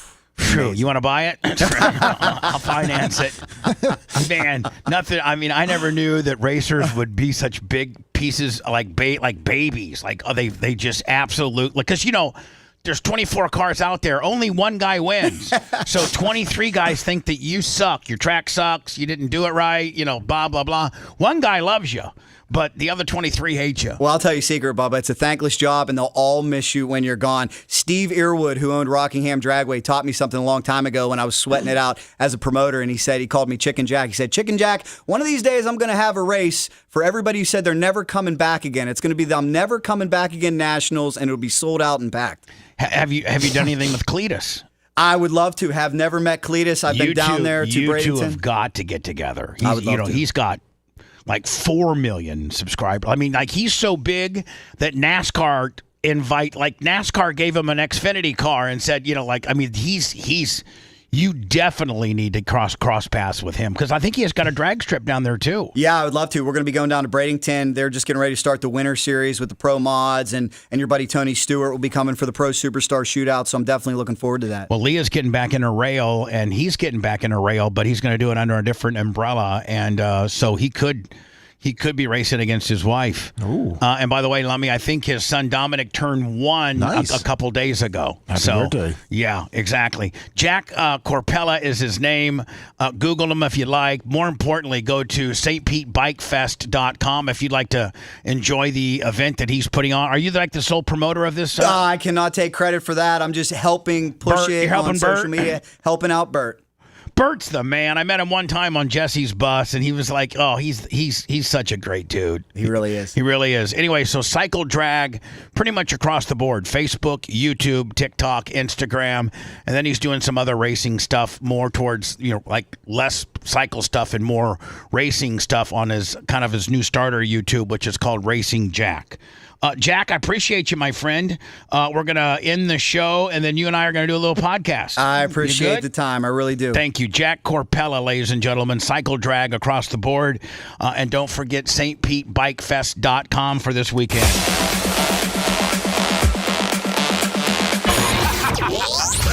Thanks for letting me finish. You've been listening to the Bubba the Love Sponge Show, starring me, Bubba the Love Sponge, co-host and show historian Lummit. It's Seth, co-host and president of podcasting. It's Brian Matroni, king of counter programming. Gene Lasker, voice of the people. Glad you get to hear me. Gary Cantrell, video editor. Yeah, back here wiring up. It's Mini Macho. The BRN agent, Thomas Buttoned Up B. Co-host, Dr. Dan Diaco, Esquire of Council. Co-host, J. Diaco, Esquire, the Spitting Cobra of Council. Now, time for the legal disclaimer. Exactly. The Bubba the Love Sponge Show is intended solely for the enjoyment of our listening audience. Any rebroadcast, retransmission, or other use of this show without express written consent of the Bubba Radio Network is prohibited. We must dissuade him of this delusion. Until next time, always remember. I'll repeat hello.